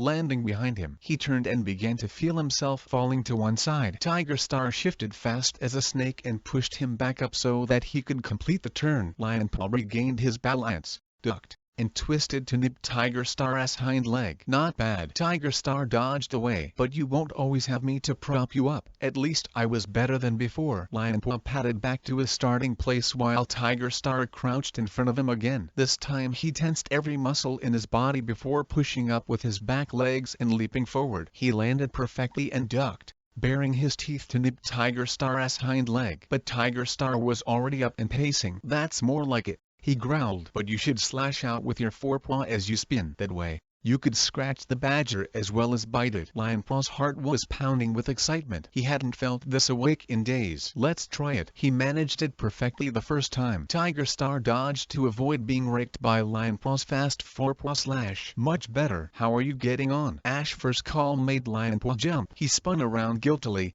and saw his mentor padding toward him. He glanced nervously over his shoulder. Tiger Star was gone. Ashfur narrowed his eyes. You have been practicing, haven't you? Yes. Lionpaw mewed quickly. Show me. Lionpaw performed the move even better than he had with Tiger Star. He finished in a perfect crouch and glanced up at Ashfur. His mentor's eyes were glowing. You might make a warrior, after all. He beckoned to Brambleclaw with his tail. Come and watch this. Brambleclaw bounded to join them, Berrypaw on his heels. You be the badger, Berrypaw, Ashfur ordered. Berrypaw crouched, and Lionpaw reared up and leaped over him. He spun and flicked out a claw that parted Berrypaw's fur, then finished by grazing Berrypaw's hind leg with his teeth. A badger wouldn't stand a chance. Ashfur mewed proudly. He could have jumped higher. Berrypaw mewed. It would have slowed him down, Ashfur argued. Brambleclaw? Lionpaw was itching to know what his father thought. Was it okay? A troubled look seemed to be clouding the ThunderClan deputy's gaze. Brambleclaw blinked. It was great, he mewed. He turned to Ashfur. Did you teach him the move with the claw? No. He came up with it by himself. Did you? Brambleclaw's gaze seemed to burn into Lionpaw's. Lionpaw nodded guiltily. Had his father recognized Tiger Star's move? Did you like it? It's a nice touch. Brambleclaw stroked his tail along Lionpaw's flank. Let's get back to camp. The ThunderClan deputy padded out of the mossy clearing, his striped tail disappearing into the ferns. Berrypaw made a face at Lionpaw before following his mentor into the undergrowth. Are you coming? Ashfur mewed. In a moment. Lionpaw wanted to see if Tiger Star would come back. He wanted to know why the Dark Warrior was taking so much interest in him. Jaypaw was the one who spoke with their ancestors. As Ashfur slipped into the ferns, Lionpaw scanned the clearing. There was no sign of Tiger Star. Not even a scent. The tabby warrior had vanished. Lionpaw shook away the doubt pricking in his pelt. He should be grateful. Tiger Star seemed to care more about his training than his mentor did. Thanks, Tiger Star, he whispered into the trees, and followed his clanmates home toward camp. Chapter 12. Watch out. Graystripe's warning was muffled by the bramble stem clasped in his jaws. Hollipaw hopped backward as the trail of brambles swished past her. Millie scurried by trying to guide Graystripe's prickly load safely across the clearing. I thought the den was finished. Hollipaw mewed to Hazelpaw, flicking her tail at the addition to the warrior's den. Its walls were thick and its roof pressed firmly into place. Why do they need even more brambles? It's not for the warrior's den. Hazelpaw shook her gray and white head. They're reinforcing the nursery. Hollipaw's heart sank. Why was everyone so sure there was going to be a battle? Turncloud began chewing foxkit in a second away from the nursery while Graystripe and Millie wrapped the brambles around the already densely tangled bush. Hazelpaw nodded toward the fresh kill pile where Mousepaw was choosing his midday snack. Are you coming? Hollipaw shook her head. She wasn't hungry. Anxiety had been churning in her belly since the gathering. Besides, she was hunting with bracken for later. She could eat then. She watched Hazelpaw pick a mouse from the pile and settle down beside Mousepaw, their fluffy gray pelts merging into one. Suddenly the honeysuckle quivered and Brightheart rushed from the elder's den. The one-eyed cat was snapping instructions over her shoulder. Quick! This way. Longtail shot out behind her, Mousefur lipping after him. I don't see why we have to practice. Mousefur coughed. I know the drill. Brightheart halted at the bottom of the tumble of rocks. You need to know it by heart in case there's an attack at night. Longtail paused beside Brightheart. Dark or light, it makes no difference to me. His sightless eyes sparkled teasingly. Mousefur padded stiffly past him. I've been in this camp long enough to know the way. Hollipaw could hear her begin to wheeze as she clambered up the rocks toward the safety of Highledge. Longtail followed closely, nudging her forward whenever her paws slipped. Green Cough had left Mousefur weaker than any cat would admit. Mousefur esped Charlie. It wasn't fair to make her drill like this, especially for a battle that might never happen. Thornclaw and Whitewing padded past Hollipaw. Thornclaw glanced at her. Shouldn't you be helping reinforce the defenses? I'm training with Brackenfur soon, Hollipaw explained. Good. Thornclaw halted beneath Highledge where Stormfur and Brook were sharing tongues. We need our apprentices sharp. Brook looked up. Are you so sure the bat will happen? There was anxiety in her husky mountain mew. We can't be too careful, Thornclaw growled. Stormfur sat up. It doesn't make sense. he mewed. Why would Wind Clan attack us? Yes. Brook's eyes brightened. River Clan's the one they're going to have trouble with. What happens to River Clan will affect us all. Whitewing mewed. Thornclaw flicked his tail. If River Clan is driven from their territory, where will they go? They'll need to settle somewhere, Whitewing pointed out. Stormfur sighed. None of the borders will be safe. Hollipaw's pale pricked with anxiety. How could the four clans survive if River Clan lost their territory? Hollipaw? Brackenfur was heading toward her. Are we going hunting? Change of plan. Brackenfur nodded toward Mousepaw and Hazelpaw. We'll be battle training with your denmates instead. Battle training. He started to hurry away. I'll meet you at the training hole low. Hollipaw padded half-heartedly to the camp entrance. She didn't want to train for a battle that might lead to the end of four clans living around the lake. Stormfur's words rang in her ears. None of the borders will be safe. She had to stop this. She turned and almost crashed into Mousepaw. His green eyes were shining. Did Brackenfur tell you? Hazelpaw clawed the ground behind him. We're battle training. Hollipaw stared at them. Go ahead without me, she whispered. What are you doing? Mousepaw asked. It doesn't matter, she mewed. I'll catch up with you when I finished. But what will we tell Brackenfur? Hollipaw didn't answer Hazelpaw's anxious question. She had already pushed past her denmates and was halfway across the clearing. Brackenfur had stopped to talk with Stormfur. Hollipaw quickly ducked behind the elder's den. Imagine thinking I couldn't find my way up to Highlodge. She heard Mousefur's croaking mew from inside. They'll have us practicing washing next. Well, at least we're ready now. Longtail mewed soothingly. I was born ready, Mousefur grumbled. Hollipaw's pelt bristled with anticipation as Brackenfur finally nodded to Stormfur. See you later. The Golden Warrior headed away toward the camp entrance. Hollipaw slipped out from behind the honeysuckle and scurried up the rocks to Highlodge. Firestar. She rushed into the cave, blinking against the sudden darkness. Firestar's eyes flashed in the shadows. Sandstorm was plucking the feathers from a sparrow carcass on the other side of the cave. What is it? Hollipaw. Firestar sat up straight. You can't just let it happen. Hollipaw mewed. Sandstorm padded to Firestar's side. Let what happen? The battle that everyone's preparing for. The battle might not happen. Firestar mewed calmly. There's nothing wrong with being prepared. But why are we getting ready to fight Wind Clan when we should be helping River Clan? Hollipaw stepped forward, her paws trembling. When I spoke to Willipaw at the gathering, she was so upset. All the River Clan cats were. They need our help. But all we're doing is getting ready to attack Wind Clan. Firestar curled his tail over his paws. I have no intention of attacking Wind Clan, he mewed. But we must be ready if they attack us. Hollipaw couldn't understand how Firestar could be so stupid. Wind Clan won't attack. It's River Clan who is in trouble. If River Clan is forced into Wind Clan territory, then Wind Clan may try to take some of ours. Firestar explained. River Clan would never want to live on the moorland. Hollipaw's whiskers quivered. They'd want to stay by the lake where they can fish. Sandstorm leaned forward. Clans can adapt to anything if they have to. Firestar nodded. Look how Wind Clan is getting used to hunting in woodland. Hollipaw angrily flicked her tail. Why don't we try to solve the problem before it turns into a fight? Firestar lifted a paw, warning her to calm down. River Clan must be allowed to solve their own problems. But what if they can't? Paw steps sounded outside. Hollipaw glanced around to see Leafpool padding into the cave. I thought I heard you in here. The medicine cat blinked at Hollipaw. Firestar dipped his head to Leafpool. Hollipaw's worried about the battle. Fresh frustration flared in Hollipaw's pelt. There doesn't have to be a battle. Of course there doesn't, Leafpool assured her. When I spoke to Mothwing at the gathering, she said that River Clan was dealing with their problem. But if they can't solve it, we have to be ready. But if we help them, Hollipaw mewed, then they'd be okay. Leafpool shook her head. We must trust River Clan to sort it out themselves. Leafpool's right, Firestar mewed. Besides, helping River Clan would mean crossing Wind Clan territory or Shadow Clans, Sandstorm added. Leafpool ran her tail down Hollipaw's flank. And that would only make things worse, wouldn't it? Hollipaw shied away from Leafpool, bristling. She didn't need to be soothed, like a kid having a bad dream. Why couldn't they take her seriously? Isn't Brackenfur waiting for you? Sandstorm prompted. You mustn't fall behind with your training, Firestar reminded her. Hollipaw turned and stamped out of the cave. Pebbles clacked under her paws as she bounded down the rocks to the clearing. Wait! Hollipaw glanced backward. Leafpool was hurrying after her. I can see you're upset. Hollipaw turned on her. Why won't any of you listen? You must remember, Leafpool soothed. We all have more experience than you. You have to trust us to know what's right. Star Clan would want us to help River Clan, Hollipaw mewed. You can't be sure of that. Leafpool blinked. I know you're worried about Willipaw, But you're training to be a warrior now. It's not appropriate to have such close friends in other clans. Halapaw glared at her. This isn't about Willowpaw. This is about the future of all 4 clans. She searched Leafpool's gaze and found only a gentle concern. I'm wasting my breath. Go and find Bracken Fur,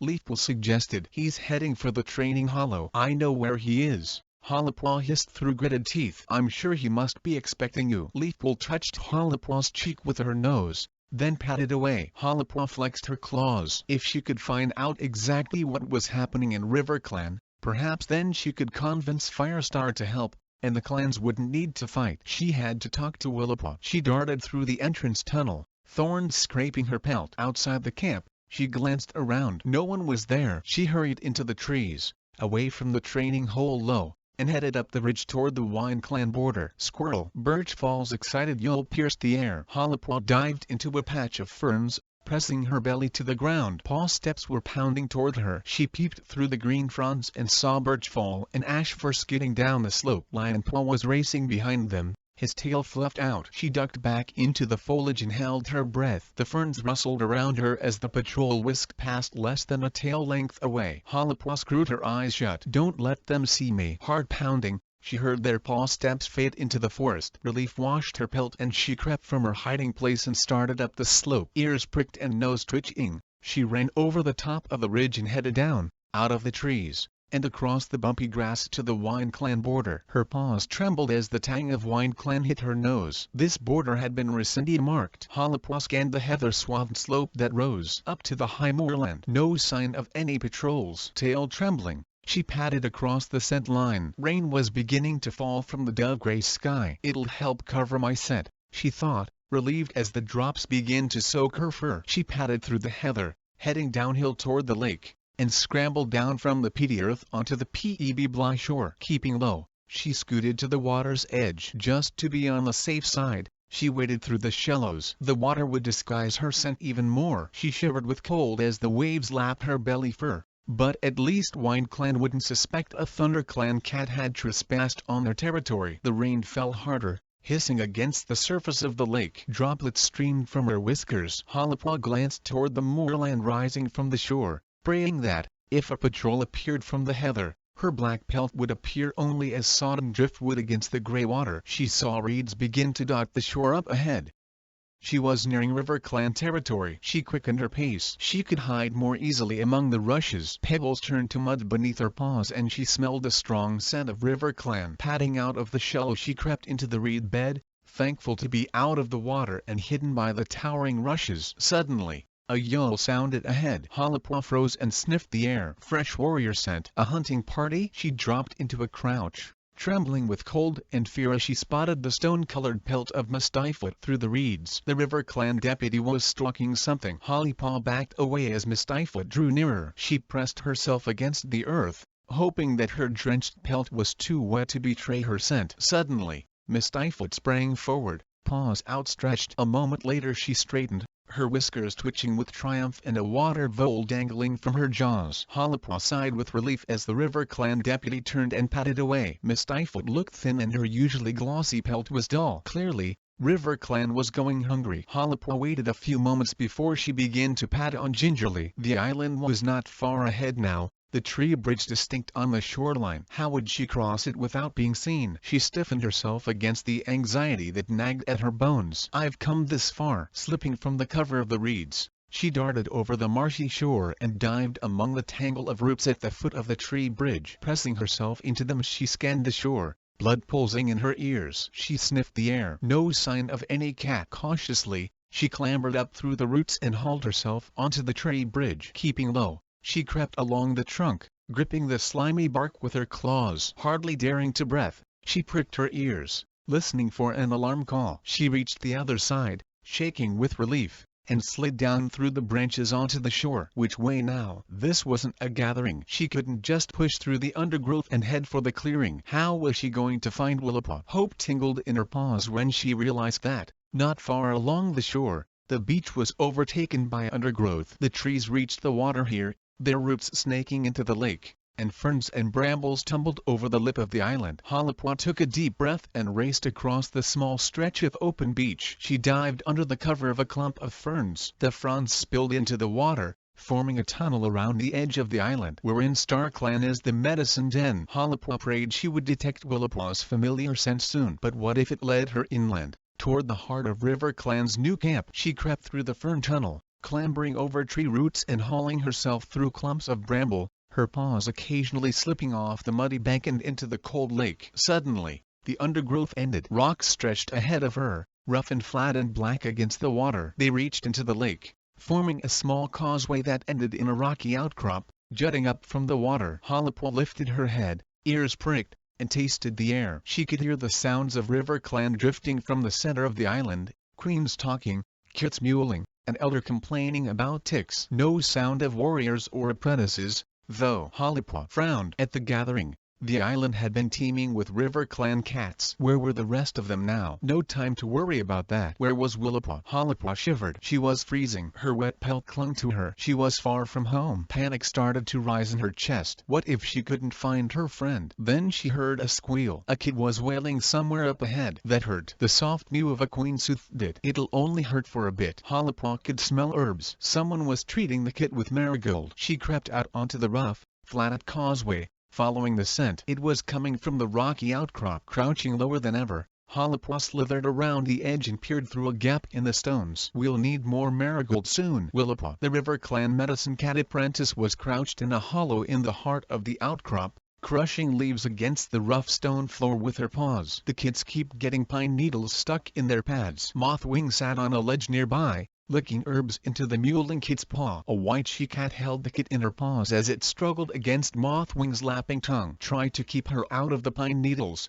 Assuing, Mothwing advised. It's not easy. The queen sighed. I know, Mothwing agreed. I'll come back to the nursery with you and sweep some of the needles away from the entrance. The queen lifted the kit by its scruff and began to carry it, still mewling, out from the sheltering rocks and along the causeway that led back to the island. Mothwing followed her. When she was sure there was no other cat close enough to hear, Halapwa hissed through the gap in the rock. Willapwa, the medicine cat apprentice, froze. Who's that? It's me, Halapwa. Halapwa quickly clambered back around the jutting rocks and slipped into the hollow beside Willapwa. There was more space inside the outcrop than she had imagined. It was a cave, hollowed out by countless moons of wind and water, protected from the wind and rain by a low roof. Willapwa crouched at the back, her eyes round with shock. What are you doing here? I promised I'd come, Halapwa reminded her. Does anyone know you're here? Halapwa shook her head. Then she tensed. Mothwing's scent was wafting into the cave. Halapwa? Mothwing's mew was sharp. Halapwa spun around. I came back for poppy seeds. The RiverClan medicine cat was standing in the cave entrance. Her bones looked sharp beneath her pelt. Halapwa, what are you doing here? I had to do something. Halapwa mewed desperately. ThunderClan are getting ready to fight WindClan. Everyone's scared about what will happen if RiverClan is driven out of its home. Mothwing looked at her. RiverClan is not going to be driven out of anywhere. How can you be sure? Halapwa gazed back at her thin frame,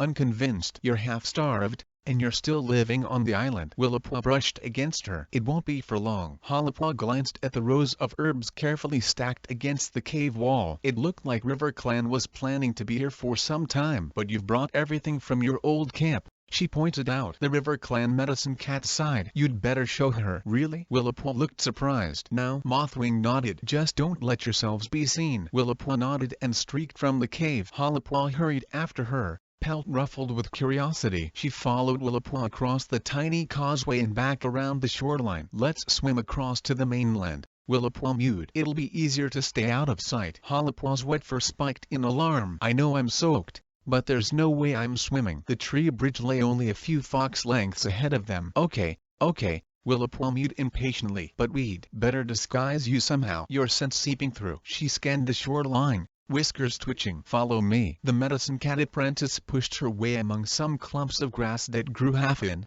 half out of the water. Here. Before Halapwa could complain, she scooped up a pawful of brown muck and smeared it over Halapwa's pelt. Halapwa gagged. What's that? The goo clung to her fur, sticky and smelly. Otter dung, Willapwa mewed. It should hide your ThunderClan scent. Halapwa coughed. You're kidding. You can wash it off later, Willipua hissed. Just be quiet and keep still. She smeared another few puffles along Halipua's flank. Halipua began to wish she had never come. Then Willipua reared up and scanned the shore on both sides of the lake. Quick! She scrambled across the beach and up onto the tree bridge. Halipua followed, swallowing the nausea that rose in her throat at the smell of the otter dung. Are you sure this stuff will disguise me? She hissed as they crossed the bridge. It's so strong. I bet ThunderClan can smell me. Certain. Willipua leaped down from the tree, crossed the shore, and dived into a forest of reeds. Halipua full load, struggling in the soft ground. Mud clung to her legs and coated her belly fur. Willipua seemed to be hopping among the clumps of reeds,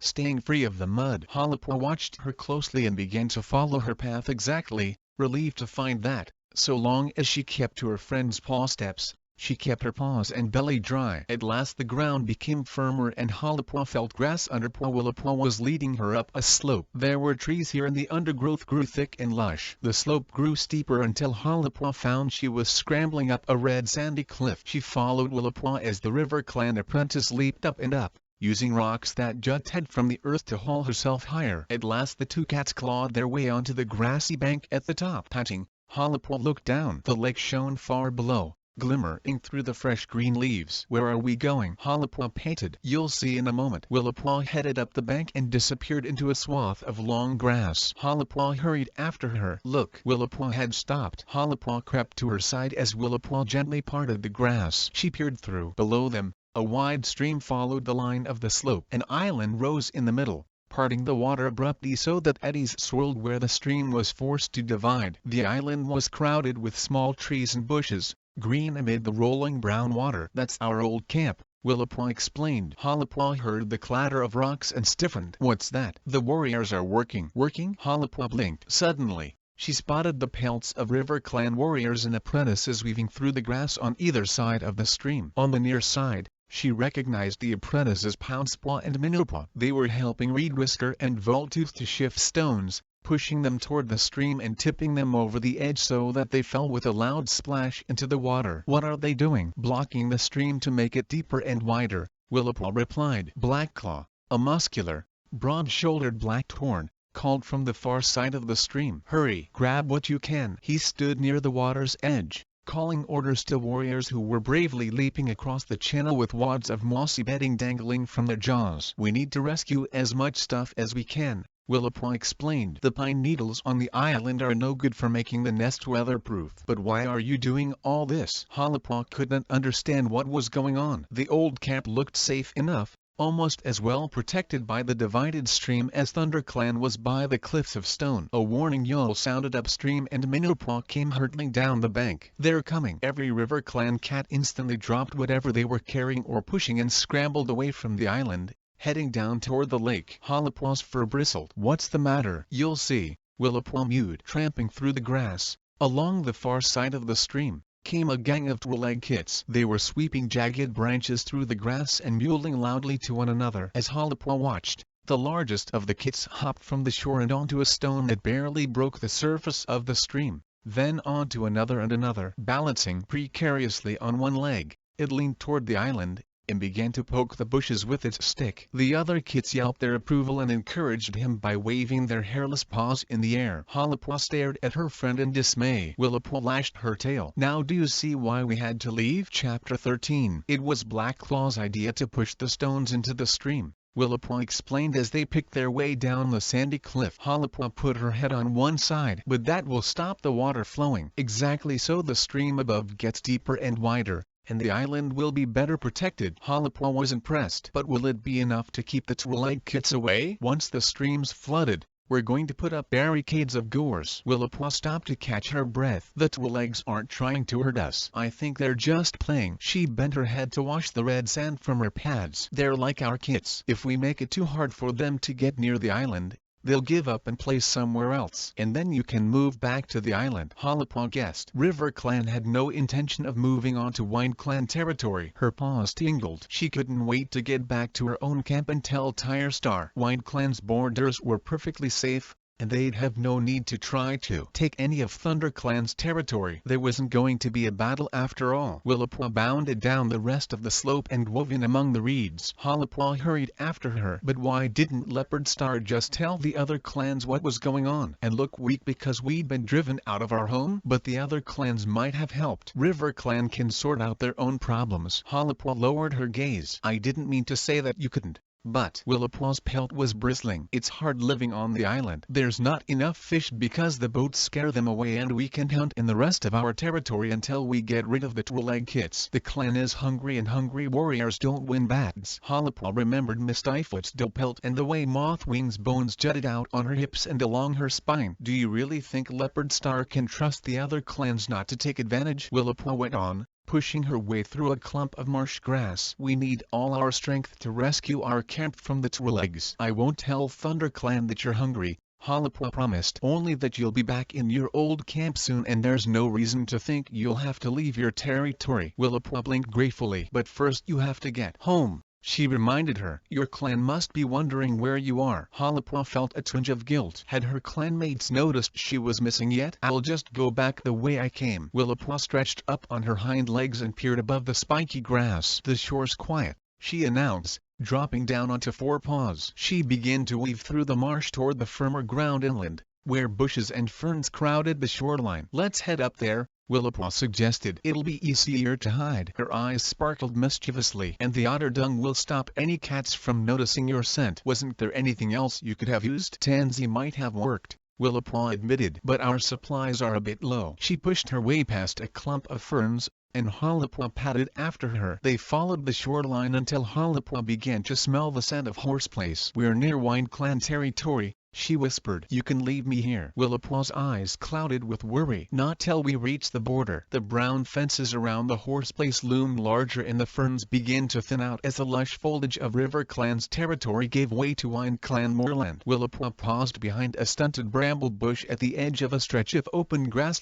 There's the border. She pointed with her tail. The wind raced down from the moors, tugging at Hollowpaw's pelt. She could smell the WineClan scent line only a few fox lengths ahead. Willowpaw rested her tail tip on Hollowpaw's shoulder. Promise you'll be careful. Suddenly stones clattered on the shore. Willowpaw whipped around. A RiverClan patrol was herring toward them. Hollowpaw stiffened, fear shooting through her like lightning. Then she felt Willowpaw's teeth grab her scruff and drag her behind the bramble. Did they see us? Hollowpaw whispered, trembling. I don't know. Willowpaw flicked her tail over Hollowpaw's mouth. Keep quiet. Hollowpaw peered through the leaves. Reed Whisker headed the patrol, his apprentice, Pouncepaw, racing behind him. Voltooth was at Reed Whisker's heels with Minnowpaw at his side. The young she-cat's dappled fur was slicked back by the wind, her whiskers blown against her cheeks, running as though her life depended on it. Are they hunting? Hollowpaw asked. Willowpaw glanced around the empty shore. Hunting what? Well, are they coming for us? Doesn't look like it,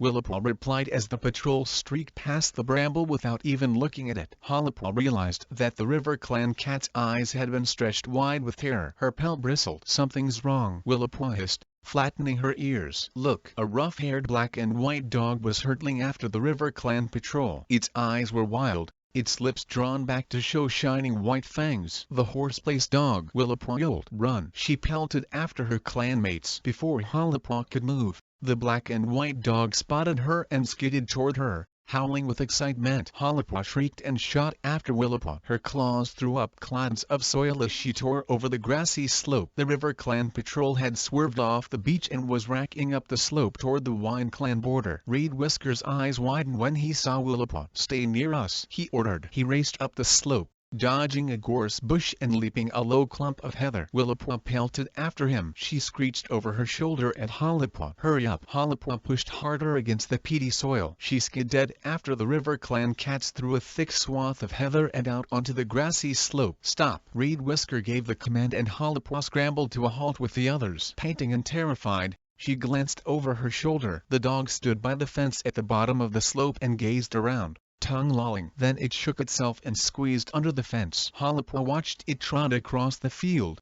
heading for the Prologue place. It must be going home, she guessed. Willowpaw gave her a warning look, but it was too late. What are you doing here? Minnowpaw's shocked mew made Hollowpaw jump. Reed Whisker stared at her, his black pelt bristling. You're a ThunderClan cat, aren't you?" His stern gaze flashed accusingly at Willowpaw. Minowpaw wrinkled her nose. "And why do you smell so bad?" Voltooth padded toward her and leaned in close, his tabby muzzle only a whisker from Hollipaw's. "Are you spying on us?" Hollipaw backed away. No, I wanted to see if I could help." "Help?" Reed Whisker stared at her in disbelief. "It's true." Willowpaw padded, tail trembling, between her clanmates and Hollipaw. "She's here by herself. She was worried about me after the gathering. She just came to see if mouse dung." Reed Whisker's yowl cut Willowpaw off. The Blackthorn was staring up the slope, his eyes round with dismay. A Wind Clan patrol was streaking toward them. Hollipaw tasted the air. The musky scent of Wind Clan bathed her tongue. The dog had chased them right across the border. "Should we run?" Minowpaw whispered, her tail stiff with fear. "There's no use." Voltooth sighed. "We've come too far. We'd better just stand our ground." Reed Whisker meowed. Pouncepaw stepped closer to Minowpaw. As the Wind Clan patrol neared, the deputy Ashfoot flicked her tail. Crowfeather, Heatherpaw, Whitetail, Tornare, and Breezepaw fan out. Hollipaw felt Willowpaw's pelt brush against her flank as the Wind Clan cat slowly encircled the patrol. Their eyes were blazing. "What are you doing on Wind Clan land?" Ashfoot demanded. Reed Whisker met her gaze, the fur on his shoulders twitching. "We were being chased by that mouse-brained dog from the horse place." Crowfeather stepped forward. "Where is it now?" Voltooth nodded toward the Twilleg place. "It went home." "And we're meant to believe that?" Tornare sniffed the air, his whiskers quivering. "All I can smell is dung." Hollipaw wished she could sink into the ground. Wind Clan were angry enough without finding a Thunder Clan cat among the intruders. What if they thought River Clan and Thunder Clan had formed an alliance? There would be a bad day for sure, and it would all be her fault. Hollipaw fought her rising panic. Breezepaw was staring at her. She lowered her gaze, praying he wouldn't recognize her, finally grateful for the otter dung that disguised her black pelt and drowned her scent. "What happened to you?" Breezepaw's eyes glittered with contempt. "Don't they teach River Clan kids to wash?" Rage surged in Hollipaw's throat. She wanted to spit at the arrogant fox face, but at least he didn't seem to know who she was. "Get off our land!" Ashfoot hissed. "You may have lost your own territory, but you're not having ours." Voltooth bristled, baring his teeth. "We haven't lost our territory." "Then why are you here?" Tornare demanded. "Looking for prey?" Crowfeather hissed. Reed Whisker lashed his tail. "No." Hollipaw tensed. Every cat was bristling, ready to leap. She unsheathed her claws. This was not her clan, but she would fight if she had to. Pouncepaw hopped forward, his short tabby tail flicking angrily. "We wouldn't eat rabbit if we were starving." Ashfoot hissed. "Get off our land now." Tornare and Whitetail moved apart to let the River Clan cats through. Slowly, Reed Whisker and Voltooth began to back away. Pouncepaw and Pebblepaw turned and padded uneasily past the Wind Clan cats. Hollipaw hurried after them, keeping her eyes fixed on the ground. "There'll be extra patrols along the border from now on," Ashfoot called after them. "And they'll be battle-ready." Tornare growled. They walked slowly to the border, refusing to be rushed by the threatening hisses from the Wind Clan patrol. Hollipaw crossed the set line with a shiver of relief. "But this isn't my territory. I have to get home," she whispered. Reed Whisker rounded on her. "No, you don't. You have to explain what you're doing here." "I did explain," Hollipaw retorted. "I was worried about Willowpaw." "There's no way we're letting you set one paw on Wind Clan territory now," Voltooth mewed. "You'll have to come back to the island with us." Despair dropped like a stone in Hollipaw's belly. She gazed across the lake. Night was falling and the Thunder Clan forest looked like shadows against the distant hills. She scanned the shoreline, hoping to see the familiar shape of one of her clanmates. Jadepaw was always fiddling around by the water, but it was too dark and too far to see anything clearly. "Okay," she sighed. "But first you can wash off that awful-smelling dung," Reed Whisker ordered. He walked her down to the lake and stood at the edge while she splashed around in the freezing water. Willowpaw waded in to help, rubbing Hollipaw's pelt with her paws until it was clean. Shivering with cold, Hollipaw padded back along the marshy shore after the River Clan patrol. Willowpaw walked beside her. "Sorry if I got you in trouble," Hollipaw whispered. "I'll be okay." Willowpaw pressed against her and the two friends, still dripping from the lake, shared their warmth. Hollipaw's pelt prickled under the curious gaze of the River Clan cats as she followed Reed Whisker into the island clearing. Gradually, the camp went quiet as they drew closer to the great oak. She tried to stop her paws from trembling when she saw Leopard Star squeeze out from among the giant roots at the bottom of the oak. "Don't be scared," Willowpaw murmured in her ear. "Leopard Star's always fair." Hollipaw lifted her chin and faced the River Clan leader as bravely as she could. Leopard Star's eyes glowed in the twilight. "Reed Whisker tells me you've been spying on River Clan territory. she accused. I was just trying to help, Halapaw explained. ThunderClan is worried that WindClan will attack us if you are forced into their territory. Everyone's preparing for battle. I just wanted to stop it. Leopard Star blinked. That's a big ambition for such a small apprentice. Offended, Halapaw fluffed out her fur. Were Leopard Star's whiskers twitching? I presume Willapaw has shown you enough to put your mind at rest? Meowed the River Clan leader. Just the old cap. Halapaw stopped herself too late. She had betrayed her friend. Leopard Star's gaze flicked to the River Clan medicine apprentice. You took her all the way there? Willapaw dipped her head. I only wanted to reassure her. Leopard Star sighed. Well, Halapaw, she meowed, you had better stay here on the island. Halapaw's heart lurched. But my clan will be worried about me. You should have thought of that before you came here. Leopard Star gazed around her clan. The River Clan cats had gathered under the oak tree, their ears twitching with interest. We can't spare the warriors to escort you home, and even if we could, I don't want to antagonize Wind Clan or Shadow Clan by crossing their territory. But the warrior code says I can safely travel 2 fox lengths from the lake, Halapaw pointed out. If it was time for a gathering, I would agree, Leopard Star argued. But as things stand, our neighbors would want a very good reason for finding River Clan or Thunder Clan sent on their land. She narrowed her eyes. Plain nosiness is not good enough. But Halapaw desperately searched for another argument. She had to get home before her clanmates thought something dreadful had happened to her. Leopard Star turned away. You can stay with Mothwing and Willapaw until it is safe for you to return. Come on. Willapaw nudged her. Let's get warm and dry in the medicine cave. Paws heavy as stone,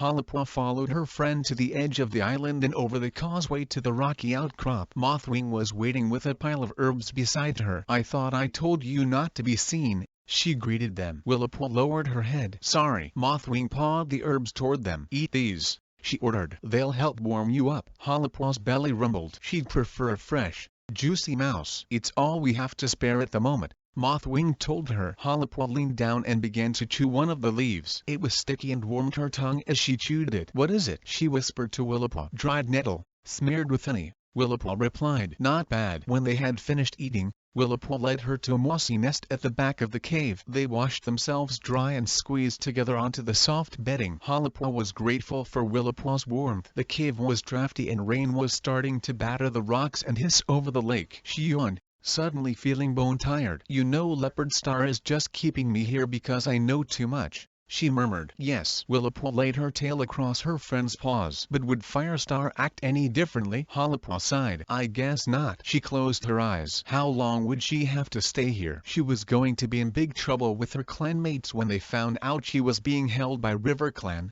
suspected of being a spy. Chapter 14. Rain pattered on Japaw's pelt as he crossed the clearing. He held a bundle of watermint and juniper berries in his jaws and their pungent scent filled his nose. Millie trotted beside him. I told him not to eat another sparrow. She stopped beneath high ledge where Graystripe was groaning. How was I supposed to resist? Graystripe gasped. He let out another low moan. It's been moons since there's been so much prey. Japaw dropped his bundle of herbs. He rested a paw on Graystripe's round belly as he lay fidgeting with pain. Keep still. Japaw felt the hardness beneath Graystripe's flank. You've just given yourself gas. I told you so, Millie meowed. Japaw rolled the juniper berries toward Graystripe's muzzle. These will help, he mewed. Then eat the watermint. I thought a warrior would know that you have to start slowly after Leaf Bear, Millie went on. All those moons on an empty belly. You can't just stuff yourself as soon as the prey starts to run. You have to get used to it. Don't go on, Graystripe pleaded. Millie's tongue lapped Graystripe's pelt. Japaw felt her affection for her mate like warm air around him. His whiskers twitched with amusement. It was funny to hear a warrior being lectured by a Katipit. But she's a warrior now, he reminded himself quickly. Paw Steps hurried into the camp. Japaw tasted the air. Mousepaw and Papapaw. From the mossy scent on their pelts, he could tell they had been in the training hollow. Have you seen Halapaw? Papapaw called as she bounded toward Highledge. Japaw felt Papapaw's anxious gaze burning his pelt. It darted away, awkwardness pricking from the apprentice. I didn't mean see, she corrected herself quickly. I meant hear or scent. She means, do you know where she is? Mousepaw's impatient mew chipped in. Japaw's pads tingled. He hadn't seen Halapaw since this morning. He let his awareness spread around the camp, feeling for her presence in the same way he would grope for poppy seeds among the herb store. Nothing. No sense of Halapaw in the camp or near it. He shook his head. Graystripe scrambled to his paws. How long has she been missing? He demanded. She was supposed to be training with us, but she didn't turn up. Paw mewed. Brackenfur figured she'd been kept in camp for some reason. Mousifer added, so we just did the training without her. We thought she'd be here when we got back, but she's not. Papa's shrill mew rang around the camp. Brackenfur came bounding from the thorn tunnel. She's not here? Spiderlig and Ashfur were on his heels. Her scent is in the tunnel, but it's stale, Ashfur reported. She must have left camp when I told her to, Brackenfur guessed. But she didn't make it to the training hollow, Spiderlig concluded. Jaipwa felt the interest of their clanmates pricking around the clearing. Brightheart hurried over. Perhaps she's hurt. Who's hurt? Sorreltail called. No one's hurt, Greystripe explained. But Hollipwa seems to be missing. Jaipwa was starting to get squashed by the warriors pressing around him. Thornclaw and Whitewing had joined them. Perhaps WindClan has captured her, Thornclaw declared. Alarm flashed from the warriors and apprentices. Cloudtail pushed his way to the front. Why would they do that? Jaipwa smelled Brook's mountain scent. Has WindClan ever taken hostages before? She asked. No, but they've never hunted squirrels before either, Dustpelt pointed out. Sorreltail gasped. I hope they don't hurt her. Jaipwa felt torn between alarm and irritation. Everyone was panicking far too quickly. But what if Hollipwa had been captured? Only Brook remained calm. It wouldn't make sense for WindClan to give themselves an extra mouth to feed. But they have extra prey now that they hunt in the forest.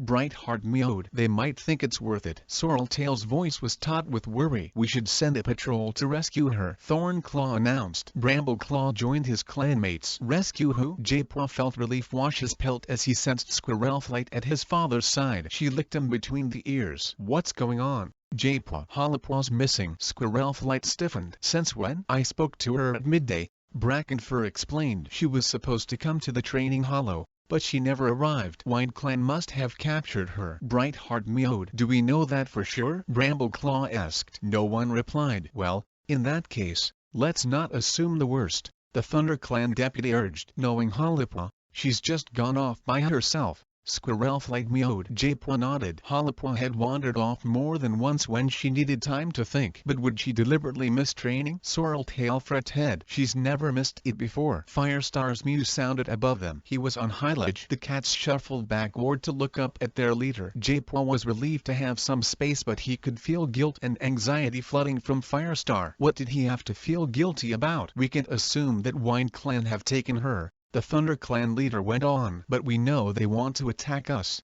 Thornclaw called. This might be their way of provoking a battle. Worried mews rippled around the clan. We don't know for sure they want to attack, Firestar resoned. And as Squirrelflight pointed out, Hollipwa is perfectly capable of going off by herself. She's always been independent. Don't forget she went fox hunting when she was still a kit. Firestar's mew was light, but Jaipwa could sense the leader's thoughts churning. Meanwhile, his clanmatish ruffled pelts began to smooth. Of course Hollipwa was alright. Disappearing for the day was just the sort of thing she'd do. Jaipwa wasn't convinced. Firestar knew more than he was letting on. He tried to probe the ThunderClan leader's mind, but a fretful cloud obscured any clear thoughts. Perhaps he should just ask him outright. Jaipwa shrugged away the idea. Firestar clearly wanted to keep his fears to himself. Jaipwa slipped past Brook and Brightheart and headed toward the medicine den. As he neared it, he heard the brambles at the entrance rustle. Leafpool had just darted inside. She must have been listening. He padded into the cave,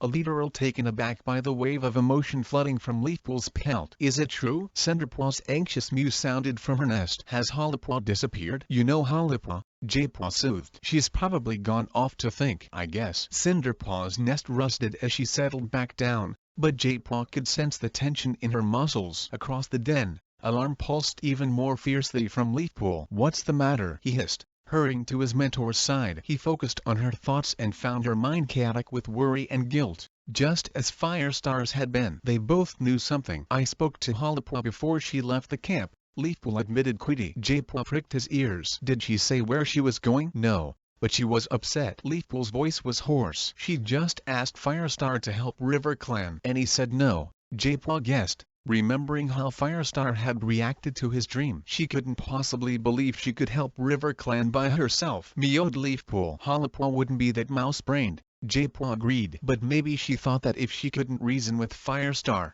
she might be able to convince Onestar not to fight. Leafpool went on reluctantly. A dark pit seemed to open in Jaipwa's stomach. Hollipwa always thought the world was neatly divided into right and wrong. And if she thought Firestar was making a mistake, She might be stubborn enough to try and mend things on her own. He shook the thought away. She wouldn't be that reckless, would she? He felt Fiefpool's paw pressing his. You must try to dream, she mewed. You have to find out where she is. Her urgent plea set his fur bristling with indignation. Not so long ago she'd begged him to keep his dreams a secret.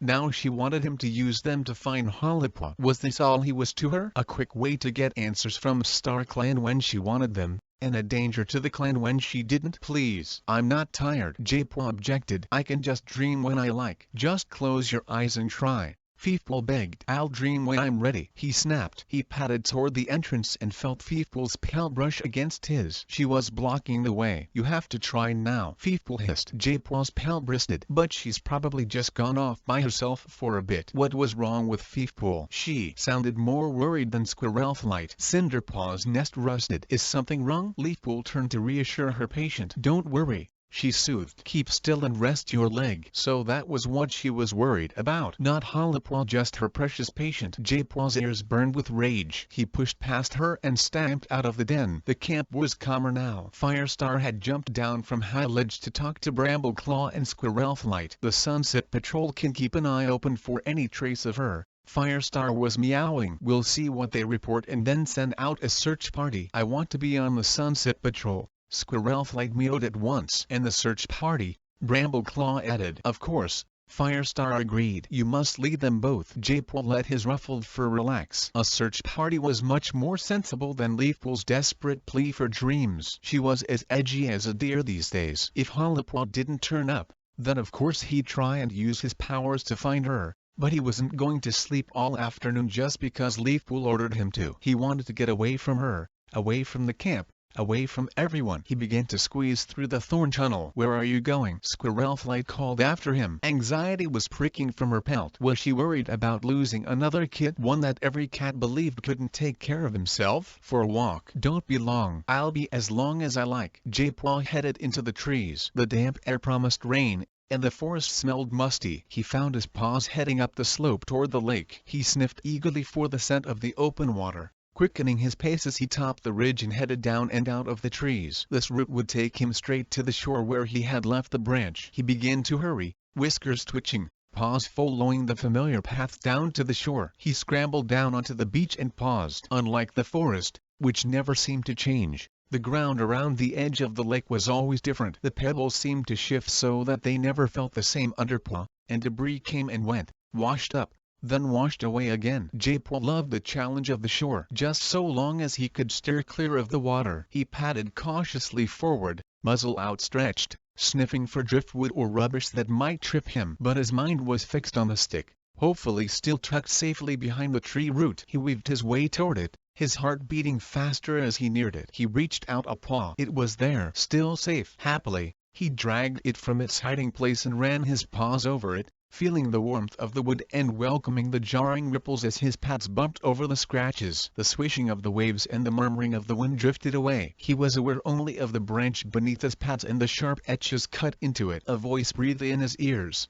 too soft to hear. It was husky like the voice of an old cat, and it seemed to be listing names, as though counting them off. Jaipur felt his heart quicken as his paw neared the end of the branch. The uncrossed scratches lay there. His belly tightened. He strained to hear the voice, but when his paw touched the first uncrossed mark the voice choked and fell silent. Disappointed, Jaipur lay down beside the stick and rested his cheek on the smooth wood. He closed his eyes, soothed by the lapping of the lake, and began to dream. Sandy earth shifted beneath his paws. He blinked open his eyes. A wall of jagged rock loomed ahead of him. Rolling heather rippled behind him in the wind. The sky overhead was black, studded with stars. At the top of the rock wall, he saw cats silhouetted against the night sky. None looked familiar, and when he sniffed the air, Jaipur recognized the scent only from those he had smelled at the moonpool, when ancient clans had brushed pelts with him on the paw-worn path to the pool. Suddenly, one cat broke away from the others and bounded down the steep slope, a young torn with muscular shoulders beneath a sleek ginger and white pelt. A she-cat scrambled after him. The others remained at the top, their tails flicking nervously. Take care, the she-cat called, landing lightly on the sand. The torn brushed muzzles with her. I will see you at dawn, I promise. He turned to face the cliff end, For the first time, J-Paw realized there was a crack in the rock immediately behind him. The Torn padded toward it. J-Paw tried to step out of the way, but the Torn stepped through him as though he wasn't there. As their spirits crossed, J-Paw felt a shudder of foreboding. This cat had never entered the rock before. He was frightened. As his tail disappeared into the shadows, J-Paw's belly fluttered with excitement. He had to know where the cat was going. Quickly he slipped in after him. Darkness swallowed him, and for a moment J-Paw wondered if he had woken up and was blind once more. But then he heard the soft pat of the Tom's paws ahead, and J-Paw sensed space opening into the hillside. A narrow passageway that led straight into the rock. Fear spiked the air, yet determination rippled out from the Tom's pelt too. The pounding of his heart seemed to make the air around them tremble, and it grew louder as the tunnel opened into a cave. Pale light glowed overhead, streaming through a small gap in the roof. The arching walls were filled with more openings. The tunnels must spread like roots beneath the moor. Rushing water echoed around the rocks. J-Paw saw with surprise that there was a river cutting through the cave and flowing away into yet another tunnel, the water black as night. Fallen Thieves? J-Paw jerked his head up. An old cat was calling to the Torn from a high ledge near the moonlit gap. Fallen leaves? The Torn jumped. I can feel your surprise, the old cat croaked. J-Paw stared at the ancient cat. Its pelt was nothing but a few tufts of fur. Its eyes were white and bulging and stared sightlessly down. I hope my eyes don't look like that. Fallen Leaves knew this cat would be here. J-Paw could sense understanding and recognition between the two cats, but the young Torn had clearly not expected him to be so ugly. The old cat ran a paw over something smooth and pale, a bare branch clasped beneath his twisted claws. J-Paw stiffened. My stick. He strained to hear what the ancient cat was saying. I must stay close to our warrior ancestors, those who have taken their place beneath the earth, and for that we thank you. Fallen Leaves murmured. Don't thank me, the old cat growled. It was a destiny I was bound to follow. Besides, you may not feel so grateful to me once your initiation has begun. He ran a long claw over the lines scratched into the branch. Fear pulsed from the young Torn and swept J-Paw like an icy wind. What was he so afraid of? J-Paw looked back up at the ledge. The old cat was shaking his head. I cannot help you to become a Sharpclaw. You must guide yourself through these tunnels and find your own way out. I can only send you on your way with the blessing of our ancestors. A Sharpclaw? Was that like a warrior? J-Paw suddenly understood the young Tom's fear and his determination. It wasn't just the darkness he faced, but his future. Is it raining? The old cat asked suddenly. J-Paw saw Fallen Leaves stiffen. The sky is clear. But J-Paw sensed doubt flicker in the young cat's mind. The old cat ran his claw once more over the lines etched in the branch. Then begin. Fallen Leaves leaped across the river and headed into the tunnel that opened beneath the old cat's ledge. J-Paw bounded after him, relieved that he could see. He wouldn't want to cross the river blind. He shuddered as he imagined falling in and being sucked into the tunnel. Forcing away the thought, he followed Fallen Leaves into blackness once more. This way leads up. J-Paw felt the realization cross Fallen Leaves' mind as clearly as if he'd said it out loud. J-Paw weaved after him through the darkness. The rocky tunnel was smooth beneath his paws. What had made it so slick? It wound upward, narrowing and then widening, turning first one way, then the other. J-Paw's breath quickened. He could hardly believe he was walking with an ancient clan cat, watching him cross the border from kithood to cathood. The surface of the moor couldn't be far away now, and then Fallen Leaves would be safe in a Sharpclaw, just like he wanted. A puddle of moonlight splashed the floor ahead of them. Fallen Leaves dashed through it. Glancing up, J-Paw followed and saw a narrow gap above them, too high to reach. Suddenly, the tunnel narrowed and began to slope downward, but they'd nearly reached the open moor. Doubt bristled in Fallen Leaves' pelt, but J-Paw sensed him push it away. The tunnel twisted and Fallen Leaves' pelt brushed the wall as he swerved to follow the snaking passageway. J-Paw was impressed how this cat coped with the darkness, much better than any ThunderClan cats would.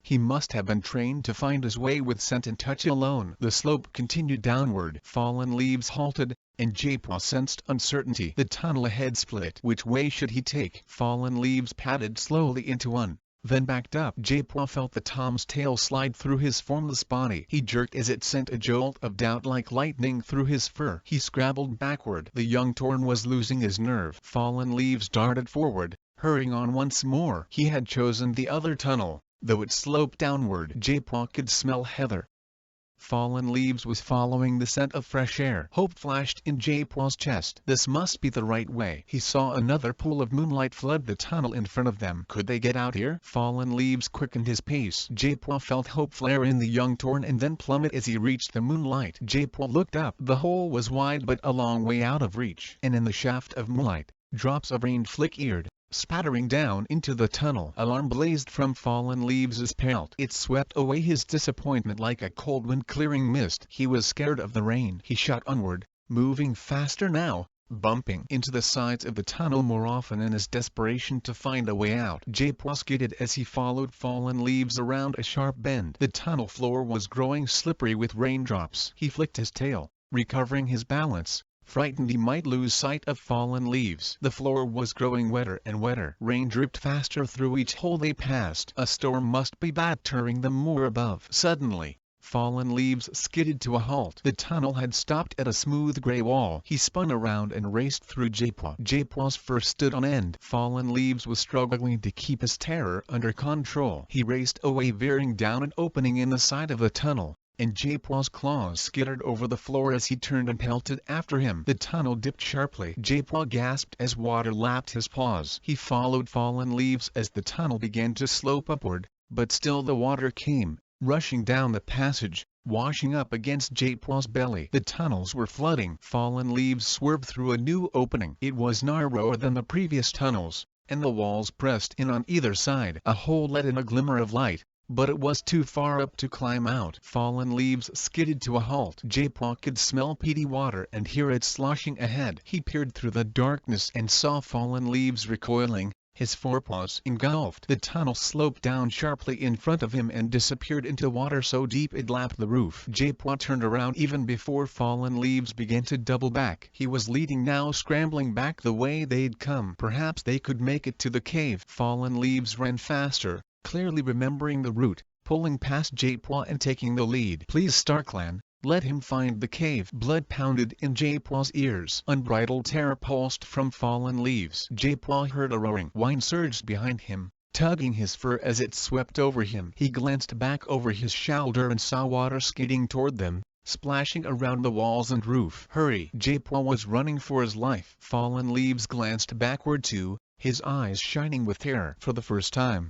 he seemed to see J-Paw. Save me! As Fallen Leaves cried out, the water lifted J-Paw, swallowing his tail, his belly, and finally engulfing all of him so that he was tossed and swirled by cold clutching waves. Water filled his ears, his eyes, his mouth, and he struggled against it, not knowing which way was up, lost in the darkness, drowning. His sight faded, his ears roared, and he let his body go limp. J-Paw blinked open his eyes, gulping for air, and leaped away from the branch. Rain was pelting down, drenching his fur, and waves pounded the shore, driven across the lake by a fierce wind. He wanted to go home, back to the shelter of the camp. Fallen Leaves. Gingerly he reached out for the branch, feeling for the last uncrossed mark. Now he knew what it meant. Fallen Leaves had gone into the tunnels, but he had never come out. Chapter 15. Lionpaw leaped and twisted in the air, diving forward as he landed with his claws raking the ground. Perfect. In bat, that would have beaten even the fastest Shadow Clan warrior. Did you see how well I made the turn, Tiger Star? Tiger Star had only taught him the move that afternoon. Lionpaw had mastered it quickly. He sat back on his haunches now panting,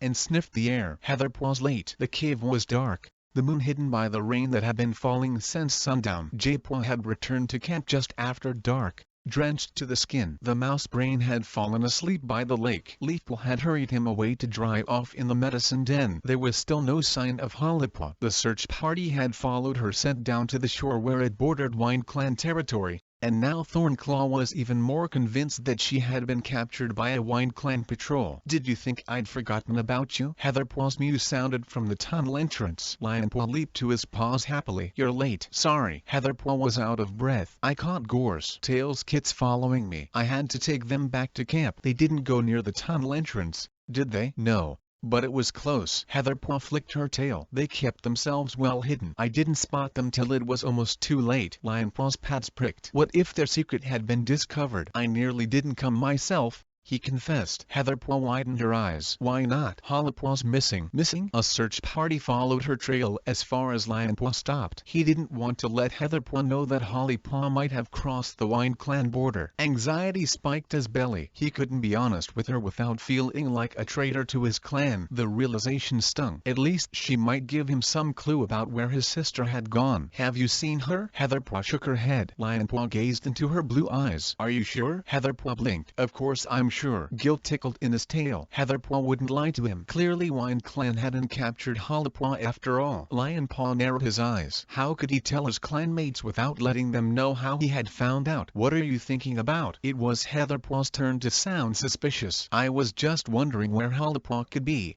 Lionpaw lead. She'll be okay. Heatherpaw mewed, winding around Lionpaw. The touch of her fur soothed him. It's just odd that she didn't come back before dark. It had been strange creeping out of the apprentice's den without having to worry if Hollypaw had one eye open. He had felt guiltily relieved that he didn't have to have an excuse ready in case she'd asked him where he was going. I bet she'll be back at first light. Heatherpaw mewed. I hope so. Lionpaw sighed. So what have you been doing while you were waiting for me? Heatherpaw sat back with her head on one side. I was practicing some new battle moves. He plucked the ground excitedly. Watch this one. Flicking his hind legs into the air, he spun around on his forepaws and leaped backward, then reared up and raked the air with each paw before tucking his head down and doing a neat forward roll. Impressive. Heatherpaw pricked her ears. Did you make it up yourself? Yes. Lionpaw couldn't tell her that Tiger Star had taught him. She'd never believe him. It'd be perfect for a Dark Clan warrior. Heatherpaw mewed. Teach me how to do it. Lionpaw demonstrated the move again and Heatherpaw copied him. Nearly.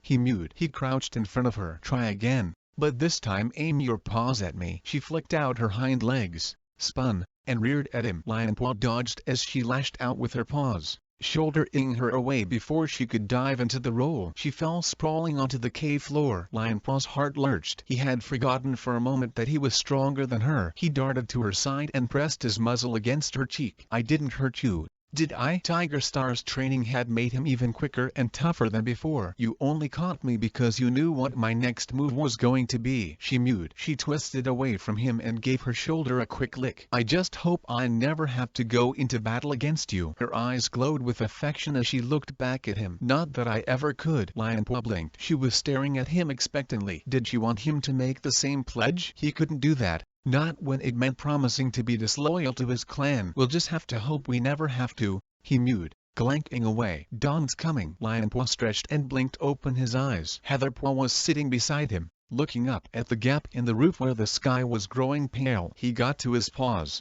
feeling his muscles protest. Teaching Heatherpaw the battle moves he'd learned from Tiger Star had tired him out. It seemed like only a few moments since they had dozed off. We'd better go, Heatherpaw told him. Will you meet me here tonight? Heatherpaw flicked her tail. Of course, even if Crow Feather makes me run to the top of the moor and back again in our training session. She pressed her muzzle against Lionpaw's cheek, then trotted away toward her tunnel. See you later. Lionpaw's paws tingled. Bye. He headed in the opposite direction and raced for the open air. The forest was damp, washed by a light rain. Lionpaw wriggled under the brambles and headed home through the half-light of early dawn. The trees and bushes cast eerie shadows across the pale forest floor. A light wind rustled the leaves. Traitor! Lionpaw halted and jerked around, for spiking. A familiar outline shimmered against the ferns. Tiger Star? What do you think you're doing? It was Hawkfrost. Lionpaw looked for Tiger Star but Hawkfrost was alone. His eyes blazed as he padded toward Lionpaw. What do you mean? Lionpaw protested. Hawkfrost knew about his nightly visits to the tunnels. Why was he challenging him now? Hawkfrost curled his lip. You were teaching battle moves to the enemy. Heatherpaw's not an enemy, Lionpaw retorted. She's my friend. She belongs to another clan. Hawkfrost hissed. That makes her an enemy. What if she uses the moves you just taught her against you one day? Heatherpaw would never do that, wouldn't she? Lionpaw stiffened,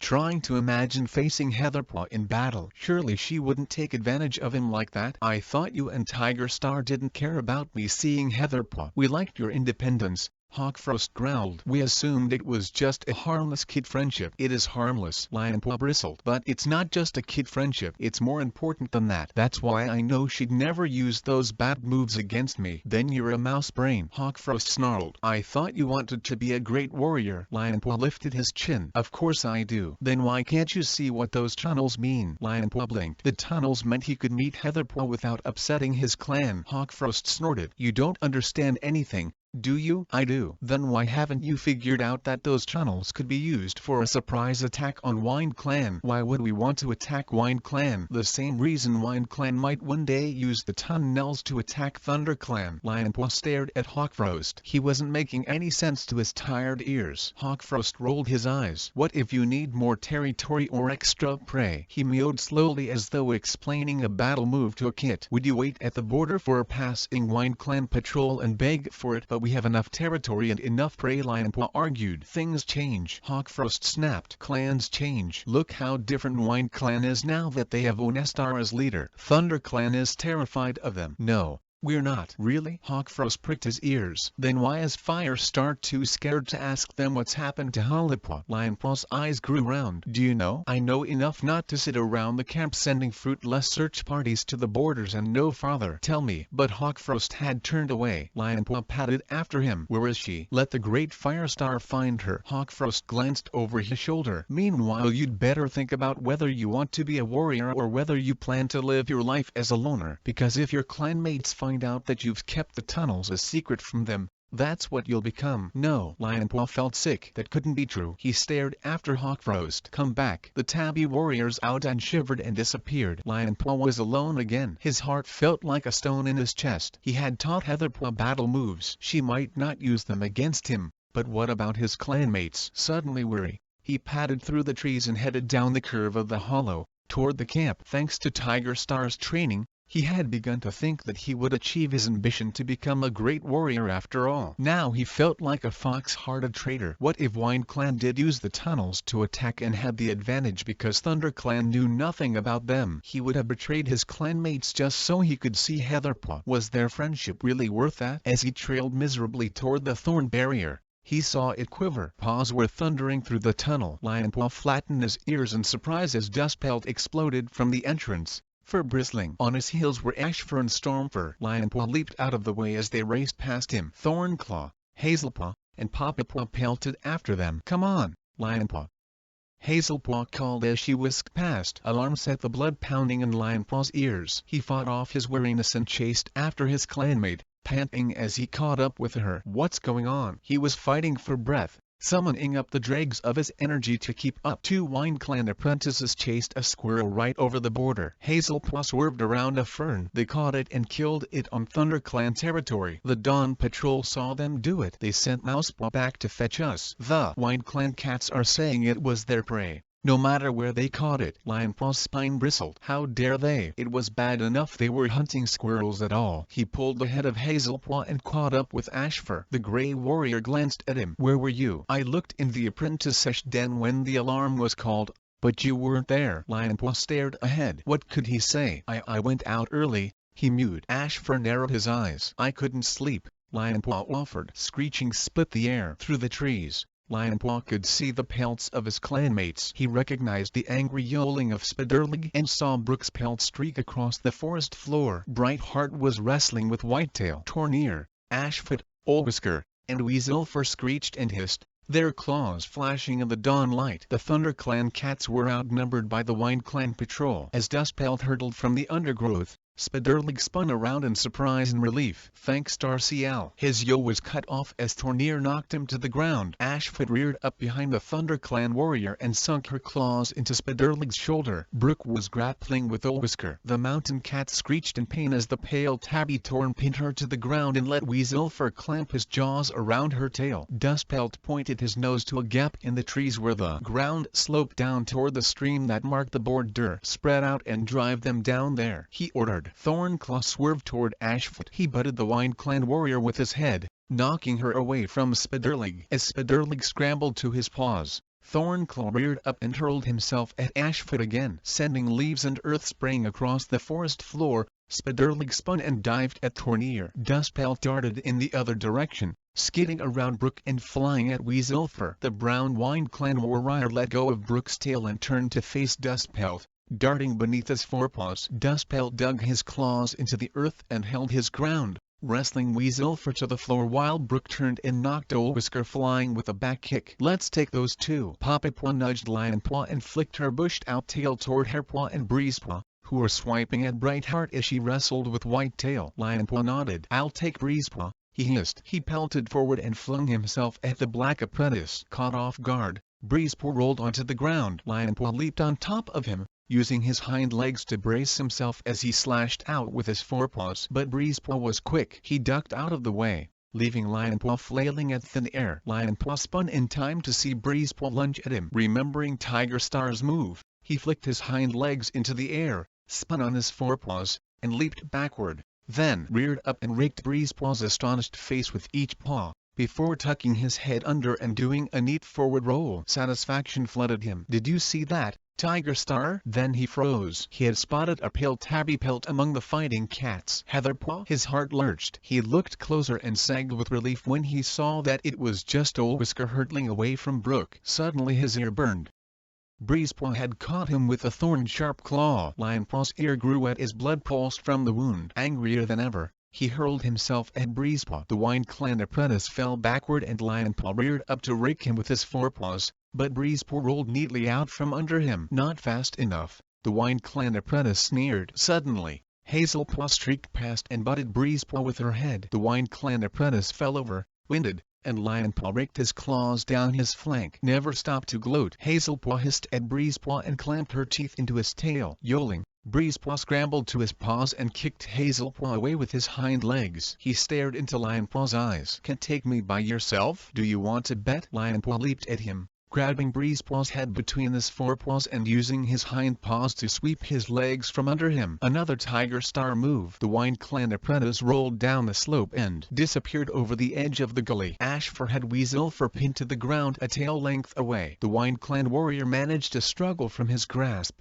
but Ashfur caught him under the chin with a well-aimed blow that sent him sprawling back against a clump of brambles. Weaselfur screeched in pain and, struggling to free himself from the thorny branches, scrabbled backward onto Wine Clan territory. Brook was driving Old Whisker steadily down the slope, balancing on her hind legs while she aimed slash after slash at his retreating muzzle. Poppypaw clung to Whitetail's back while Brightheart raked the ears of the Wine Clan warrior. Hairpaw was already fleeing across the stream, with Hazelpaw yowling after him. "Run back to the nursery, Hairkit." "Retreat," Ashfoot ordered. Tornir looked up from pummeling Thornclaw's back with churning hind paws. At once Thornclaw slithered from his grasp and scrambled to his paws, aiming a vicious blow at the tabby's head. Tornir reeled, hissing, then turned back, eyes narrowed with rage. But the other Wine Clan cats had already fled. "This isn't finished." Tornir leaped the gully and halted beside his clanmates. They huddled together, scratched and bleeding, flanks heaving, and stared furiously at the Thunder Clan cats. "Stay on the moor from now on," Dustpelt hissed. Ashfoot glared at the dark brown tabby warrior. "Firestar gave us these woods. If you have a quarrel about us hunting on them, take it up with him." Dustpelt flexed his claws. "I'll take it up with any Wine Clan cat warrior or apprentice that I catch hunting Thunder Clan's prey." Lionpaw fluffed out his fur and hissed at Breezepaw. "No more squirrels for you." Breezepaw lashed his tail. "Don't be so sure." Thornclaw leaned toward the border. "Go home," he snarled. Dustpelt bristled, blood staining his muzzle. "This isn't the end." He turned and, muttering angrily, led his clanmates slipping into the trees. "Is anyone badly hurt?" He swung his head around to look at them. "My tail hurts," Brightheart meowed. "But it'll mend." Lionpaw licked his paw and ran it over his scratched ear. He could feel the nick that split the top. He would carry this battle scar forever, he thought proudly. "Brook." Dustpelt narrowed his eyes at the mountain cat. "That looks like a nasty scratch on your flank." "It's not deep," Brook reassured him, though fresh blood was still welling at one end. "I'll take her back to camp," Stormfur offered. Dustpelt nodded. "Thornclaw, Spiderleg, and I will remark the border. The rest of you go back with Stormfur." "Can I stay and help?" Lionpaw asked. "You look like you've had enough for one day," Ashfur told him. Lionpaw dropped his gaze. Did his lack of sleep show that much? Reluctantly, He followed Stormfur and Brook as they headed into the trees. Hazelpaw caught him up. Wasn't that great? I feel like a real warrior now. Papapaw fell in beside them. Me too. Lionpaw felt a sudden surge of happiness. Hawkfrost was wrong if he thought Lionpaw would never make a great warrior. As the patrol headed down into the hollow, Brambleclaw shot out of the thorn tunnel to meet them. Did you drive them off? It was easy, Stormfur meowed. No serious injuries? Brambleclaw asked. Just some scratches. Brightheart flicked her tail and winced. Brambleclaw touched Lionpaw's head with his muzzle. That ear looks sore. It's okay, Lionpaw assured him. Lionpaw fought like a warrior. Stormfur meowed. Lionpaw lifted his chin as Brambleclaw ran his tail along his spine. I'm sure he did. The ThunderClan deputy purred. Is he hurt? Squirrelflight was plucking the ground impotently as the patrol padded into the clearing. She hurried to Lionpaw's side at once, and Lionpaw shied away. Don't make a fuss, he thought. He fought like a warrior, Brambleclaw told her. Squirrelflight blinked at Lionpaw. Good. Brook's got a scratch and Brightheart got her tail bitten, Lionpaw reported. But WindClan won't be coming onto our territory for a while. He hoped it was true. He was lucky that Heatherpaw hadn't been in the WindClan patrol. But what about next time? Your ear looks pretty bad, Squirrelflight fretted. Lionpaw shrugged. It's nothing. Better get it seen to anyway. Squirrelflight nudged him toward the medicine den where Stormfur was guiding Brightheart and Brook through the bramble entrance. Reluctantly, Lionpaw followed them. He didn't want Leafpool to heal his battle wound too well in case it didn't leave a scar that would show how well he had fought. Fortunately, Leafpool and Jaypaw were already busy with Brook and Brightheart by the time he pushed his way through the brambles. I need more cobwebs, Leafpool called to Jaypaw. Jaypaw spat out the poultice he had been licking into Brightheart's tail and dashed to the back of the den. He returned with a mouthful of cobweb, which Leafpool pressed against Brook's wound. A sodden red wart already lay on the cave floor. It will stop bleeding, won't it? Stormfur watched her anxiously. Yes, Leafpool assured him. She pressed both paws on the wound. Can you hold it like this? Stormfur nodded and placed his paws over Leafpool's. She drew hers away and turned to inspect Brightheart's tail. Oak leaf. Good choice, she mewed to Jaypaw. It'll stop any infection. It'll be healed in a few days. She glanced back at Stormfur, who was staring at his paws as he held the cobweb to Brook's side. Any news of Hollowpaw? We didn't get a chance to ask, Brook admitted. Leafpool sighed. I suppose not, she meowed. I was just hoping they might have given something away. WindClan hasn't got her, Lionpaw announced. Leafpool pricked her ears. How do you know? Lionpaw stared at the ground. Well, surely they would have told us if they had. He glanced up at Leafpool. Why else would they have her? Then where is she? Leafpool's mew sounded desperate. Lionpaw touched Jaypaw's shoulder with his tail. Can't you ask StarClan? Jaypaw's fur pricked, almost as if he were annoyed. No. Leafpool snorted and padded to the back of the cave. Lionpaw frowned. What was going on? Why haven't you asked them? He pressed. She's our sister. I haven't had a chance yet. Jaypaw lapped up another tongueful of oak leaf and began licking it onto Brightheart's tail. Lionpaw stared at his brother,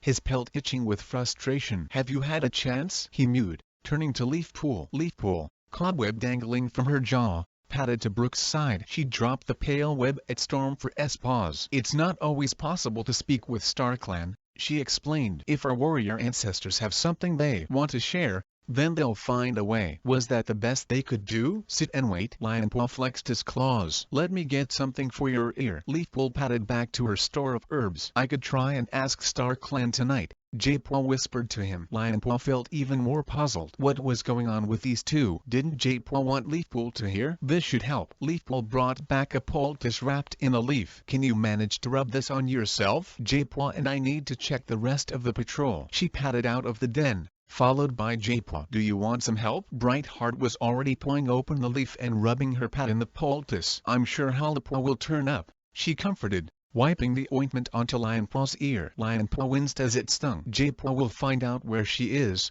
he mewed hopefully. Weariness swept over him again. His night in the tunnels and then the battle had sapped his last pawful of energy. He ducked away from Brightheart's paw. I think that'll be enough. Yes. Brightheart wiped her paw on her chest and turned to Stormfur. How's the bleeding? I think it's stopped. Lionpaw padded out of the den, his paws heavy as clay. He couldn't wait to curl up in his nest and close his eyes. Worry pricked his drowsy thoughts. A warrior should always be battle-ready. What if he'd been too tired to fight today? Lionpaw. Ashfur was bounding toward him. Lionpaw's heart sank. but he twitched his whiskers and tried to look as bright as he could. "Do you want me to go hunting?" he offered. "No." Ashfur stopped beside him. "You look worn out. Get some sleep. You obviously need to catch up." Lionpaw stiffened. There was a hint of warning in his mentor's mew. Did Ashfur suspect there was more to his exhaustion than an early morning run? Lionpaw's heart thumped in his chest. "I promise I'll always be ready to fight," he mewed. "I'm going to become the best warrior Thunder Clan has ever known. Really I am." Ashfur's whiskers twitched. "I'm sure you will." Lionpaw smelled mouse,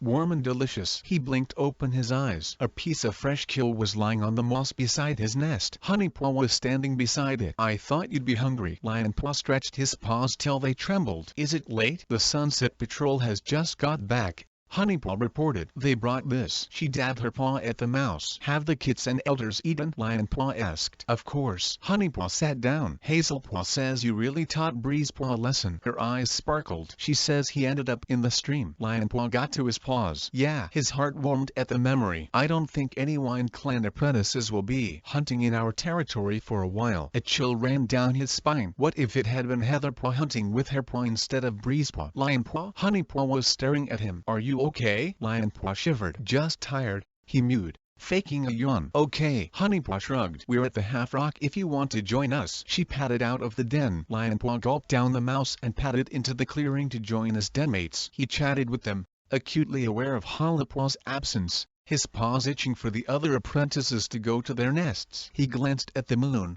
slowly crossing the sky, misted by thin clouds. Heatherpaw would be waiting for him. Berrypaw and Hazelpaw were the last to head for the den, their gray and white pelts glowing in the darkness. As soon as they disappeared, Lionpaw padded quickly to the dirt place tunnel. Glancing over his shoulder to make sure the clearing was still empty, he slipped out of the camp. His ear was stinging from the cold night air by the time he reached the tunnels. He padded inside, the usual eerie sense of foreboding clutching his belly. But this time it was worse. There was something he had to do, something really difficult, but he couldn't see any other way. However much it hurt. Pushing his dark thoughts away, he followed the twisting passageway to the cave. Heatherpaw was already there. She hurried to greet him, rubbing her nose along his cheek. She smelled warm and sleepy, as though she had just woken up. "Your poor ear," she gasped when she saw the blood-encrusted wound. "It's fine," Lionpaw mewed. "Is that your only wound?" Her eyes glittered with worry in the half-light. "Breezepaw said he'd shredded you." Lionpaw stepped back. She should be worried about her clanmates,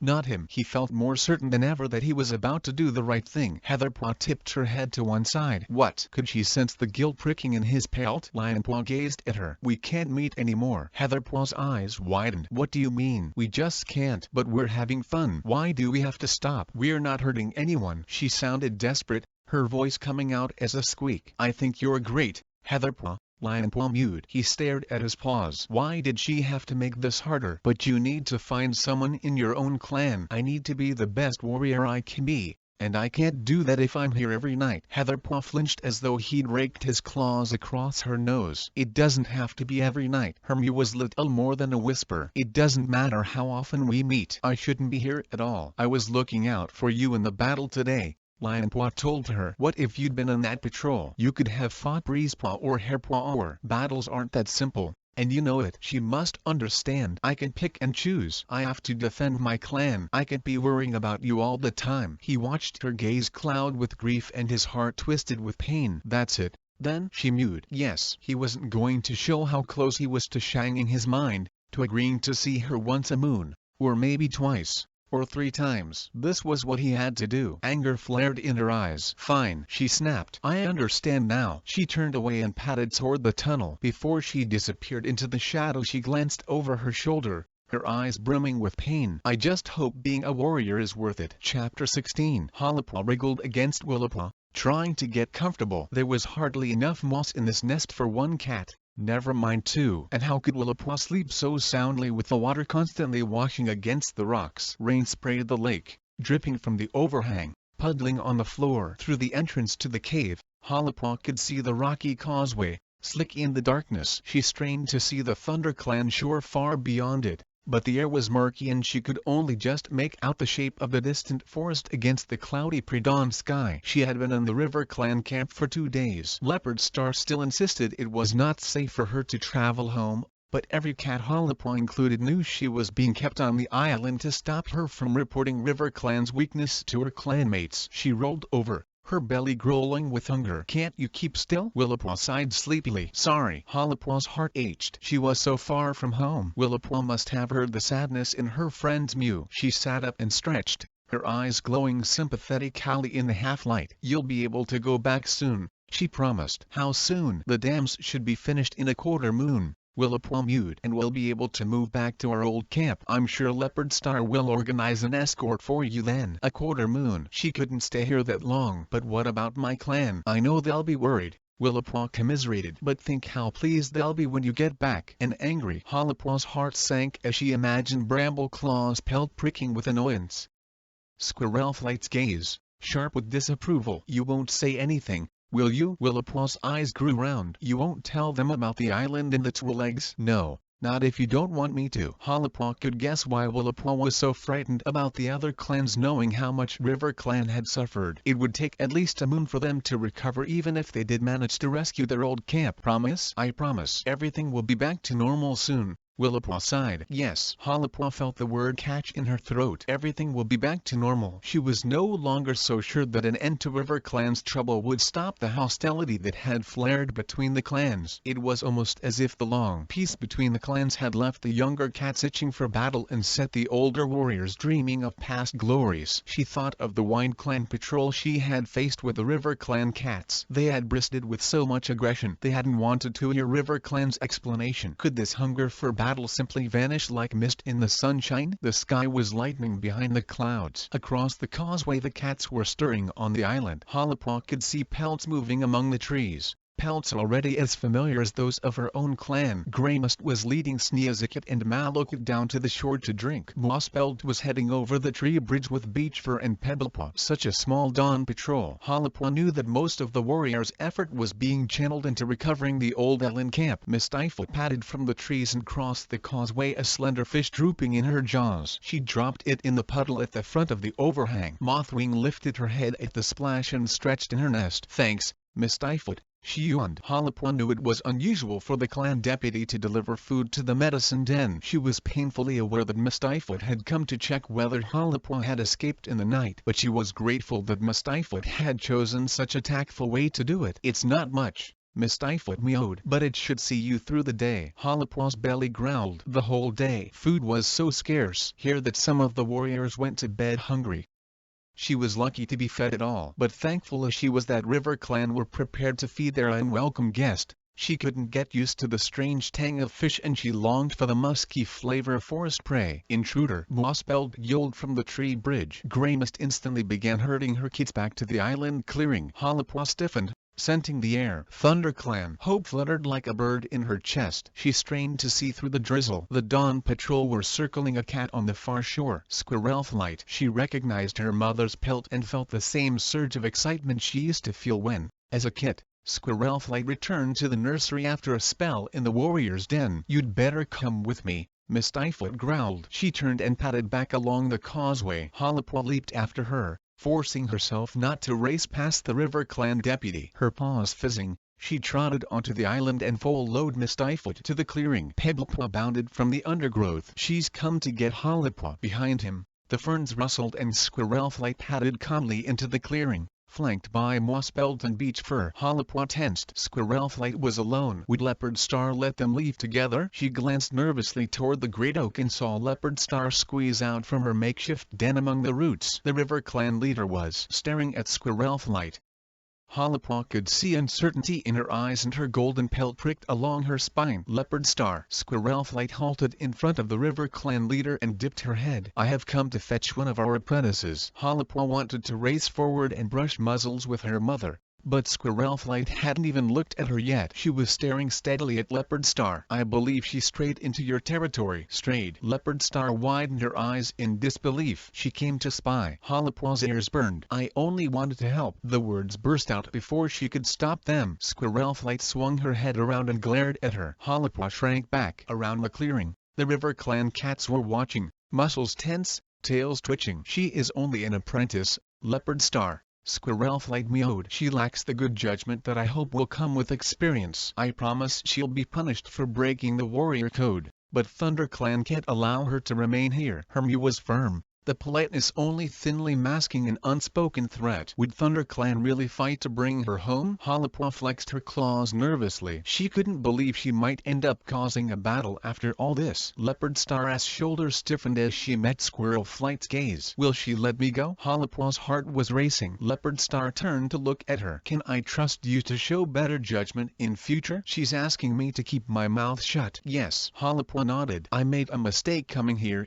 but I won't let any cat suffer because of it. Leopard Star blinked slowly. Then you may go home. Thank you. Halapaw breathed a sigh of relief. Around the clearing, uneasy mews rippled among the River Clan cats. Thank you, Leopard Star. Squirrelflight meowed. I apologize on behalf of ThunderClan. Halapaw winced with shame. The tip of her mother's tail was twitching. Squirrelflight was furious. Halapaw padded to her mother's side, staring at her paws. How embarrassing to be fetched home like a naughty kid. Squirrelflight dipped her head and turned toward the ferns. Wait. Leopard Star flicked her tail. Moss Belton Beach Fur will accompany you to the border. Squirrelflight glanced back, eyes narrowed, and nodded curtly. Paws suddenly pattered over the clearing. Willowpaw was hurrying toward them. Goodbye. She brushed Halapaw's cheek with her muzzle. Promise not to say anything, she whispered. I promise. Halapaw breathed. Willowpaw stepped back, glancing awkwardly at her clanmates, who were staring at her. Grey Mist was curling her lip, and Heavestep, a stocky tabby elder,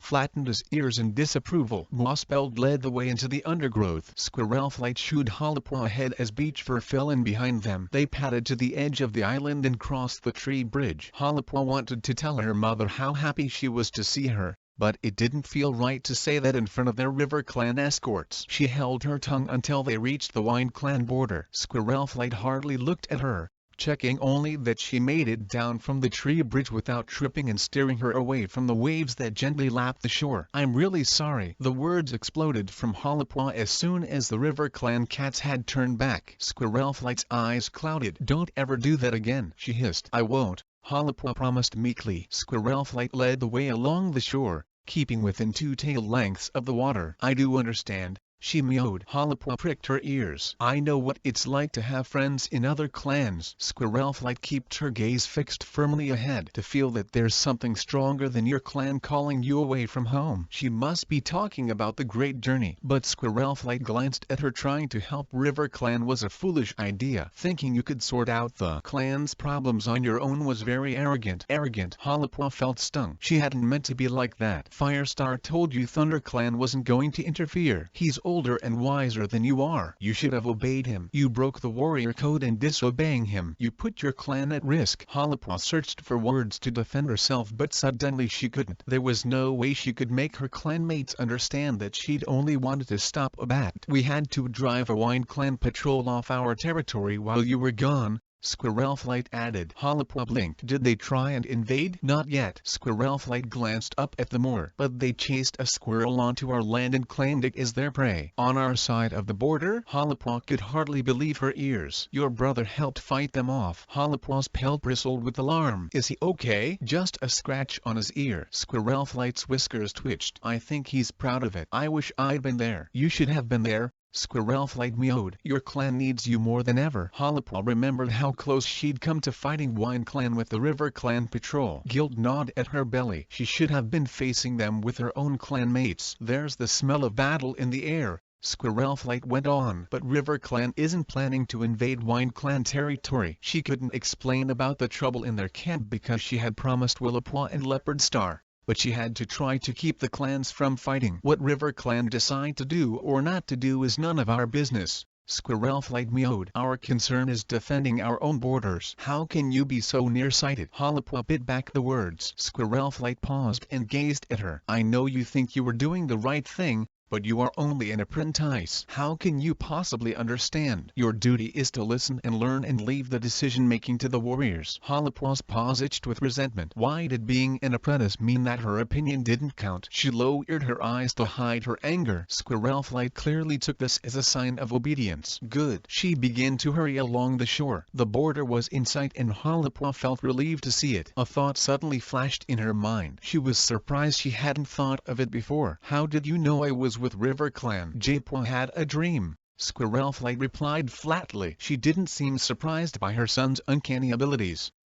Japua was a medicine cat apprentice, after all. Halipua felt proud of her brother, but unease still pricked her paws. What must it feel like to have that sort of power? If he knew where she had been, did that mean he knew about the River Clan camp? She wouldn't breathe a word about it to Firestar, but would Japua do the same? The camp fell silent as Halipua followed Squirrelflight into the clearing. Halipua heard Brightheart whispering to Sorreltail, "She's back." Brook stopped washing and looked up. "Glad to see you're safe." Stormfur nodded at her but said nothing. Dustpelt and Thornclaw only glanced at her before returning to their hushed conversation. Halipua knew she was in big trouble. Halipua Lionpaw raced from the apprentice den. He looked bright-eyed, as though he'd been asleep for ages. He weaved around her, purring. "You smell like fish." Japua padded out of the medicine den and blinked, his blue eyes staring directly at her. Yet again Halipua had the unnerving sense that he could see her, even though she knew he couldn't. "You need to see Firestar," Squirrelflight informed her. Halipua's fur tingled as her mother watched her climb the tumble of rocks to Hylige. Heart pounding,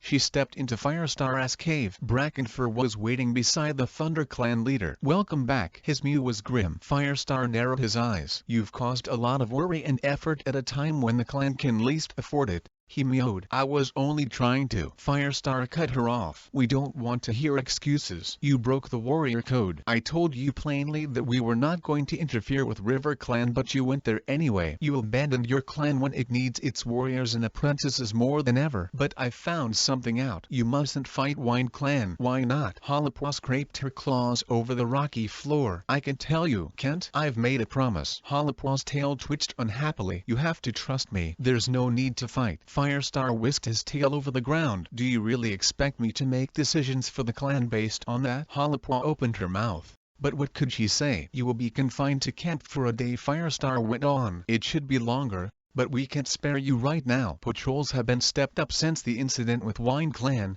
and you are expected to play your part in them. But you will be responsible for looking after the elders for the next moon. It'll be up to you to make sure they are fed and their bedding is kept clean. And don't think about asking your denmates for help. This will be your responsibility alone." Halipua dipped her head. The promise she'd made to Leopardstar stuck in her throat, but she was determined to honor it. She wasn't going to have every cat who knew her accuse her of being disloyal. At least River Clan didn't treat her like a stupid kid. They even thought she might have been a spy. "Is that it?" she muttered. Firestar flicked his tail. "You may as well start now. Mousefur and Longtail will be grateful for fresh bedding." "Okay." Halipua turned and padded out of the den. Why couldn't Firestar have more faith in her? Had he been to River Clan? The clan leaders only looked as far as the end of their whiskers. Well, let them. She'd just get on with her duties and keep her mouth shut. Angrily she skidded down the rocky slope and stomped to Leafpool's den. She poked her head through the brambles. "Can I have some fresh bedding for the elders' den?" Leafpool was unwrapping the cobwebs from Cinderpaw's leg. Halipua. Cinderpaw mewed. Japua's dream was right. Of course it was right. Japua was sorting herbs at the back of the den. He turned to face Halipua. "I suppose Firestar's put you on nettles and water for a moon?" "Not quite." Halipua's whiskers twitched. It was good to hear Japua's grouchy mew again. "Thanks for sending Squirrelflight to find me." "No problem." Japua shrugged and then went back to his sorting. Leafpool was staring at her with troubled eyes. "I'm glad you're safe,"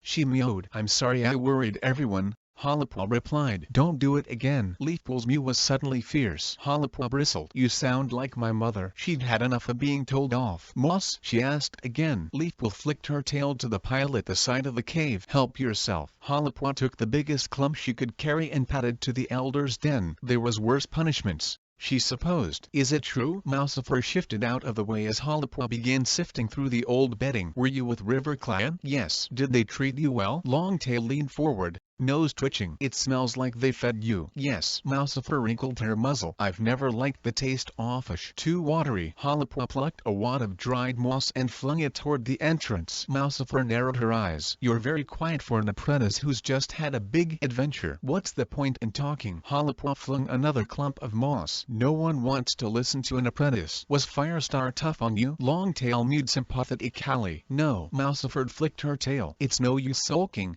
she snapped. "You broke the warrior code. Did you think everyone would welcome you back like a hero?" "No." Halipua glared at her. "But at least I was trying to help. Everyone else just wants to fight." "We must defend our borders," Longtail pointed out. We wouldn't have to defend our borders if we talked to one another. Talk? Longtail's eyes widened with surprise. We're warriors. We fight with tooth and claw, not words. Wait a moment. Mousifer leaned toward Hollipaw. Why do you think talking will help? Wind Clan has made it clear that they want to steal our prey. They crossed our border once. They're trying to steal our territory. Why do you think they want to steal our territory? Hollipaw challenged. Because River Clan is planning to steal theirs. Longtail mewed. Hollipaw swished her tail. Are you sure? Of course. They've lost their land. Longtail argued. They have to go somewhere. They haven't lost their land. Hollipaw wished she hadn't promised River Clan she'd keep quiet. Everyone is jumping to conclusions. She snapped. We don't know anything for sure. Wind Clan doesn't know anything for sure. We're all just guessing. We might end up fighting over nothing. Mousiford frowned. And you think talking might stop the battle? Her mew was thoughtful. Hollipaw felt hope flicker beneath her pelt. Was someone listening to her at last? She gazed expectantly at Mousifer. Can you get Firestar to think about it again? Mousifer didn't reply directly. You'd better fetch some more moss. She began to spread out the pile Hollipaw had brought. We're going to need more than this. Hollipaw closed her eyes as the sweet flavor of mouse spread over her tongue. She crunched through a bone. Something worth chewing. At last she lay beside the half-rock with Poppypaw and Honeypaw New Leaf sunshine warming her pelt. For the first time in days, she pushed away her war eyes about the coming battle and enjoyed the familiar sense of home. So what are they like? Poppypaw lay beside her, idly hooking a freshly killed sparrow from one paw to another. PVIVER Clan, I mean, the elders are grumpy, the warriors are bossy, and the kids are a nuisance. Hollipaw replied with her mouth full. Pretty much the same as us. Poppypaw purred. Don't let Brackenfur hear you saying that, she warned. You're in enough trouble as it is. Look. Honeypaw sat up and stared at the medicine den. Leafpool was leading Cinderpaw slowly out into the clearing. Cinderpaw was limping, hardly touching the ground with her injured leg, but the rushes and cobwebs were gone. Her leg looked thin, the fur pressed flat against the skin from being bound up so long. But her eyes were bright with excitement. Hollipaw! Leafpool called across the clearing. Hollipaw leaped to her paws, gulping down a last mouthful of mouse, and hurried to greet Cinderpaw. She flicked her tail over her friend's ears. You're better. Not completely, Leafpool warned. The medicine cat's eyes glittered with worry. But she's fidgeting around in the den so much. I thought she'd better get some fresh air. Can we go out into the forest? Cinderpaw mewed. No. Leafpool bristled. She stared at Hollipaw. I thought you could help Cinderpaw get some gentle exercise. She emphasized gentle as though she were teaching Hollipaw a new word. Of course. Hollipaw needed the ground. Stay in the clearing, Leafpool ordered. She glanced at Cinderpaw. And be careful. She's acting like a badger with sore stripes. Hollipaw whispered as Leafpool padded back to the medicine den. I know, Cinderpaw purred. She worries too much. She thinks if I breathe too hard I'm going to be crippled for life. Hollipaw sniffed Cinderpaw's leg. It smelled strongly of comfrey. How does it feel? Stiff and sort of delicate. Cinderpaw mewed. But it doesn't hurt anymore. I just have to be careful. Can you put weight on it? Cinderpaw slowly pressed her pad down onto the ground. She winced and then her face relaxed. Not bad. Gingerly she padded forward,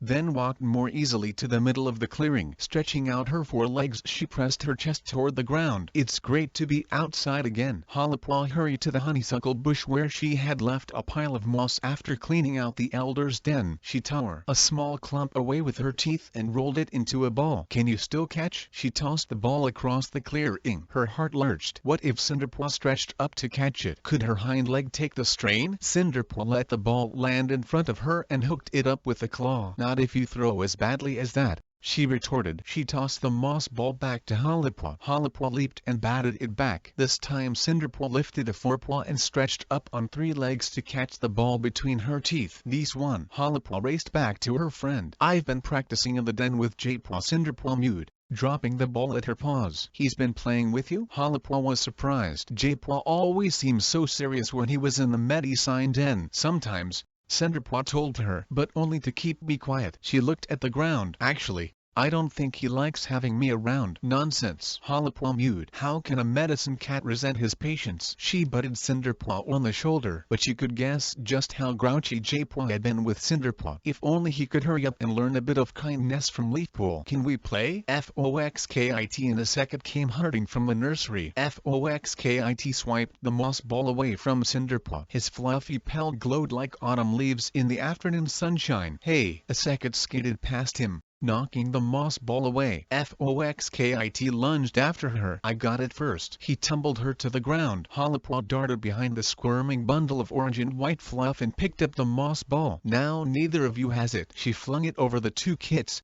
and Cinderpaw reached up with a forepaw and snagged it with a claw. That's the trouble with being no bigger than a hedgehog, Cinderpaw teased. You can only catch worms. She flicked the ball back over the kids' heads for Hollipaw to catch. A second and Foxkit leaped into the air, reaching for the ball as it flew over their heads. You'll have to jump higher than that, Hollipaw called. Not if you can't throw it. Foxkit dashed at Hollipaw and leaped onto her back. He scrabbled at her fur, making her stagger sideways. A second grabbed the moss ball from her paws. Trying to steal our prey, she hissed. Foxkit dug his claws into Hollipaw's pelt. Thief! She must be a Wind Clan warrior, a second cried, dropping the moss ball and throwing herself at Hollipaw. Attack! Help! Hollipaw pretended to yelp in terror as she tussled with the two kits, but, though she was playing, an icy chill shivered deep in her belly. Even the kits were ready to fight Wind Clan. The coming battle was waiting like a fox in the shadows. Chapter 17. Japaw plucked at the moss in the bottom of his nest,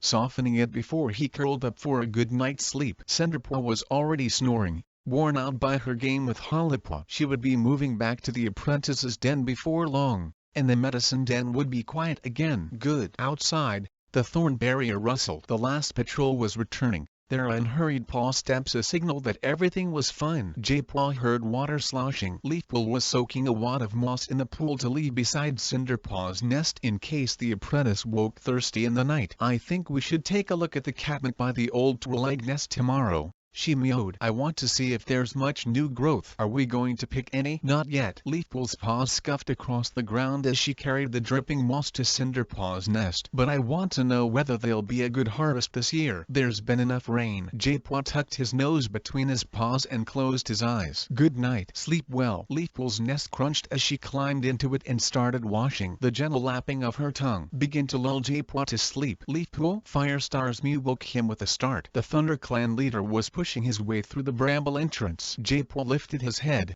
instantly alert and trying to sense what pulsed beneath their visitor's pelt. Unease. Leafpool jumped out of her nest. What is it? This concerns both of you, Firestar mewed. Japaw got up too, not bothering to pretend he hadn't been listening. Is something wrong? Leafpool whispered anxiously. Firestar shifted his paws. I want you both to travel to the Wind Clan camp tomorrow. The Wind Clan camp? Leafpool echoed. Do you want us to speak to Bartface? No. Firestar was choosing his words carefully. Oh Nestar. Why us? Only you can make the journey. If I send warriors, they'll be seen as a threat. What do you want us to say to him? Leafpool sounded puzzled. I need you to find out what's going on in Wind Clan. A spying mission. Japaw felt a surge of excitement. He wants us to find out their weaknesses. But something wasn't right. He could detect no scheming in Firestar's mind, only honest anxiety. I've just been speaking with Mousifer, Firestar explained. She seems to think Hollipaw is right and that all this talk of battle has grown out of gossip and guesswork. I need you to find out whether River Clan has actually invaded Wind Clan territory. Japaw blinked. What difference does that make? If there's going to be a battle with Wind Clan,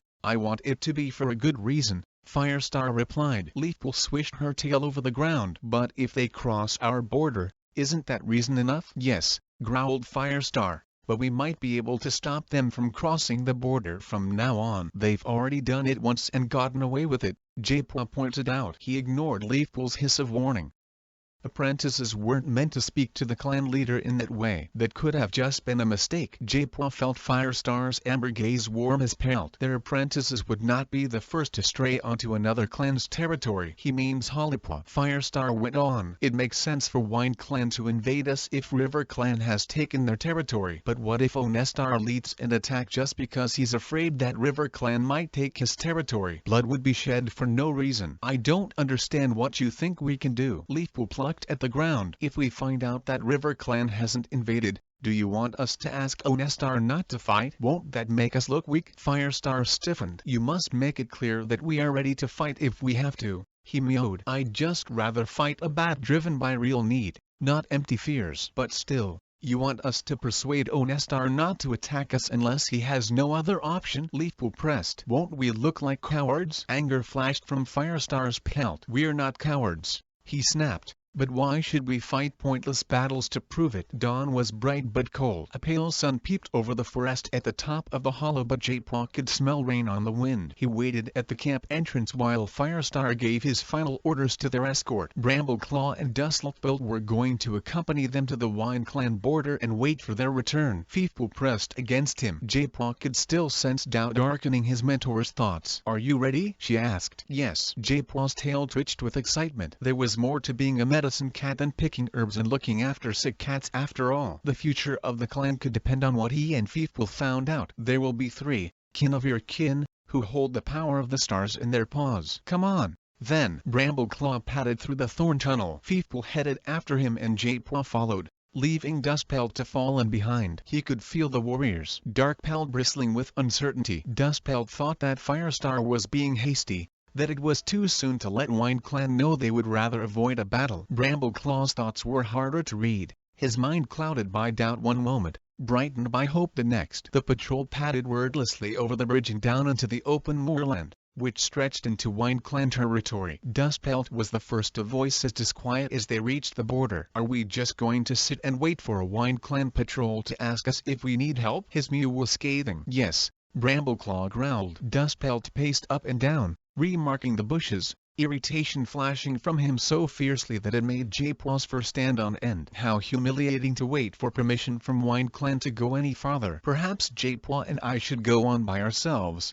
Leafpool suggested. "That's what we'd do if we needed to speak with Barkface." J-Paw nodded. They were medicine cats. They might as well take advantage of their special freedom to travel. "No." Brambleclaw's mew was firm. "You're not going to speak with Barkface, and it's too soon after our run-in with that Wine Clan patrol for you to walk into their territory without them knowing. My duty is to make sure you're safe." His fur brushed the grass as he sat down. "We'll wait." J-Paw sniffed the air. The sun was warming the earth and he could smell heather budding and young rabbits. Suddenly he stiffened. A musky tang edged the wind. "Wine Clan cats are coming." He recognized the scents of Hairpaw and Tornir. There were 2 more cats with them. Their scents were familiar but he couldn't yet name them. "It's Nightcloud." J-Paw felt tension spiking from Leafpool as she identified the Wine Clan she-cat. He knew there was some connection between his mentor and Nightcloud, who was the mate of Crowfeather. He had felt it thick in the air between them before, but he had no idea what it could be. As he probed Leafpool's mind,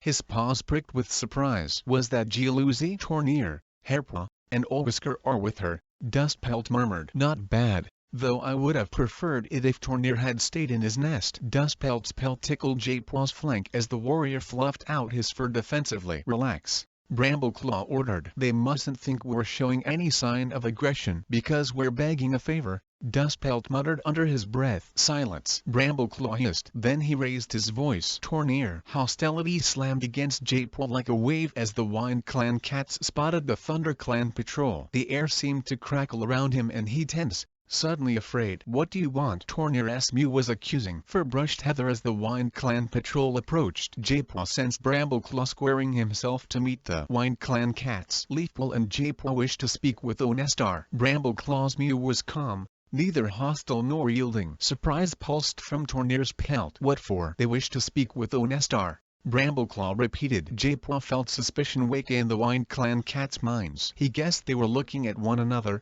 wondering how to respond. Could they turn away medicine cats? "Just Leafpool and J-Paw?" Whisker growled. "We will wait here for them," Brambleclaw assured him. Silence hung in the air, like a hawk stalling before a dive. "Then Whisker and Hairpaw will wait with you," Tornir mewed slowly. "He's going to let us cross the border." J-Paw dug his claws into the grass, eager to get going. "Can I trust you to see them safely to the camp and back?" Brambleclaw asked. Tornir snorted. "Of course you can." "Leafpool," Brambleclaw mewed, "if you're not back by Sunhe, we'll fetch a patrol and come looking for you." His mew was thick with warning aimed at the Wine Clan cats. "She'll be back," Tornir growled. J-Paw heard Leafpool's fur brush the heather as she crossed the border. He padded quickly after her and pressed against her. It was exciting to be traveling to the Wine Clan camp, but he suddenly felt vulnerable. An icy chill swept his fur as clouds blocked out the sun. "Keep your chin high," Leafpool whispered. She let her pelt brush his all the way to the camp,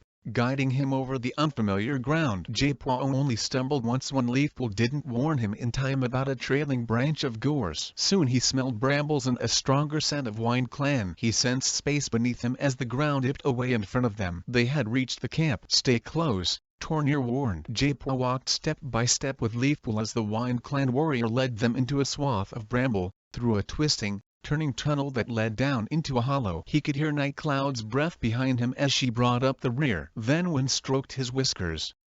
They were out of the tunnel. For a moment he felt overwhelmed by the jumble of scents that filled his nose and mouth. Warriors, apprentices, kits, nursing queens, herbs, rabbit. They must be in the center of the camp. A fresh wind tugged Jaipua's fur. Watchful gazes stabbed his pelt. "It's that blind cat from ThunderClan. What are they doing here? Shall I fetch Barkface?" The Wind Clan cats were emerging from their dens. Jaipua could feel curiosity, hostility, and even fear throbbing in the air. Tornir was whispering to a young Tauren. Jaipua strained to hear, but before he could make out the words, the Tauren haired out of the camp. "Onestar is out hunting," Tornir announced. "You'll have to wait." He raised his voice to address his curious clanmates. "They've come to see Onestar." "Onestar?" Alarm and suspicion rippled around the clearing. Jaipua pricked his ears. This was not a clan determined to expand their territory. They were frightened and confused. His belly tightened. Frightened cats were unpredictable. "Should we speak to Barkface instead and leave?" he murmured to Leafpool. But Leafpool didn't seem to hear. Her attention was flitting around the camp,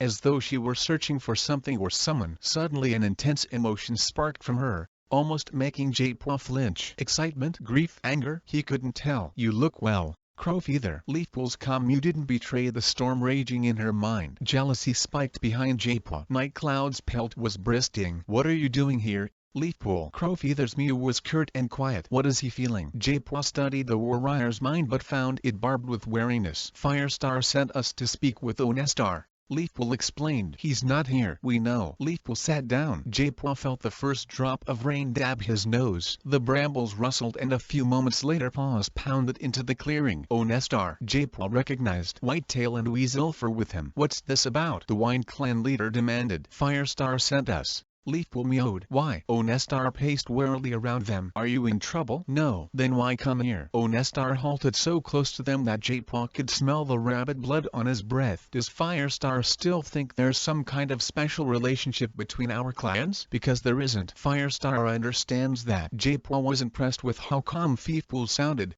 even though he could feel her trembling against him. "Firestar doesn't want to shed blood over our shared border," she went on. "Why did he attack our apprentices, then?" Onestar's tail swished through the air. Wind Clan warriors unsheathed their claws first, Leafpool mewed. "We were only defending the border they crossed. It was our prey." Tornir hissed. Yells of agreement rose around the clearing. "Not once it had crossed the border," Jaipua hissed. Leafpool's tail brushed his mouth. She shifted, her pads squelching against the slippery earth. The rain was beginning to fall steadily. "We didn't come here to argue." "Then why did you come?" Onestar growled. "To talk." Tornir tore at the ground. "Was Firestar too mouse-hearted to come himself?" "Firestar didn't want to provoke you by sending a warrior patrol," Leafpool explained. "He wants to soothe the situation, not inflame it." Crowfeather was circling them. "Then he shouldn't have sent anyone." Anger surged through Leafpool. Jaipua felt it hot against his pelt. "Not every cat hides from his responsibilities," she hissed. Crowfeather halted. "Are you saying that's what I would do?" His whiskers brushed Jaipua's face as the Wind Clan warrior leaned in toward Leafpool. "Get out of the way," Onestar hissed, nudging Crowfeather aside. "What do you want to talk about?" "Firestar wants to know if River Clan has invaded your territory." Leafpool was growing impatient. "Is that why you've been hunting so close to our border? Are you being forced into ThunderClan territory, or do you simply want to take our land because you are foolish enough to believe you can?" Jaipua was shocked by her fierceness. He felt Onestar freeze.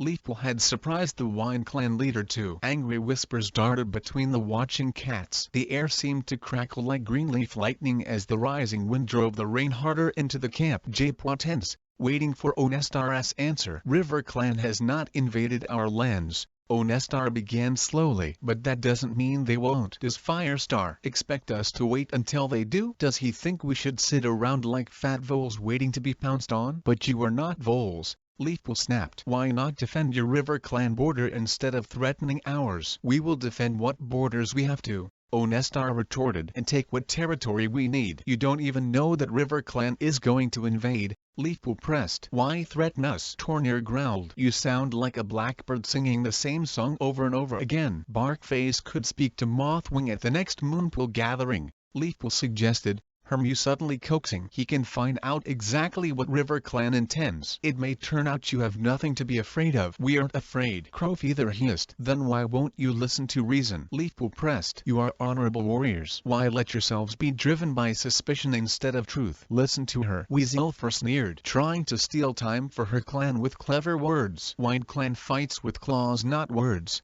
Tornir warned. Jaipua bristled. "It's like trying to show worms to moles," he hissed. "They're too blind to see beyond their own noses." "We're too blind?" Weaselfur mocked. "Wait," Onestar ordered. "Perhaps she's right. Perhaps we should give River Clan a chance to explain what's going on before we do anything." "A chance to invade, more like," Tornir growled. "You saw how desperate River Clan looked at the gathering," Crowfeather argued. "And every patrol we see looks hungrier than the last." "We can trust them." "But they haven't invaded yet," Onestar pointed out. "They crossed the border," Tornir reminded him. "Only once." Jaipua sensed the Wine Clan leader's mind slow. He was thinking. "We can't let them drive us into unnecessary bloodshed," Onestar murmured. Suddenly, a panicked yell split the air beyond the camp wall. The dripping brambles shook and a Wine Clan queen skidded into the clearing. "My kids are gone," she screeched. "Say Gekit." Thus Dekit. Alarmed mews filled the camp. "Say Gekit, Thistlikit, and Swallowkit," panted the queen. "All of them disappeared." "When did you last see them?" Onestar demanded. The queen was fighting for breath. "I left them in the nursery and went to stretch my legs. They weren't there when I came back,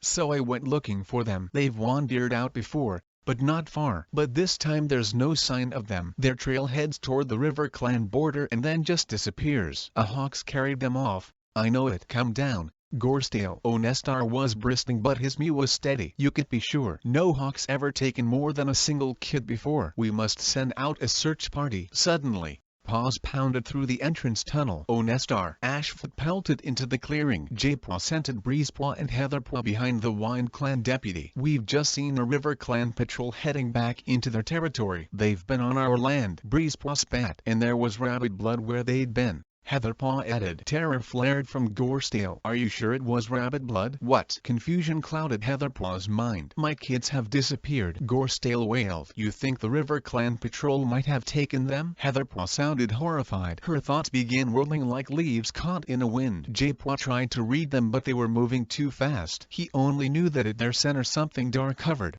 a sense of blackness that made his blood turn to ice. She knew more than she was letting on. "You must leave." Onestar had turned back toward Leafpool. "You're not going to attack River Clan, are you?" Leafpool gasped. "We'll do what we must to get our kids back," Onestar hissed. "But you don't know they've taken them," Jaipua objected. "A moment ago you thought it was a hawk." "That was before River Clan crossed the border." "But they may have had good reason," Ashfoot growled. "To steal our kits." "But why?" Onestar cut Leafpool off with a snarl. "Go home." Jaipua flinched as the Wine Clan leader leaned in close. "You can tell Firestar that it's too late. You've wasted your time trying to protect River Clan. We'll attack it once." Chapter 18. Lionpaw shivered. The rain had reached right to his skin. He dropped his vole on the fresh kill pile and shook the water from his pelt. "Good hunting," Ashfur congratulated him. "You've improved a lot these past days. It seems like your mind is on your training again." Lionpaw blinked at his mentor. It had been a good hunting patrol. He, Ashfur,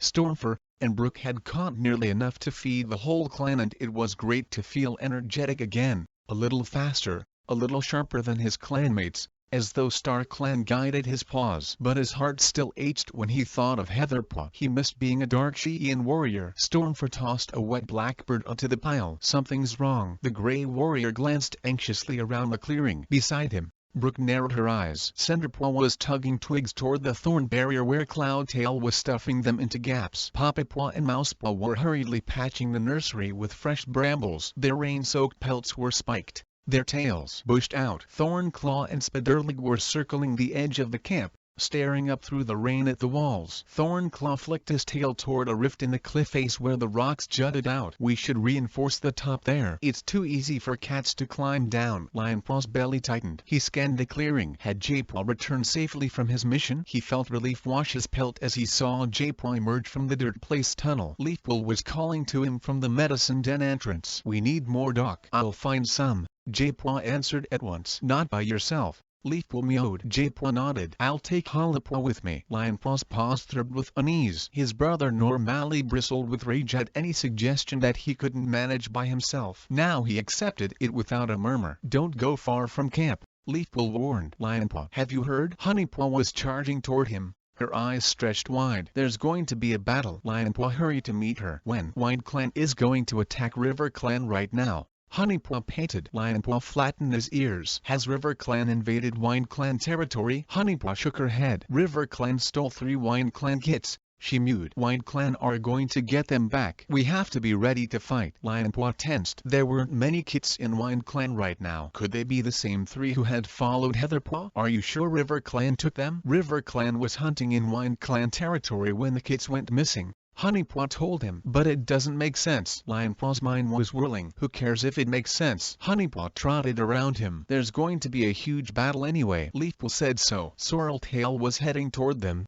eyes clouded with worry. You're jumping ahead of yourself, Honeypaw, she meowed. We have to be ready, Honeypaw argued. Who knows what Wind Clan will do next? Lionpaw backed away from the 2 cats, his heart pounding. Had River Clan really stolen the kits? There was another way off the moor, one their clanmates didn't know about. What if the kits had found the tunnels? He jumped as a voice sounded behind him. You should eat. Spiderlig was stretching, flexing his muscles. You must be ready for battle at any moment. But Wind Clan is fighting River Clan, not us. Anything could happen, Spiderlig growled. River Clan might chase Wind Clan off the moor. They might decide to accuse us of taking the kits instead. Leafpool told Firestar that Wind Clan is desperate enough to do anything. Lionpaw froze. I must find the kits. I must stop this. But what about his clan? He ought to be thinking about defending them. He should be helping fortify the camp like Cloudtail and Cinderpaw, or joining a patrol to check the border. He couldn't go off and search for kits. What if Wind Clan attacked while he was gone? This battle will be a chance to prove yourself a true warrior. Tiger Star's voice murmured in his ear. The kits mean nothing. Think of your clan. But I am thinking of my clan. Lionpaw shook his head,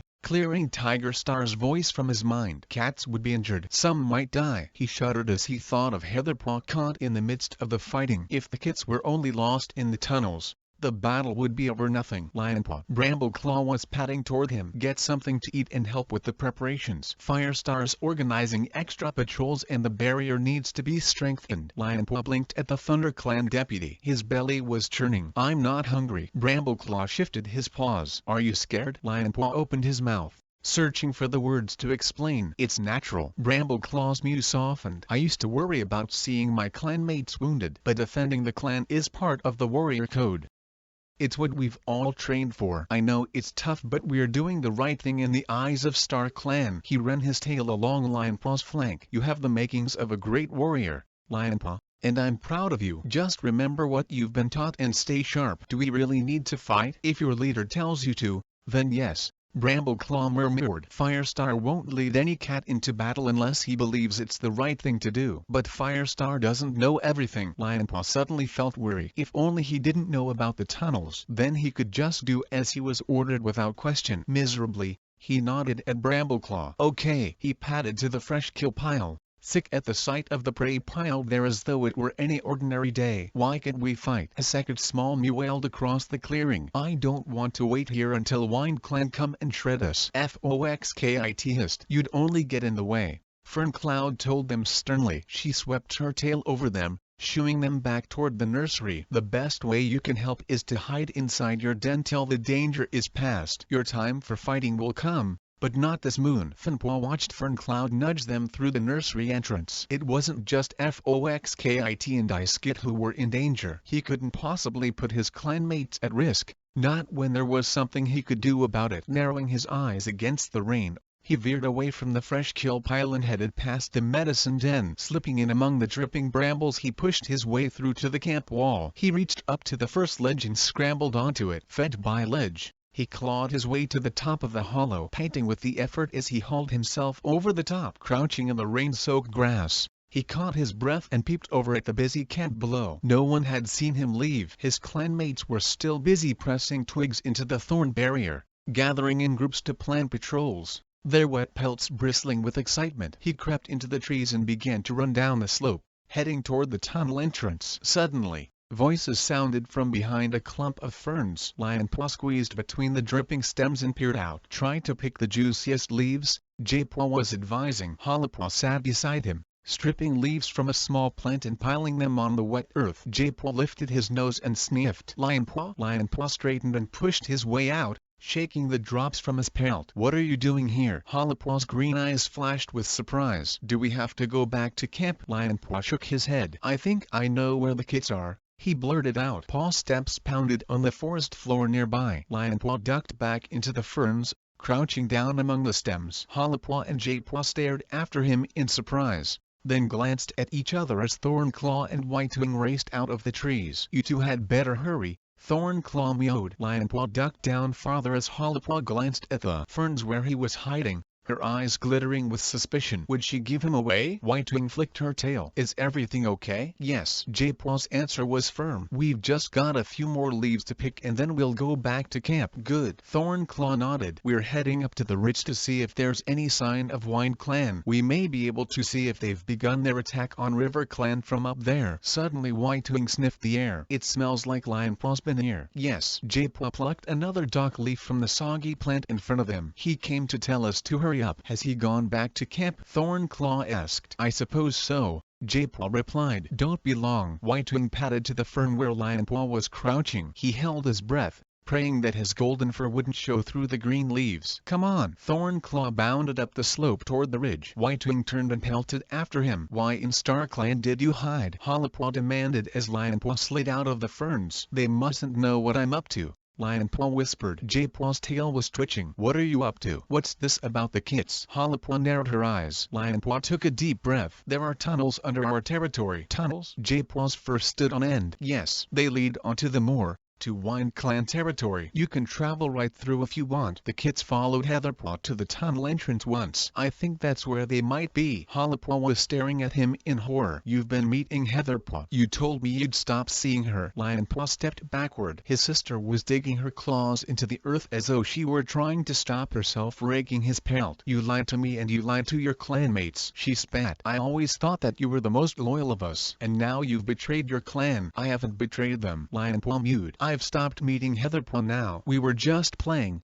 but then I realized that an enemy clan knows a secret way into our territory. Hollipaw snapped. Were you ever going to tell anyone? Or were you just going to sit and watch while your little friend led her clanmates to our camp? Lionpaw glared at his sister. I would never let that happen. Calm down. Jpaw weaved between them. It's done now. He swung his head toward his sister. Lionpaw's not the only cat who's made mistakes this moon. You're still in trouble for trying to help Willipaw. That was different, Hollipaw growled, but she shifted her paws as she spoke. There's no time to argue, Jpaw mewed. Are you sure that the kits are in these tunnels? Lionpaw? Not definite, but it seems the most likely place they'd be. He glanced anxiously at Hollipaw. Will you help me find them? Hollipaw's tail quivered. Okay, she mewed. I don't want Wind Clan attacking River Clan. Not when they're so close to solving their problem. Lionpaw blinked. What do you mean? The fur on Hollipaw's spine rippled. I promised not to tell. Promised who? Jpaw demanded. Willipaw and Leopard Star. But we're kin, Jpaw pressed. We have to stop keeping secrets from one another. That's not how it's meant to be. Hollipaw's eyes glittered with uncertainty. Okay. She took a deep breath. River Clan's camp was being threatened by Twi'lek kits. They're making the stream around it deeper and wider to keep the Twi'leks away. I saw it myself. They're so close to making it work. They should be back in their old camp by the next gathering. Her paws were trembling. I promise not to tell. But it doesn't seem right. Everything's gone wrong. No. It hasn't. Lionpaw lifted his chin. We're going to stop the battle. But how? Hollipaw mewed. By finding the kits. Jpaw padded to Lionpaw's side. Where are these tunnels? How do we get in? Follow me. Lionpaw headed into the trees. He broke into a run, checking over his shoulder that Hollipaw and Jpaw were keeping up. They weaved after him, skidding to a halt on the slippery leaves beside him as he reached the bottom of the slope where the tunnel opened into the forest. Where is it? Hollipaw squinted over the swath of brambles. Lionpaw flicked his tail toward the rabbit hole Heatherpaw had first disappeared into. There. That? Hollipaw mewed in surprise. No wonder no one's ever noticed it before. Jpaw was sniffing the air as though searching for something. His tail was quivering. Lionpaw frowned. Have you been here before? I don't think so. Jpaw's ears twitched. Why did he seem so afraid? There was no time to worry. Lionpaw squeezed under the brambles. Follow me. He pushed his way through It was easier now after all his visits, although one or two fresh branches had grown since he was last here, and he ducked as they snatched at his ears. J-Paw stayed close behind him, his nose brushing Lion-Paw's tail. "The entrance is here." Lion-Paw scrambled out of the bushes and guided J-Paw to the hole in the side of the hill. He stopped beside it and sniffed the familiar scent of musty air flowing from the tunnel. Hollow-Paw scrambled out of the brambles after them and stared doubtfully at the hole. Rain dripped from her fur and each ear was tipped with a quivering drop of water. "We go in here?" Lion-Paw nodded. "What about the rain?" J-Paw sounded wary. "It won't be raining inside the tunnel." Lion-Paw was puzzled.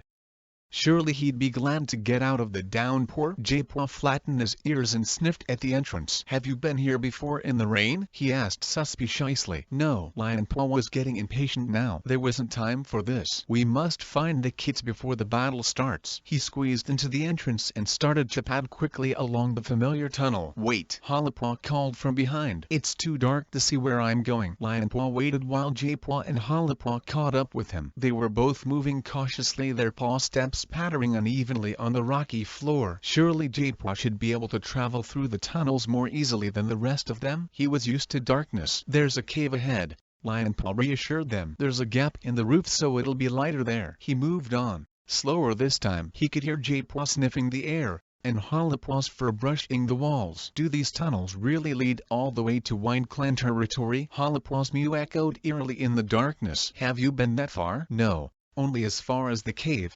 Lion-Paw answered. Then he froze. He could smell familiar scents up ahead. Wind Clan. Had Heatherpaw already led a patrol into the tunnels? J-Paw's breath stirred his ear fur. "You know there are Wind Clan cats ahead." "Yes," Lion-Paw sighed. "Perhaps we should go back," Hollow-Paw whispered. "We don't want Wind Clan to realize we know about this place. It would ruin our advantage." "They probably know already." Lion-Paw's heart felt as heavy as stone. Heatherpaw had betrayed their secret. He wouldn't be surprised if she'd betrayed him as well. They hadn't exactly been friendly the last time they met. He padded toward the dim light and stepped into the cave. In the gloom, he could just make out Heatherpaw on the other side of the river. Breezepaw was pacing the edge of the cave behind her, sniffing at each tunnel in turn. "I've lost their scent." Lion-Paw. Heatherpaw sounded surprised. Breezepaw spun, hissing, to face Lion-Paw. Heatherpaw's gaze darted anxiously toward her clanmate as she went on. "How did you know about this place?" Lion-Paw understood at once. She was pretending she had never met him here before. It was a sensible plan, but it felt wrong to act like strangers after they'd shared so much time here. "I found it a few days ago by accident," he lied. Hollow-Paw and J-Paw were creeping out of the tunnel behind him. "I was chasing a rabbit and it led me down a hole and I ended up here." He flashed a warning glance at Hollow-Paw. Breezepaw's pelt bristled. "These tunnels lead into Thunder Clan territory as well?" "I didn't realize." Heatherpaw mewed, wide-eyed. "I've only been as far as this cave before." "What are you three doing here?" Breezepaw demanded. Hollow-Paw padded in front of Lion-Paw, lifting her chin. "When we heard that the kits were missing, Lion-Paw guessed they might be here." "How did you know there was another entrance in Wind Clan territory?" Breezepaw flexed his claws. "It was just a guess." Lion-Paw shrugged. "There are so many tunnels. They might lead to Shadow Clan territory as far as I know." Breezepaw stared at him. The damp, stuffy air was thick with mistrust. "Is there any scent of the kits in your tunnel?" "No,"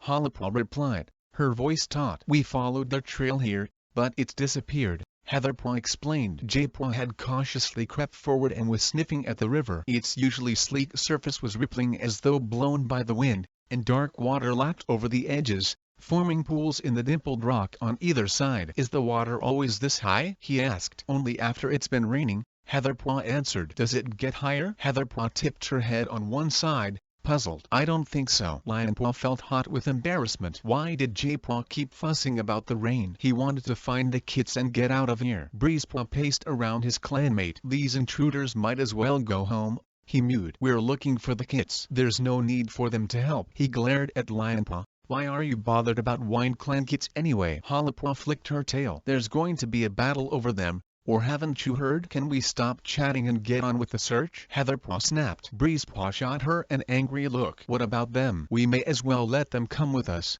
Heatherpaw mewed. "How are we going to carry 3 kits by ourselves?" Before he could answer, she headed for the tunnel nearest her. "We have to find those kits before any of our clanmates gets hurt." "I agree." Hollow-Paw leaped the wide river and glanced back at J-Paw. "The water is about 2 foxtails wide," she told him. J-Paw crouched, preparing to jump. Lionpaw could see his paws trembling. Let him make it. He tensed, ready to dive into the rushing river if he had to, but Jadepaw sprang high over the river, clearing it with a tail length to spare. As Lionpaw jumped after him, Heatherpaw ducked out of the tunnel she had been sniffing. They haven't been this way. Lionpaw crept into another dark opening, tasting the air. No scent this way. Jadepaw was crouching in front of a narrow entrance, his whiskers twitching. Chapter 19. I'll go first. Jadepaw hardly realized he had said the words out loud until he heard Breezepaw snort scornfully. You're blind, and you can see perfectly in the dark, I suppose. Hollypaw snapped. Jadepaw sensed Breezepaw brizzed,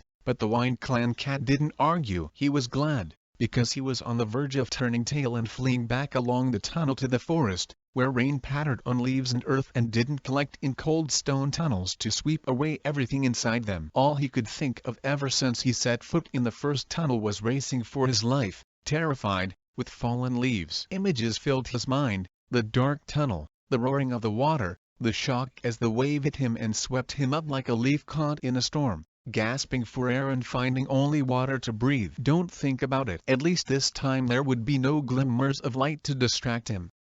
Instead he could focus on his instincts. Lionpaw stepped out of the way to let Jadepaw pass. As Jadepaw brushed past him, he felt relief flooding from his brother's pelt. He thinks I'll do better in the dark than he will. I hope he's right. Cold air blasted over him, making his whiskers tremble. But the breeze carried something else, whispers he felt rather than heard, flooding from deep inside the tunnel like the pulsing of blood in his veins. He padded into the tunnel, feeling the darkness swallow him up. This wasn't darkness he was used to. Blind in the forest, he could feel the warmth of the sun on his pelt, smell the fresh tangs that flavored the air, hear the wind that rustled the leaves. This darkness was suffocating, musty, and cold, pressing against his fur and filling his nose and mouth. Nothing but blackness, thick as fur, soft as water, drawing him in. The rock beneath his paws was covered in fine silt, the walls so narrow they grazed his pelt as he crept slowly forward. Can't you go any faster? Breezepaw's mew was as jagged as the walls.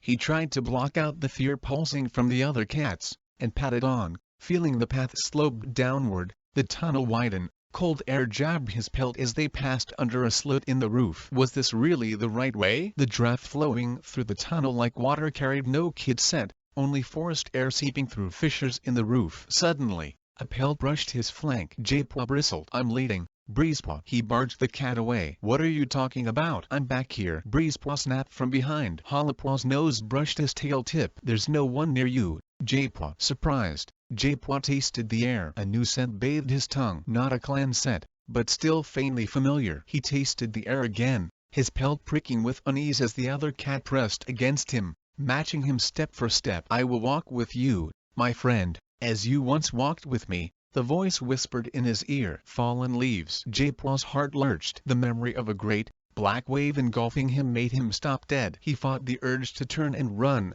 to pelt back to the cave in the forest and the safety of the open sky. I could not leave you here to walk alone, when you walked with me like a brother. Jadepaw blinked, trying to see. Am I dreaming? No. Fallen Leaves whispered. I have come to help. I know where the kits are. Why have we stopped? Breezepaw mewed crossly from behind. Hollypaw's nose flicked Jadepaw's tail. Are you okay? Fine, he told her. Then he lowered his mew to less than a whisper, breathing the words so that only Fallen Leaves could hear. Have you seen them? I know where they are. Fallen Leaves pressed his pelt to Jadepaw's, urging him forward. But we must hurry. Jadepaw resisted. Why should I trust you? You couldn't even get yourself out of these tunnels. I have walked them ever since, Fallen Leaves murmured sadly, and I know them better than the moors above us. Jadepaw steadied his breath. You've really seen the kits? They are alive, but they are cold. We must hurry. Instinct alone might not be enough down here. Touching his tail to Fallen Leaves' flank, Jadepaw let the torn guide him forward into a tunnel that branched to one side. The passage sloped steeply down. Jadepaw's pads slipped on the floor. The rock was slick with rain. Are you sure you know where you're going? Breezepaw called. Can you still smell them? Lionpaw asked anxiously. They went this way, Jadepaw replied. Fallen Leaves swerved again, nudging him toward another tunnel. Duck, he warned. Jadepaw dipped his head just in time, squeezing through a shallow gap. Keep down, he warned his clanmates as he wriggled beneath the pressing rock. The gap grew lower and lower until he was scrabbling on his belly. This feels like a dead end, Hollypaw panted as she squeezed after him. It opens up in a moment, Fallen Leaves promised in J-Paw's ear. J-Paw smelled the sweet scent of heather and felt rain on his face. There must be an opening in the roof ahead. He slithered out of the gap, relieved to feel space around him. Which way now? Heather paused for a brush the rock as she squirmed out after him. There are 3 tunnels, Lionpaw told him. J-Paw tasted the air, but there was no scent of the kits. This way, Fallen Leaves whispered. J-Paw felt his whiskers brush rock on either side as he let Fallen Leaves guide him into another tunnel. How do you know we're going the right way? Breezepaw's mew was sharp, but J-Paw could sense the panic throbbing beneath his pelt. It came from every cat, filling the darkness with a suffocating dread that J-Paw tried to block from his mind. I can smell them, he lied. He mustn't let their fear overwhelm him. Listen to Fallen Leaves. The tunnel twisted and veered upward, then widened. Air filtered through a gap overhead. The patter of paw steps slowed behind him. I knew it was a dead end, Heatherpaw sighed, stopping. J-Paw halted. A boulder was blocking the tunnel ahead. He sensed its unyielding bulk. We'll never get past that, Breezepaw mewed. Rain pounded overhead, dripping through a gap into the tunnel and echoing off the rocks as J-Paw sniffed the wet stone. He ran his nose along the boulder, following its smooth contours until his whiskers touched the tunnel wall. A tiny gap opened between boulder and wall, too small to squeeze through. Now what? Breezepaw snapped. Do you think you can lead us back? He didn't sound convinced. Or did you just bring us here to show us this boulder? Let me guess. It's a special Star Clan rock and it's going to tell us where the kits are. Shut up, Heatherpaw hissed at her clanmate. Why? Breezepaw snarled. We're lost underground. Do you want me to thank him? Shh. Hollipaw mewed suddenly. I'll say what I like, Breezepaw retorted. Just because he's your brother. I can hear something, Hollipaw hissed. What is it? Lionpaw's pelt was tingling with excitement. J-Paw strained to hear. A tiny squeaking sound, just louder than the rain, echoed ahead of him. The kits? Anyone there? He called. The squeak turned into an excited mewling. They were behind the boulder. J-Paw felt Fallen Leaves breathe in his ear. I told you I'd help you find them. I think I can climb over it. Lionpaw mewed. J-Paw heard claws scrabbling against stone as his brother clambered over the boulder. Shallow water splashed faintly when he jumped down the other side. They're here. His joyful mew echoed around the tunnel. More claws scraped against rock as Hollipaw, Heatherpaw, and Breezepaw scrambled over to join him. Thanks Star Clan, we found you, Heatherpaw purred. Paws splashed and a frightened mew answered her. We couldn't climb back over. We thought we were stuck forever. We'll take you home, Breezepaw reassured them. Go on, Swallowkit, Heatherpaw urged. Tiny claws scraped stone and a soggy bundle of fur slid clumsily down onto the ground beside J-Paw. Are you okay? He asked. The rain was pounding harder. They had to get out quick. I'm fine but... Breezepaw's mew interrupted her. Your turn, said Gekit. Fur brushed rock and another kit thudded lightly on the floor. J-Paw reached out his nose to the newest arrival. Are you hurt? No. J-Paw swept the 2 kits together with his tail, pressing against their sodden pelts to warm them. Breezepaw landed beside him. J-Paw stiffened. He was holding the 3rd kit in his jaws. She was barely breathing and when Breezepaw laid her on the ground, she didn't move. Thus Gekit went to sleep and now she won't wake up. Swallowkit wailed. J-Paw pushed the trembling kits against Breezepaw and crouched beside the limp, wet body at his feet. She was cold, shivering with small convulsions. J-Paw began to massage her body with his paws, trying to rub some warmth into her pelt. Heatherpaw slithered back over the boulder. Is she okay? Help Breezepaw warm the other 2. J-Paw ordered. We're hungry. Gekit's mew was muffled by Heatherpaw's fur. It serves you right for wandering off, Heatherpaw scolded. She sounded cross but J-Paw could feel her fearful gaze jabbing his pelt as he worked on Thistlecit. Rain dripped down harder through the gap in the roof. The silt had turned to slimy mud around his paws. He rubbed Thistlecit more urgently. He had to get them out of here. Lionpaw and Hollipaw leaped down from the boulder. Do you know the way out? Swallowkit asked, trembling. Of course we do, Breezepaw declared. We found our way in, didn't we? Getting out will be even easier. He doesn't believe that. We'll get out, J-Paw mewed softly. He waited for Fallen Leaves to whisper encouragement but he only felt the quiver of the young Tom's tail against his flank. Thistlecit began to cough and fidget beneath his paws. Warmth was seeping back into her body. She struggled to her paws. You found us, she gasped. Hollipaw folded herself around the shivering kit. Did you think we'd leave you in this horrible place? Surprise pulsed from the kit. You're from ThunderClan. We've been helping your clanmates to find you, Hollipaw explained. You've caused a lot of trouble, Breezepaw growled. Lionpaw's tail swished over the floor. We can worry about that once we're out. A noise like rushing air suddenly filled the tunnels. The rain's getting harder, Hollipaw mewed. That's not rain, Lionpaw murmured. "It's coming from inside the tunnels." "Inside?" Said Gekut squeaked. "What is it?" Breezepaw demanded. Jaypaw felt sick. He knew what it meant. "The river is overflowing." Lionpaw darted to Jaypaw's side,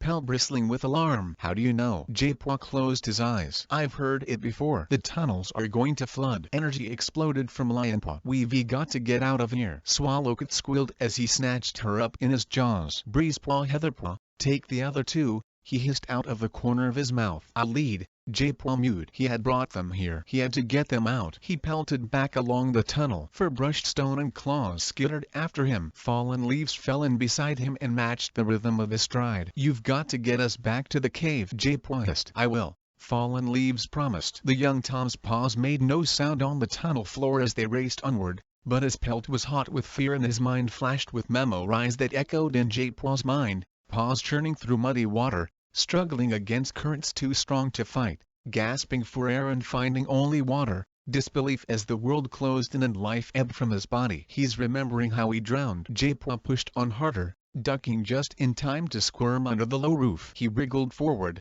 the rock scraping his spine, his claws splintering against the stone. Struggling out the other side, he paused, waiting until he heard the authors emerge. The kit squealed with fear and pain as they were dragged over the rough stone. "Nearly there," Jaypaw encouraged. The tunnel was slopping upward now. Water washed his paws. One more twist, another turn. He could smell the scent of fresh air. He burst into the cave, hope springing in his belly. "We've made it." He could feel Fallen Leaves trembling with relief beside him. Ahead, the river was roaring. Lionpaw shot out behind him. "Take Swallowcut." He thrust the kit at Jaypaw. Jaypaw snatched her in his teeth. "What's he doing?" Hollowpaw exploded from the tunnel with Heatherpaw and Breezepaw. Jaypaw heard water splash as Lionpaw plunged into the river. "Lionpaw," he yelled, dropping Swallowcut. He strained to hear over the roaring of the water. "Can you see him?" he begged Hollowpaw. "He's swimming." "He's crazy." Breezepaw gasped. "I'm okay." Lionpaw coughed as he struggled, splashing, from the far side of the river. "How are we going to get the kids across?" Heatherpaw called. "There's no point." Lionpaw yelled back. "The tunnel's blocked." Panic edged his mew. "The rain has washed soil into the entrance. There's too much mud to dig through." "What about our tunnel?" Heatherpaw called. Breezepaw bounded away as Lionpaw splashed back across the river. "Blocked.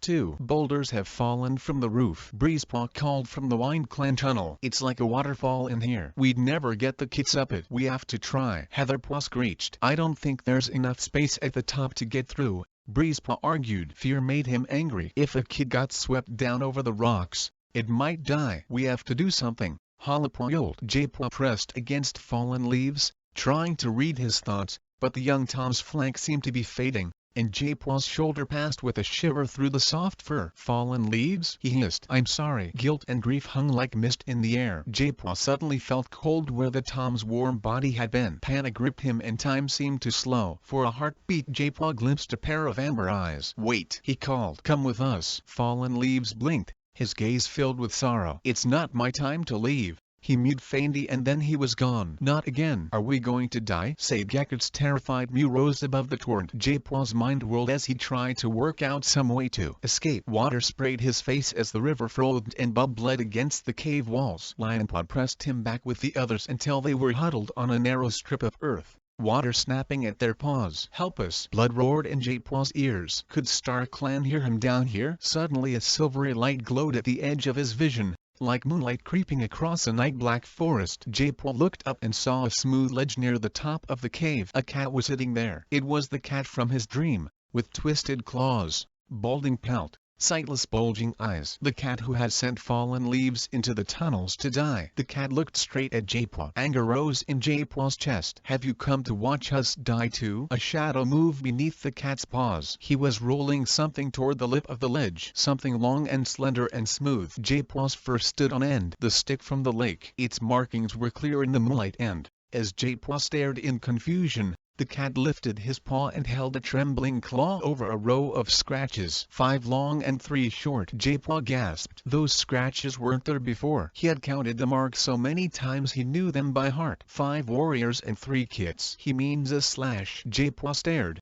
panic-stricken, into the old cat's eyes. "Are we going to die?" The cat bent his head to look at the stick before slowly lowering his claw and running it through the scratches. With a rush of hope, J-Paw understood. "We're going to survive." The cat nodded. A paw clapped him sharply on the ear. "Stop staring at nothing and help us think." Breezepaw snarled. The vision disappeared and J-Paw was in darkness once more. He turned to the others, his pelt bristling with excitement. "There's a way out of here," he mewed. "I know it." "What is it?" Then Lionpaw demanded. "I'm not sure," J-Paw admitted. "Let me think for a moment." "Thinking won't move boulders," Heatherpaw screeched. "We're trapped." "We could wait till the cave floods and swim up to the hole in the roof," Hollowpaw suggested. "It's too small to escape through," Breezepaw growled. "And the kits might drown," Heatherpaw pointed out. J-Paw shook his head. There was something at the edge of his thoughts. An idea he could sense but not reach. The stick. It had been here in the cave, but he'd found it by the lake. How did it get out? Water splashed at his paws. He recoiled,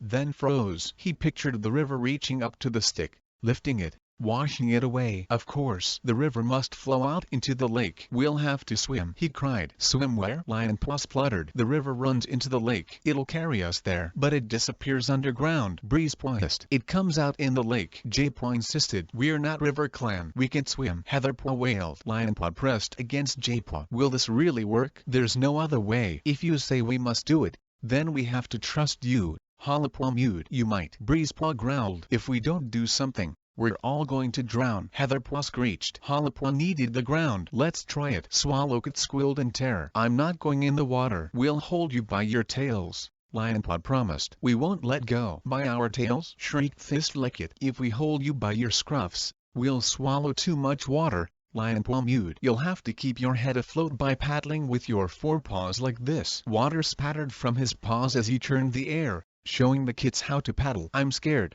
Heatherpaw whispered. "It's going to be okay." Lionpaw dropped onto four paws and pressed against the Wind Clan cat. J-Paw was close enough to hear him whisper into her ear, "Our time together will be something I remember even when I'm with Star Clan." Heatherpaw trembled. "There will be no borders between us there." J-Paw blinked, startled by the emotion flooding between them. Then light flickered in his vision and he saw the old cat again. "Leave now." He thought of all the cats who had ventured into this place.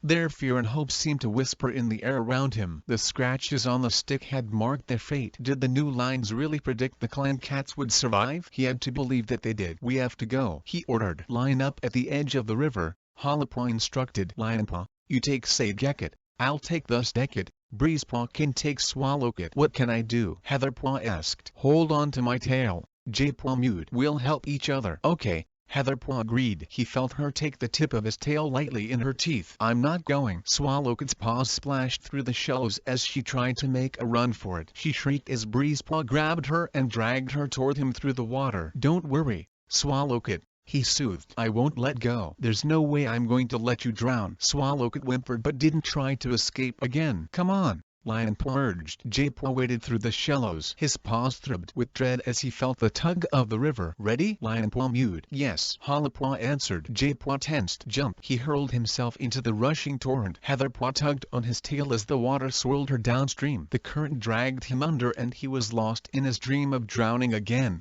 choked by the tumbling water with the bodies of cats all around him and his ears filled with roaring. Chapter 20. Water roared in Hollowpaw's ears as the pale light of the cave faded from sight. The river dragged her into the tunnel, the current pulling her under. Her lungs screamed for air. She fought the urge to suck in water and kept her jaws firmly clamped around Thistlecut's tail. Rock scraped her ears and she felt air on her face as the river swirled her upward. She drew a quick breath before the river dragged her down once more. A body brushed hers and was swept away. Thistlecut struggled, raking her nose with thorn-sharp claws. She resisted the urge to fight, trusting J-Paw, letting the flood carry her, feeling stone graze her flanks as the water tossed her against the sides of the tunnel. The roaring grew louder till she thought her ears would burst. Then peace. The current let her go and the noise died away. She strained to see through the darkness. Was that light? Bright dots sparkled in the distance. Was Star Clan waiting to welcome her? Her head swam and blackness pressed in on the edges of her consciousness. She fought her way upward, frantically seeking the surface, praying that she wouldn't find rock above her. With a final desperate effort she pushed up and up until she thought the whole world must be water. Suddenly, she burst through the surface of the lake, Star led by the chill of the wind as it swept her face and filled her nose and ears. They had made it. She gasped and spluttered, drawing in lungful after lungful of cold, wonderful air. Blinking water from her eyes, she saw that the decks were stars, glimmering through wind-torn clouds. The rainstorm was moving away. Thistlecut thrashed in the water beside her, fighting to keep her head above water. Halapaw grasped the kit with her forepaws, let go of her tail and grabbed her scruff, paddling with her hind legs to keep both their heads out of the water. She forced herself to relax, letting the water support her and working her paws in a steady rhythm that held them afloat. Thistlecut coughed and wheezed, trembling against her chest. Halapaw scanned the dark surface of the lake for the others. Joy sparked in her belly when she saw Lionpaw's golden head bobbing a few tail lengths away. Sadegekit was clinging to his back, eyes shining in the moonlight. Bubbles exploded near him, and Breezepaw burst to the surface with Swallowcut. Jaypaw, Heatherpaw. Panic started to grip Halapaw. Had they made it? She heard splashing behind her and she twisted around, dragging Thistlecut so fast he squealed with surprise. Jaypaw and Heatherpaw were flailing beside each other, their paws spraying water as they fought to stay afloat. Jaypaw, she called. We're okay. Heatherpaw coughed. Halapaw swam toward them, kicking out with her hind legs, surprised to find herself swimming like a river clan cat. The shore's over there. She could see it not far off and, reaching Jaypaw, she nudged him toward it. Heatherpaw was splashing toward Lionpaw. Why wasn't the Wind Clan apprentice trying to help her own clanmate? Then she realized that Lionpaw was thrashing in the water, ducking his face under. As he came up for a breath, she saw his eyes were wild with panic. Sadegekit's gone, he yelled. Heatherpaw dived beneath the surface. Halapaw held her breath, treading water as Lionpaw ducked under again. Had the current dragged the kid back down into the black, bottomless water? Suddenly, Heatherpaw bobbed up, Sadegekit between her jaws. The kid's paws flapped wildly. He was alive. Lionpaw broke the surface, his eyes lighting as he saw Sadegekit. He swam to Heatherpaw's side and grasped the kid's tail between his teeth, and together they headed for the shore. Halapaw swam beside Jaypaw, casting an eye back to make sure Breezepaw was still managing. The Black Wind Clan apprentice was pounding through the water with Swallowcut's scruff in his jaws and his eyes fixed on the shore. Halapaw's muscles burned with exhaustion, but she didn't dare stop moving. With Thistlecut's fur blocking her mouth, every breath was a struggle, but she kept her gaze pinned on the shoreline and pushed on. At last, she felt P.B. Blez graze her hind paws and, reaching down, touched the bottom with a forepaw. Thank you, Star Clan. Wading from the water, she dropped Thistlecut in the shallows and stood panting for a moment, struggling to get her breath back. Heatherpaw and Lionpaw already lay farther up the shore, their flanks heaving while Sadegekit crouched beside them, vomiting water onto the pebbles. Pebbles clacked behind her as Jaypaw followed her out of the lake. How did you know it would carry us into the lake? Halapaw gasped. It made sense, Jaypaw mewed between coughs. He splashed onto the beach, and Thistlecut stumbled after him. Breezepaw was struggling out of the shallows, a few foxtails along the shore. Swallowcut dangled from his jaws, her paws flailing as she fought to be put down. We're all safe, Halapaw breathed. She patted to Lionpaw and Heatherpaw, her trembling paws slipping on the wet pebbles. Are you two okay? Lionpaw lifted his head. Only half drowned. A purr burst from Heatherpaw. She flicked Lionpaw with her dripping tail and got to her paws. We'd better get the kits back to camp. Halapaw glanced up the beach. Brambles and ferns crowded the shoreline, the forest dark behind them. This was ThunderClan territory. Let's take them to Leafpool, she suggested. It's nearer and we need to make sure they're okay. Sadegekit was still coughing up water. Thistlecut had collapsed beside him,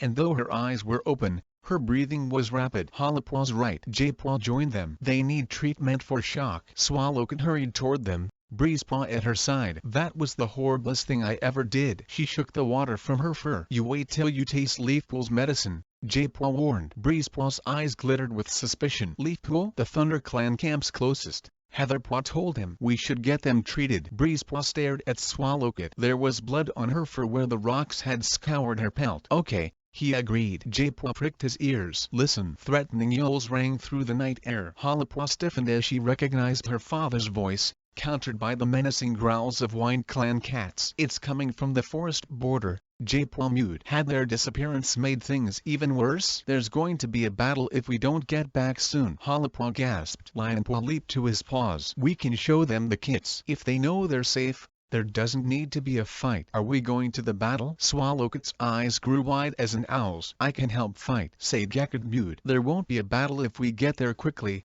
Hollipwa mewed. Said Gekut had no idea that he'd helped cause this mess, or that he'd be fighting some of the cats who'd just saved him. Do you think you can make it? Of course we can. Thistlecat flicked her tail. Japwa sniffed each kit in turn. They need herbs, he mewed doubtfully. Then he lifted his chin. But it can wait a while. Walking will warm them up, Heatherpaw pointed out. Hollipwa led the way up the beach. She scrambled up the bank and pushed aside a swath of ferns, holding back the fronds to let the others pass. Heatherpaw nudged Swallowcat up the slope while Breezepaw followed thus Gekut, pressing his muzzle against her flank to stop her stumbling. Lionpaw grabbed Said Gekut by the scruff and swung him up the steep bank, letting him drop beside Hollipwa. She pressed the ferns back as the kid padded past. He was staring up at the branches, eyes wide as though he'd never walked beneath trees before. What's Japwa doing? Lionpaw was staring at his brother on the shore. Hollipwa narrowed her eyes. Japwa was crouched beside a stick. You stay with the others, she told Lionpaw. We'll catch up with you. She darted back onto the beach. Are you okay? She called to Japwa. He didn't seem to hear her. He was staring at the stick,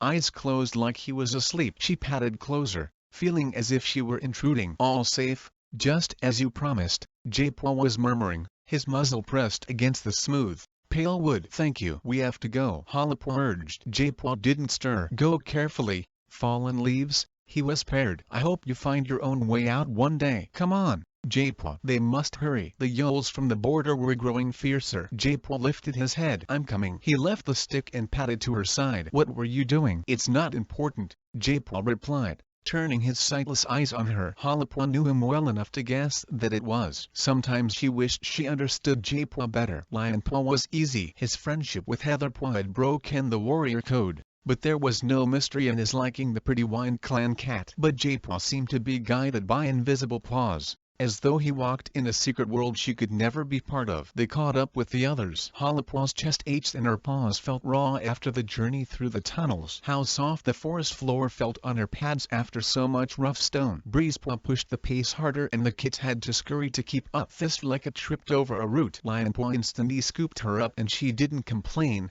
hanging limp from his jaws, her eyes glazed with exhaustion. Said Gekut was panting hard. I can carry you, Hollipwa offered. The kid shook his head, too breathless to speak. Suddenly, Swallowcat squealed. A bramble had snagged her fur. Japwa plucked it free with his teeth. Hollipwa's chest tightened. It was cruel to make the kids travel so quickly through the forest, but they had to stop the bat. We are nearly there, she mewed. The ground sloped down and Breezepaw broke into a run. Said Gekut and Swallowcat skittered after him. An angry yell echoed from the forest ahead. I told you, we don't have your kits. It was Firestar. Then where are they? Onestar spat back. River Clan swears they don't have them either. But they must be somewhere and we mean to find them. Put one paw across the border and we'll shred you. Hollipwa strained to see her clanmates through the trees. She could make out Brambleclaw squaring up to Ashfoot on the Wind Clan side of the gully. Firestar stood shoulder to shoulder with his deputy. Thornclaw, Whitewing, Spiderleg, and Berrypaw were bristling behind them as the Wind Clan cats faced them,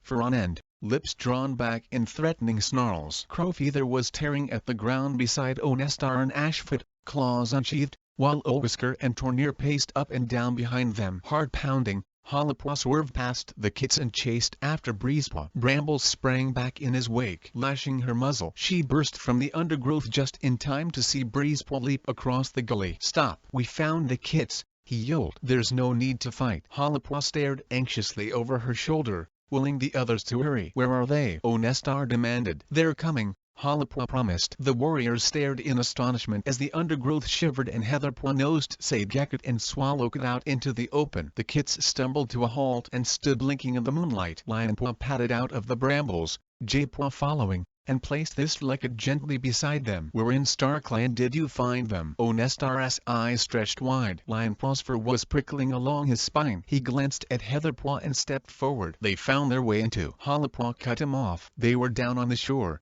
she mewed. They'd made themselves a camp to shelter from the rain. What was the point in giving away Lionpaw's secret? The tunnels between the two clans were blocked now. Any tactical advantage was lost and it would only get Lionpaw into trouble. She glanced at the others, silently praying that they would agree. Heatherpaw nodded. They were just inside the Thunder Clan border, right down on the beach. Her gaze fixed on Breezepaw, Lionpaw, Hollypaw, and Jaypaw saw us looking for them and called us over when they picked up their scent. What scent? Oh, Nestar meowed. We didn't find one. Breezepaw blinked. The rain must have washed it away. He mewed. Oh, Nestar beckoned the kids toward him with his tail. Come here. Gingerly, Saidgekit, Thistlecit, and Swallowkit approached the border, ears flattened and tails down, and stopped at the edge of the gully. Why did you leave camp without permission? Oh, Nestar growled across the gap. Saidgekit lifted his chin. We were exploring. Exploring? Oh, Nestar echoed. We've almost fought battles with River Clan and Thunder Clan looking for you. Swallowkit hung her head. We're sorry. We didn't think. Thistlecit added. It seemed like fun to build our own camp on the beach. Saidgekit's gaze darted toward Hollypaw with a mischievous twinkle in his eyes. He had no idea how important it was that the tunnels remain a secret. Lionpaw padded to the scent line. You said almost fought River Clan? He mewed to Onestar. Hollypaw's pelt rippled with hope. There hasn't been a battle yet. We gave River Clan till dawn to return the kits. Onestar gave an exasperated sigh. But now it looks like we need to apologize for falsely accusing them. Apologize. Tornir lashed his tail. Don't forget they crossed our border. They were chased by a dog.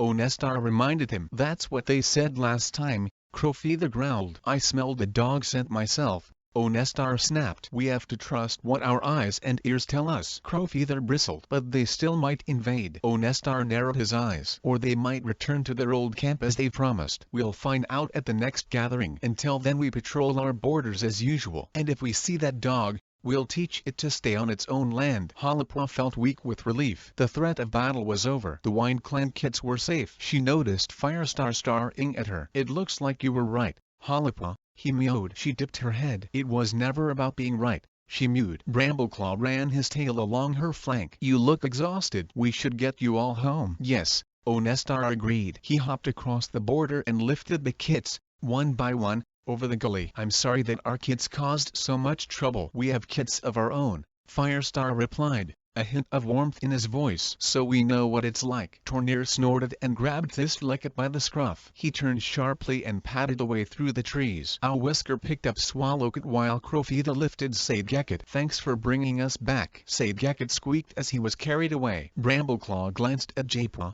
who was hanging back beside the undergrowth. Are you okay? I'm fine, Jaypaw assured him. He began to wash his tail. Hollypaw blinked. Didn't he care they had stopped a battle? It was as though his quest had ended the moment they'd left the lake. I'd better go too. Breezepaw nodded curtly at Hollypaw and Lionpaw. Are you coming? He stared at Heatherpaw, who was lingering on the Thunder Clan side of the border. In a moment, Breezepaw snorted and hurried after his clanmates. Heatherpaw padded to Lionpaw and entwined her tail briefly with his. Thanks for helping. Firestar narrowed his eyes and Hollypaw stiffened. She stared at her brother, claws itching as she waited for his reply. One bat had been averted, but was another one still looming? We would have done the same for any cat, Lionpaw mewed. Flatty. Pain flashed in Heatherpaw's eyes. You're going to be a great warrior, Lionpaw. Lionpaw watched as she leaped the gully and disappeared into the shadows. Then he blinked at Firestar, his eyes expressionless. Are we going home now? Firestar nodded and began to lead his clanmates away. Hollypaw dug her claws into the soft,